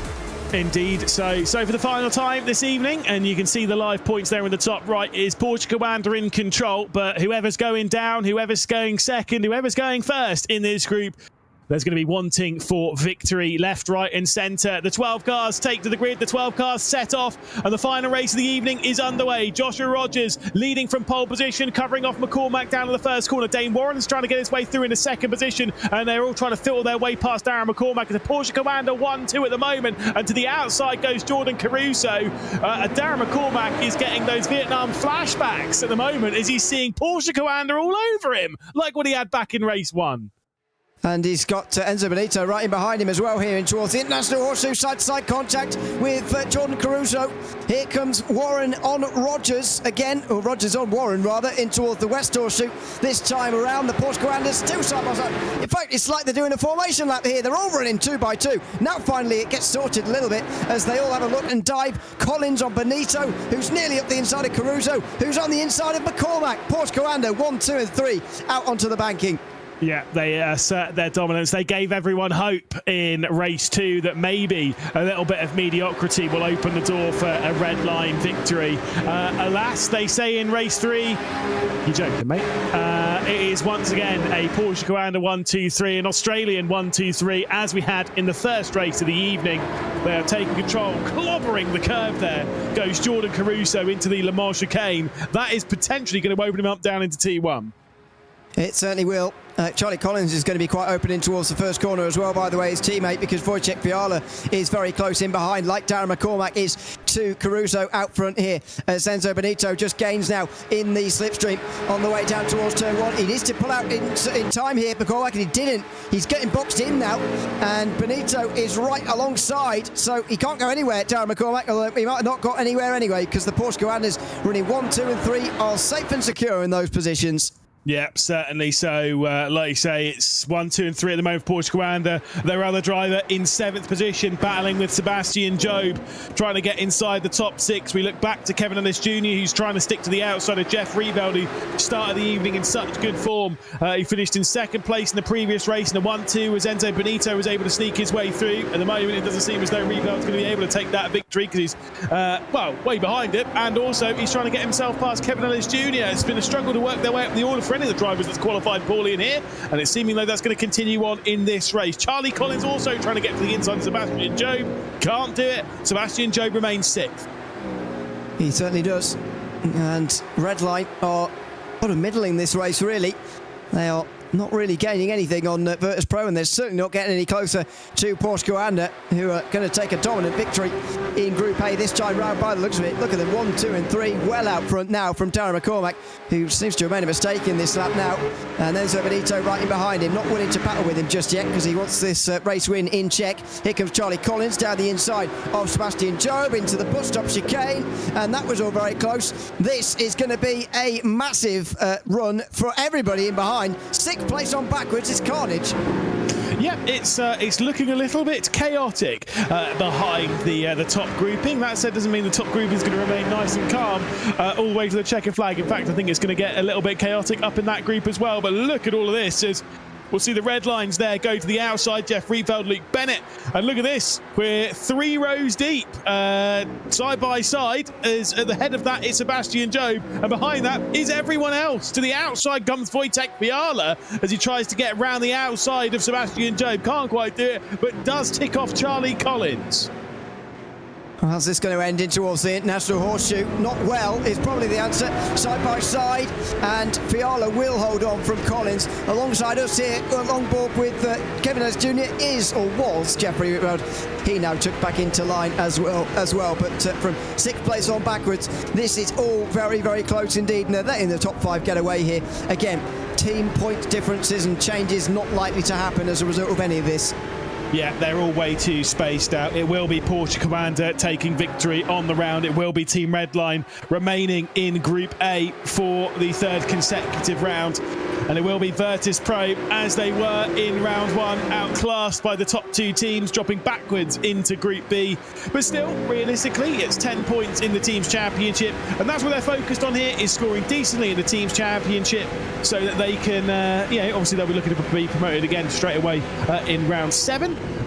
So that they can potentially secure themselves the spot of the automatic transfer into the Esports World Cup, so they don't have to deal with the last chance qualifier. That is the goal for Virtus Pro. That's why they would have been so determined earlier on in the evening to stay in Group A, because it almost confirms that, but not quite. Meanwhile, I think Porsche Commander and Redline are, as near as makes no difference, confirmed for that. Not quite, but nearly. And they'll be on 35 and 34 points each at the end of today, and it's pretty unlikely they'll be overtaken. Look at this. 3 wide, down in towards turn 1. Kevin Ellis Jr. gets in behind Fiala to try and help him. And Collins on the very outside. He's 3 wide. How did they squeeze through there without trouble? That was amazing. And through goes Sebastian Job into 6th position. Great racing between everybody. That was fantastic. Fiala down the inside again. Bit of a side-to-side contact. That was a bit more aggressive. That was more like it. Charlie Collins is through. Oh, and off. Oh, no! Job off into the grass and he spins in front of the field. How have they got away with that? Wojciech Fiala, that would be a slam dunk penalty at the International Horseshoe. He's way too aggressive down the inside, little shake of the head. That all kind of unfolded very poorly. Sebastian Job drops down into 12th position. It's all unfolded a little bit. It's all got a little bit chaotic. It's all got a little bit handbags at dawn. But it's kind of one of those ones that you're looking at it being like, we all know that this is all basically set, and trust me, the drivers all do as well. They're literally just in it for one final race around the Daytona International Speedway. They're all probably, if you put out a questionnaire now to all the drivers, do you want to win the race early? Guarantee all of them will be like, it's all basically done, might as well. Yeah, might have thought that at the start, to be honest. Maybe with the exception of Redline, to be fair, who could have got ahead of Porsche Commander. But this is not looking good for Redline now as far as winning this round goes. It is just about having a bit of a battle. And I think if there is a race to have a bit of a dead rubber on, there's no better one than this circuit here at Daytona. There are many opportunities for great racing at this circuit, and we're seeing it here, although it is a slightly reduced 6th place group now. Because of all this, in towards turn number 1. How they survived for three wide for so long, I'm not entirely sure. And they're doing it again, by the way, live pictures in the top left of your screen. But as you said, Fiala was very aggressive down the inside, the International Horseshoe later, which was the main problem. There you go. Yeah, that was a little too deep, I think, for Fiala. He was pinched to the inside, to be fair. And then there was the hip check from Collins coming out of the corner, and that just kind of turned everything up on its head. Yeah, we weren't seeing 2 replays, one picture-in-picture of the same thing or whatever. No, that was one was live and one was a replay. And yeah, like I say, it basically nearly happened once again down into turn 1. Charlie Collins, though, 6th position. Jeff Rietveld dropped down into 7th. As things start to potentially calm down just a touch in this group. One place where it is going to remain calm, most likely towards the front. Joshua Rogers, Dane Warren, Jordan Caruso out comfortably clear from Darren McCormack, now nearly a second and a half, nearly 2 seconds ahead of the Irishman. Slipstream has been broken. The top 3 will take control, and it will be a Porsche 1, 2, 3 up towards the line. I don't believe in the commentators, because that's why I'm happy to say it. Bite me. They might do if it goes wrong. Meanwhile, the 5th lap continues on and 4 to go after this one, and Kevin Ellis Jr. closes to the back of Rietveld, but he's going to go nowhere in towards the Le Mans chicane again. It's all sort of performed now in towards the end of another lap, and they're all getting closer again for this battle for 6th. So Collins is going to be a bit of a sitting duck. Next in line will be Rietveld. Kevin Ellis Jr. will have help from Statsenko probably, who had a warning earlier on in the race, by the way, for avoidable contact. Next in line, it's going to be Luke Bennett, who's going to look to pick the pieces as well. Now Kevin Ellis Jr. goes for it, and there goes Statsenko with him. Whoa, that's a big bit of contact there, and Kevin Ellis Jr. was forced up the circuit by Jeff Rietveld, who gets to the outside for 6th position. Charlie Collins on the inside, digs it in deep, sends it in late, tries to hang on to the position. Straight around the outside goes Jeff Rietveld. Brilliant battling as they go through the snake and the S of turn 2, then into the braking zone of the International Horseshoe. The inside line coming in from the red line driver. And it does seem as though this could be the opportunity for Rietveld to squeeze his way past Collins. They're still going to be side by side up towards the dogleg, though. Oh, not quite. They're just getting single file. Statsenko and Bennett, though, will in towards the West Horseshoe on the brakes, and it will be Bennett who gets the place, you'd think, with Statsenko on the outside line. And Bennett does indeed go through. So this is all back together again, even after the incidents with Wojciech Fiala and Sebastian Job in the last couple of moments. They're all back together again here, and this is going to go to the end of the race by the looks of it. Well, it's until the end of the race or the next crash, whichever comes first. So we'll have to wait and see. And honestly, I think the odds on either pretty 50-50 at the moment. So we'll have to wait and see. Either way, we'll be entertained regardless, I'm sure. Darren McCormack and Enzo Benito have switched positions for 4th. Benito did get through on McCormack, but McCormack has got through on the red line driver. They're about 4 seconds clear of the group we were looking at. There is Enzo Benito, who's just chilling. Absolutely on his own, as far as I'm aware. Oh, no, there's Darren McCormack, just up in front of him. They've just lost the back of the Porsche Commanders, by the way, who are going to finish 1, 2 and 3 here. Another huge points haul for them. Again, we'll need to check this, but over the course of 3 races, they might have the biggest points haul of any team during the dynamic group phase, over 170 points to their name. Here's Statsenko versus Bennett again, though, in towards turn number 1, and there's Collins on the defensive again from Kevin Ellis Jr.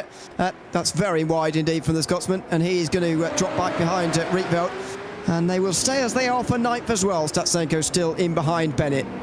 Yeah, certainly. So, like I say, very close in the battling still for 3 laps left to go. But the thing is, when that's because the points are already basically set, you're looking at Charlie Collins here, and normally you'd be sat there looking at him thinking like, oh my god, his heart's racing. It's through the roof. He's dealing with so much. He looks calm.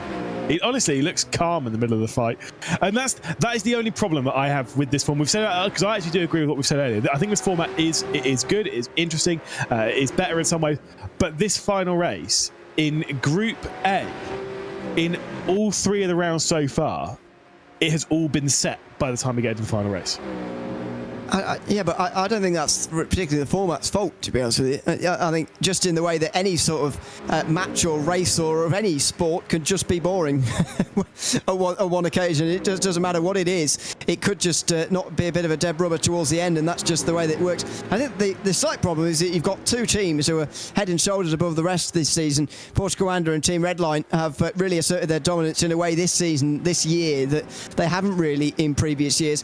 Porsche Commander especially bouncing back from what I'd describe as a bit of a disappointing 2024 in R1. They have been absolutely phenomenal so far in 25, and that's just the way that it's gone really so far this season. Virtus Pro showed signs of competing in race 1 especially, but unfortunately the last 2 have not been quite as good. This time around though, they're trying to make a good fist of it, finishing in the top half at least for Kevin Ellis Jr. Not quite going to happen this time though. Rietveld will hold that place just in front of Charlie Collins, who is in danger of losing 2 places here. Yeah, indeed, he is being dropped back at the moment. Obviously, he's been passed by Rietveld. He could be passed by Ellis Jr. as well here, but I think he'll hold off Kevin Ellis Jr. as well. He'll drop straight back into line. I will say that the only reason why I say that is because, at least with the previous format, where obviously you go through the semi-finals, you still have the final to look forward to where everything's wide open. Whereas in this, it can be done after I wouldn't say after 1 race, because we've seen enough times where it's like, yeah, it's done, it's basically sorted. And then race 2 happens, you're like, well, okie dokie, it's not. So at least there's that. But yeah, by the time we get into race 3, it's all basically set in stone, and we're basically just watching a little casual race between them. It's a bit, I don't think it's a casual race between some of the best drivers in sim racing, but I just think that these maybe be a little tweak. But you know, I'm not race control, and I'm not nothing. But I mean, the final could be a winner driving away by 5 seconds by mile, you know, anyway, and you know, a bit of an anticlimax at the end anyway. So you know, it's I get the point a little bit, but you know, I still think in any format you could have a dead rubber at the end of the night, and that's just sort of the way that it goes. Yeah, but the thing is, like, you think driver's mentality, right? Coming into a race where it can be won. Driver's mentality coming into that race is very different to a driver coming into a race where there's nothing to fight for. Don't see how that's different for us, though. Well, it's very different. I don't We're know. going to have an argument. Confirmed, ladies and gentlemen, me and Ewan are going to have a big argument once we finish with this broadcast. I mean, I've enjoyed both the formats. I'm not particularly passionate about either, but yeah, it's. I still think this one has been better. But there you go. Group A, unfortunately, has been settled early. Hopefully, in a couple of weeks' time at Monza, it will be close. At the very least, between Porsche Coanda and Team Redline. Even better, I think, for the neutral like us, would be to see a team really taking it to them and trying to at least stay up before the final week. 100%.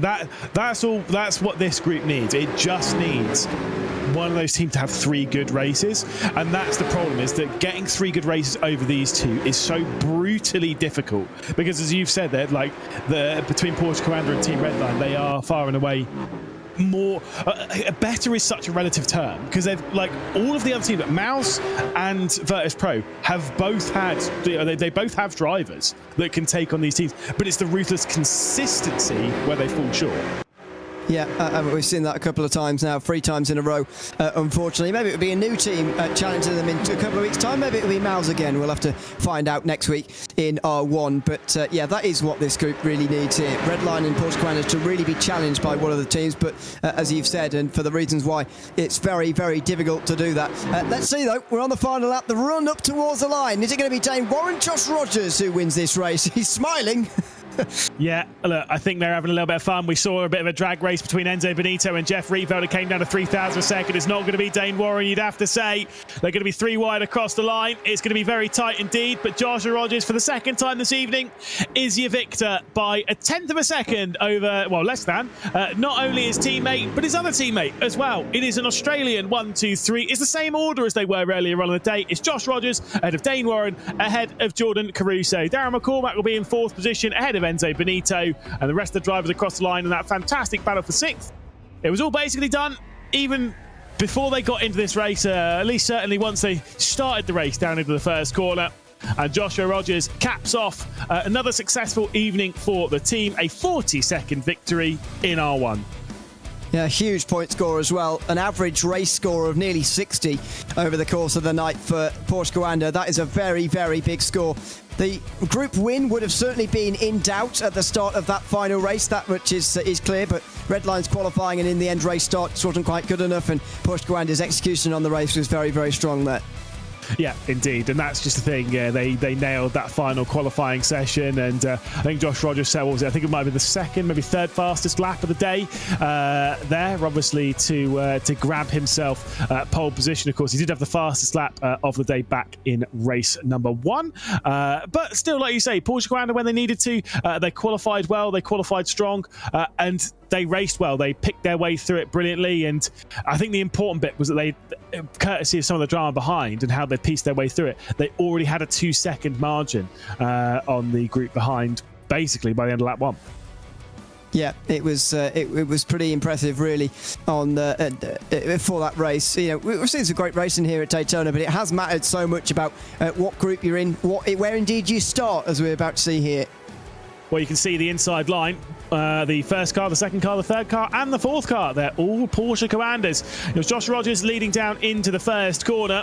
His teammates Dane Warren and Jordan Caruso trying to find their way up into the top grouping. Dane Warren was able to get past Darren McCormack by the time they got down into turn 3. A little bit of a brush on the rear end of Joshua Rogers. The inside line then was given for Jordan Caruso, who was able to sneak his way through to make it a 1-2-3 for the Porsche Coanda team.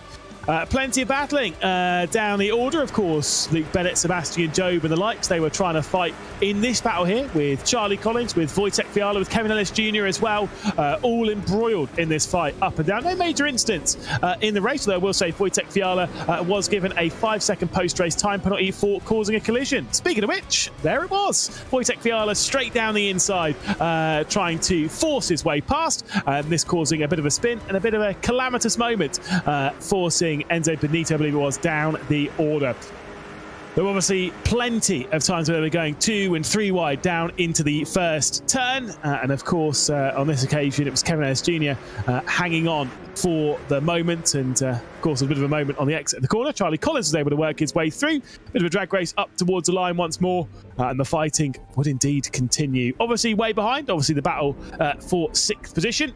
Side by side between them, it was, of course, the red line just about getting ahead of the group, all having a bit of a fight for banter, whilst these three were running away at the front of the field. Joshua Rogers across the line to take victory for the second time this evening. It's Rogers ahead of Dane Warren, ahead of Jordan Caruso, a 1-2-3 for the Porsche Commander team, as it was the same 3 in the first race. Darren McCormack in 4th position with Enzo Benito ahead of Jeff Riefeld. Charlie Collins in 7th position with Luke Bennett, Kevin Ellis Jr., Mikhail Statsenko. Sebastian Job on his return to the championship has not had quite the fortuitous run as he has done previously, and Wojtek Fiala in 12th. Let's chat though for the second time this evening to Joshua Rogers for a 40-second victory in R1. That one looked kind of fun, to be honest. You'd basically done all the work in qualifying. The team were in a comfortable position to win the round, and you had a little bit of fun up towards the line there with your teammates. How was that for you? Yeah, for sure. No, awesome. Honestly, like the way that race panned out was just spectacular. We put the laps together in quali when we needed to, position the cars well on the first lap to get us kind of 1, 2, 3, and from there on, teamwork makes the dream work, and we're able to just slowly skip away. I think also the cars behind were working together to try and keep up, but we were working like a well-oiled machine, and it's fantastic. Maybe a little bit boring to watch, but from my side, very, very fun. I've got to say, we didn't see very much of the three of you throughout that race, and I'm sure you can understand why. How has 2025 been for you guys in the team so far? I think it's maybe the obvious thing to say that you've been the strongest team so far this season, but a bit of a contrast to 2024, certainly as a whole as a team. How has 2025 been maybe different to last year? I think for sure there's no doubting that as a team we're a bit stronger. Obviously we've had some changes. Also Luke coming on board as our performance engineer, helping get the most out of us as well. But yeah, I don't know. I think in general, we've just been able to put it together a little bit more often, and honestly these formats are probably also helping us in these situations too. You find yourself racing more of the same car, which can in some cases, if the bop is good or not so good, it can kind of get you out of some sticky situations sometimes, whereas in the formats from last year, obviously you could see yourself knocked out in the quarterfinal and never get to see your teammates. So that definitely changes things a little bit, and it probably also boosts the motivation a little bit more too. And I don't know, it probably just makes it a little bit more exciting for us, which helps keep us motivated.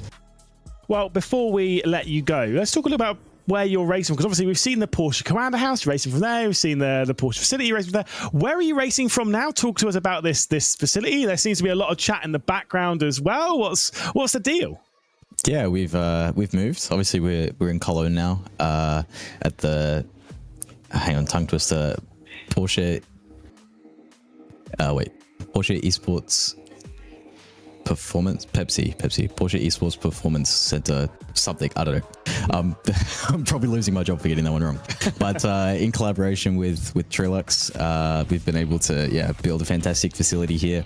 Obviously a big emphasis on light, with their brand being all about that in professional settings, and it's honestly been fantastic so far, and a great collaboration that helps us do something different, and also I guess similar to what we've had in the past, obviously, but on a whole different scale. So it's really cool, and massive credit to everyone in the background that's made this happen over the past 6 to 8 months. It's been a lot of work in the making, but we're here now, and it's safe to say that tonight was a nice debut. Well, the newest sim racing free agent as Josh Rogers sacked from Porsche Commander for not getting the facility name right. Cheers, Josh. Congratulations on yet another victory. Cheers, guys. There we go. Superb stuff. And again, what a fun evening of racing. Josh Rogers on top once again. And it's not a shock. He looked comfortable. And like I say, win number 42. He keeps ticking them off, doesn't he? Absolutely. He certainly does, and that is no surprise, I suppose, based on what we knew coming into 2025. He's only continued that on as well now. So Porsche Coanda and Team Redline effectively have secured themselves 4 weeks now in Group A. Surely that will accumulate them enough points to see them at the Esports World Cup. But a valiant effort from Virtus Pro again, especially in the first race. Unfortunately, in the second and third, things started to fall apart, and that gap looks large at the end. They go 133 off of the victory. I think the big story tonight is down the bottom, isn't it? ERA getting promoted out of Group G. What a great story for them. That was the huge story. For race 1, it was looking like maybe Redline were going to get beaten by Virtus Pro, but then everything kind of stabilised a little bit in race 2. Like you say, ERA, that 1, 2, 3, 4, the first one of 2025, that was the big story back in Group D. Of course, we'll be back in 1 week's time for both Groups B and C here at the Daytona International Speedway. And I'm sure that will be as chaotic as expected, because we're dealing with promotion and relegation from each of the groups. So for tonight, for the excellent racing, for the fantastic victory there for Porsche Commander, Virtus Pro, they'll be dropping down into Group B. For ERA, they'll be promoting up to Group C in a couple of weeks' time. And for myself, Lewis McGlade from Ewan O'Leary, we're not promoting or relegating anywhere. We're just staying right here in the comedy booth. We'll hopefully see you in a week's time. Thank you very much for joining us, and we'll see you then. Bye-bye.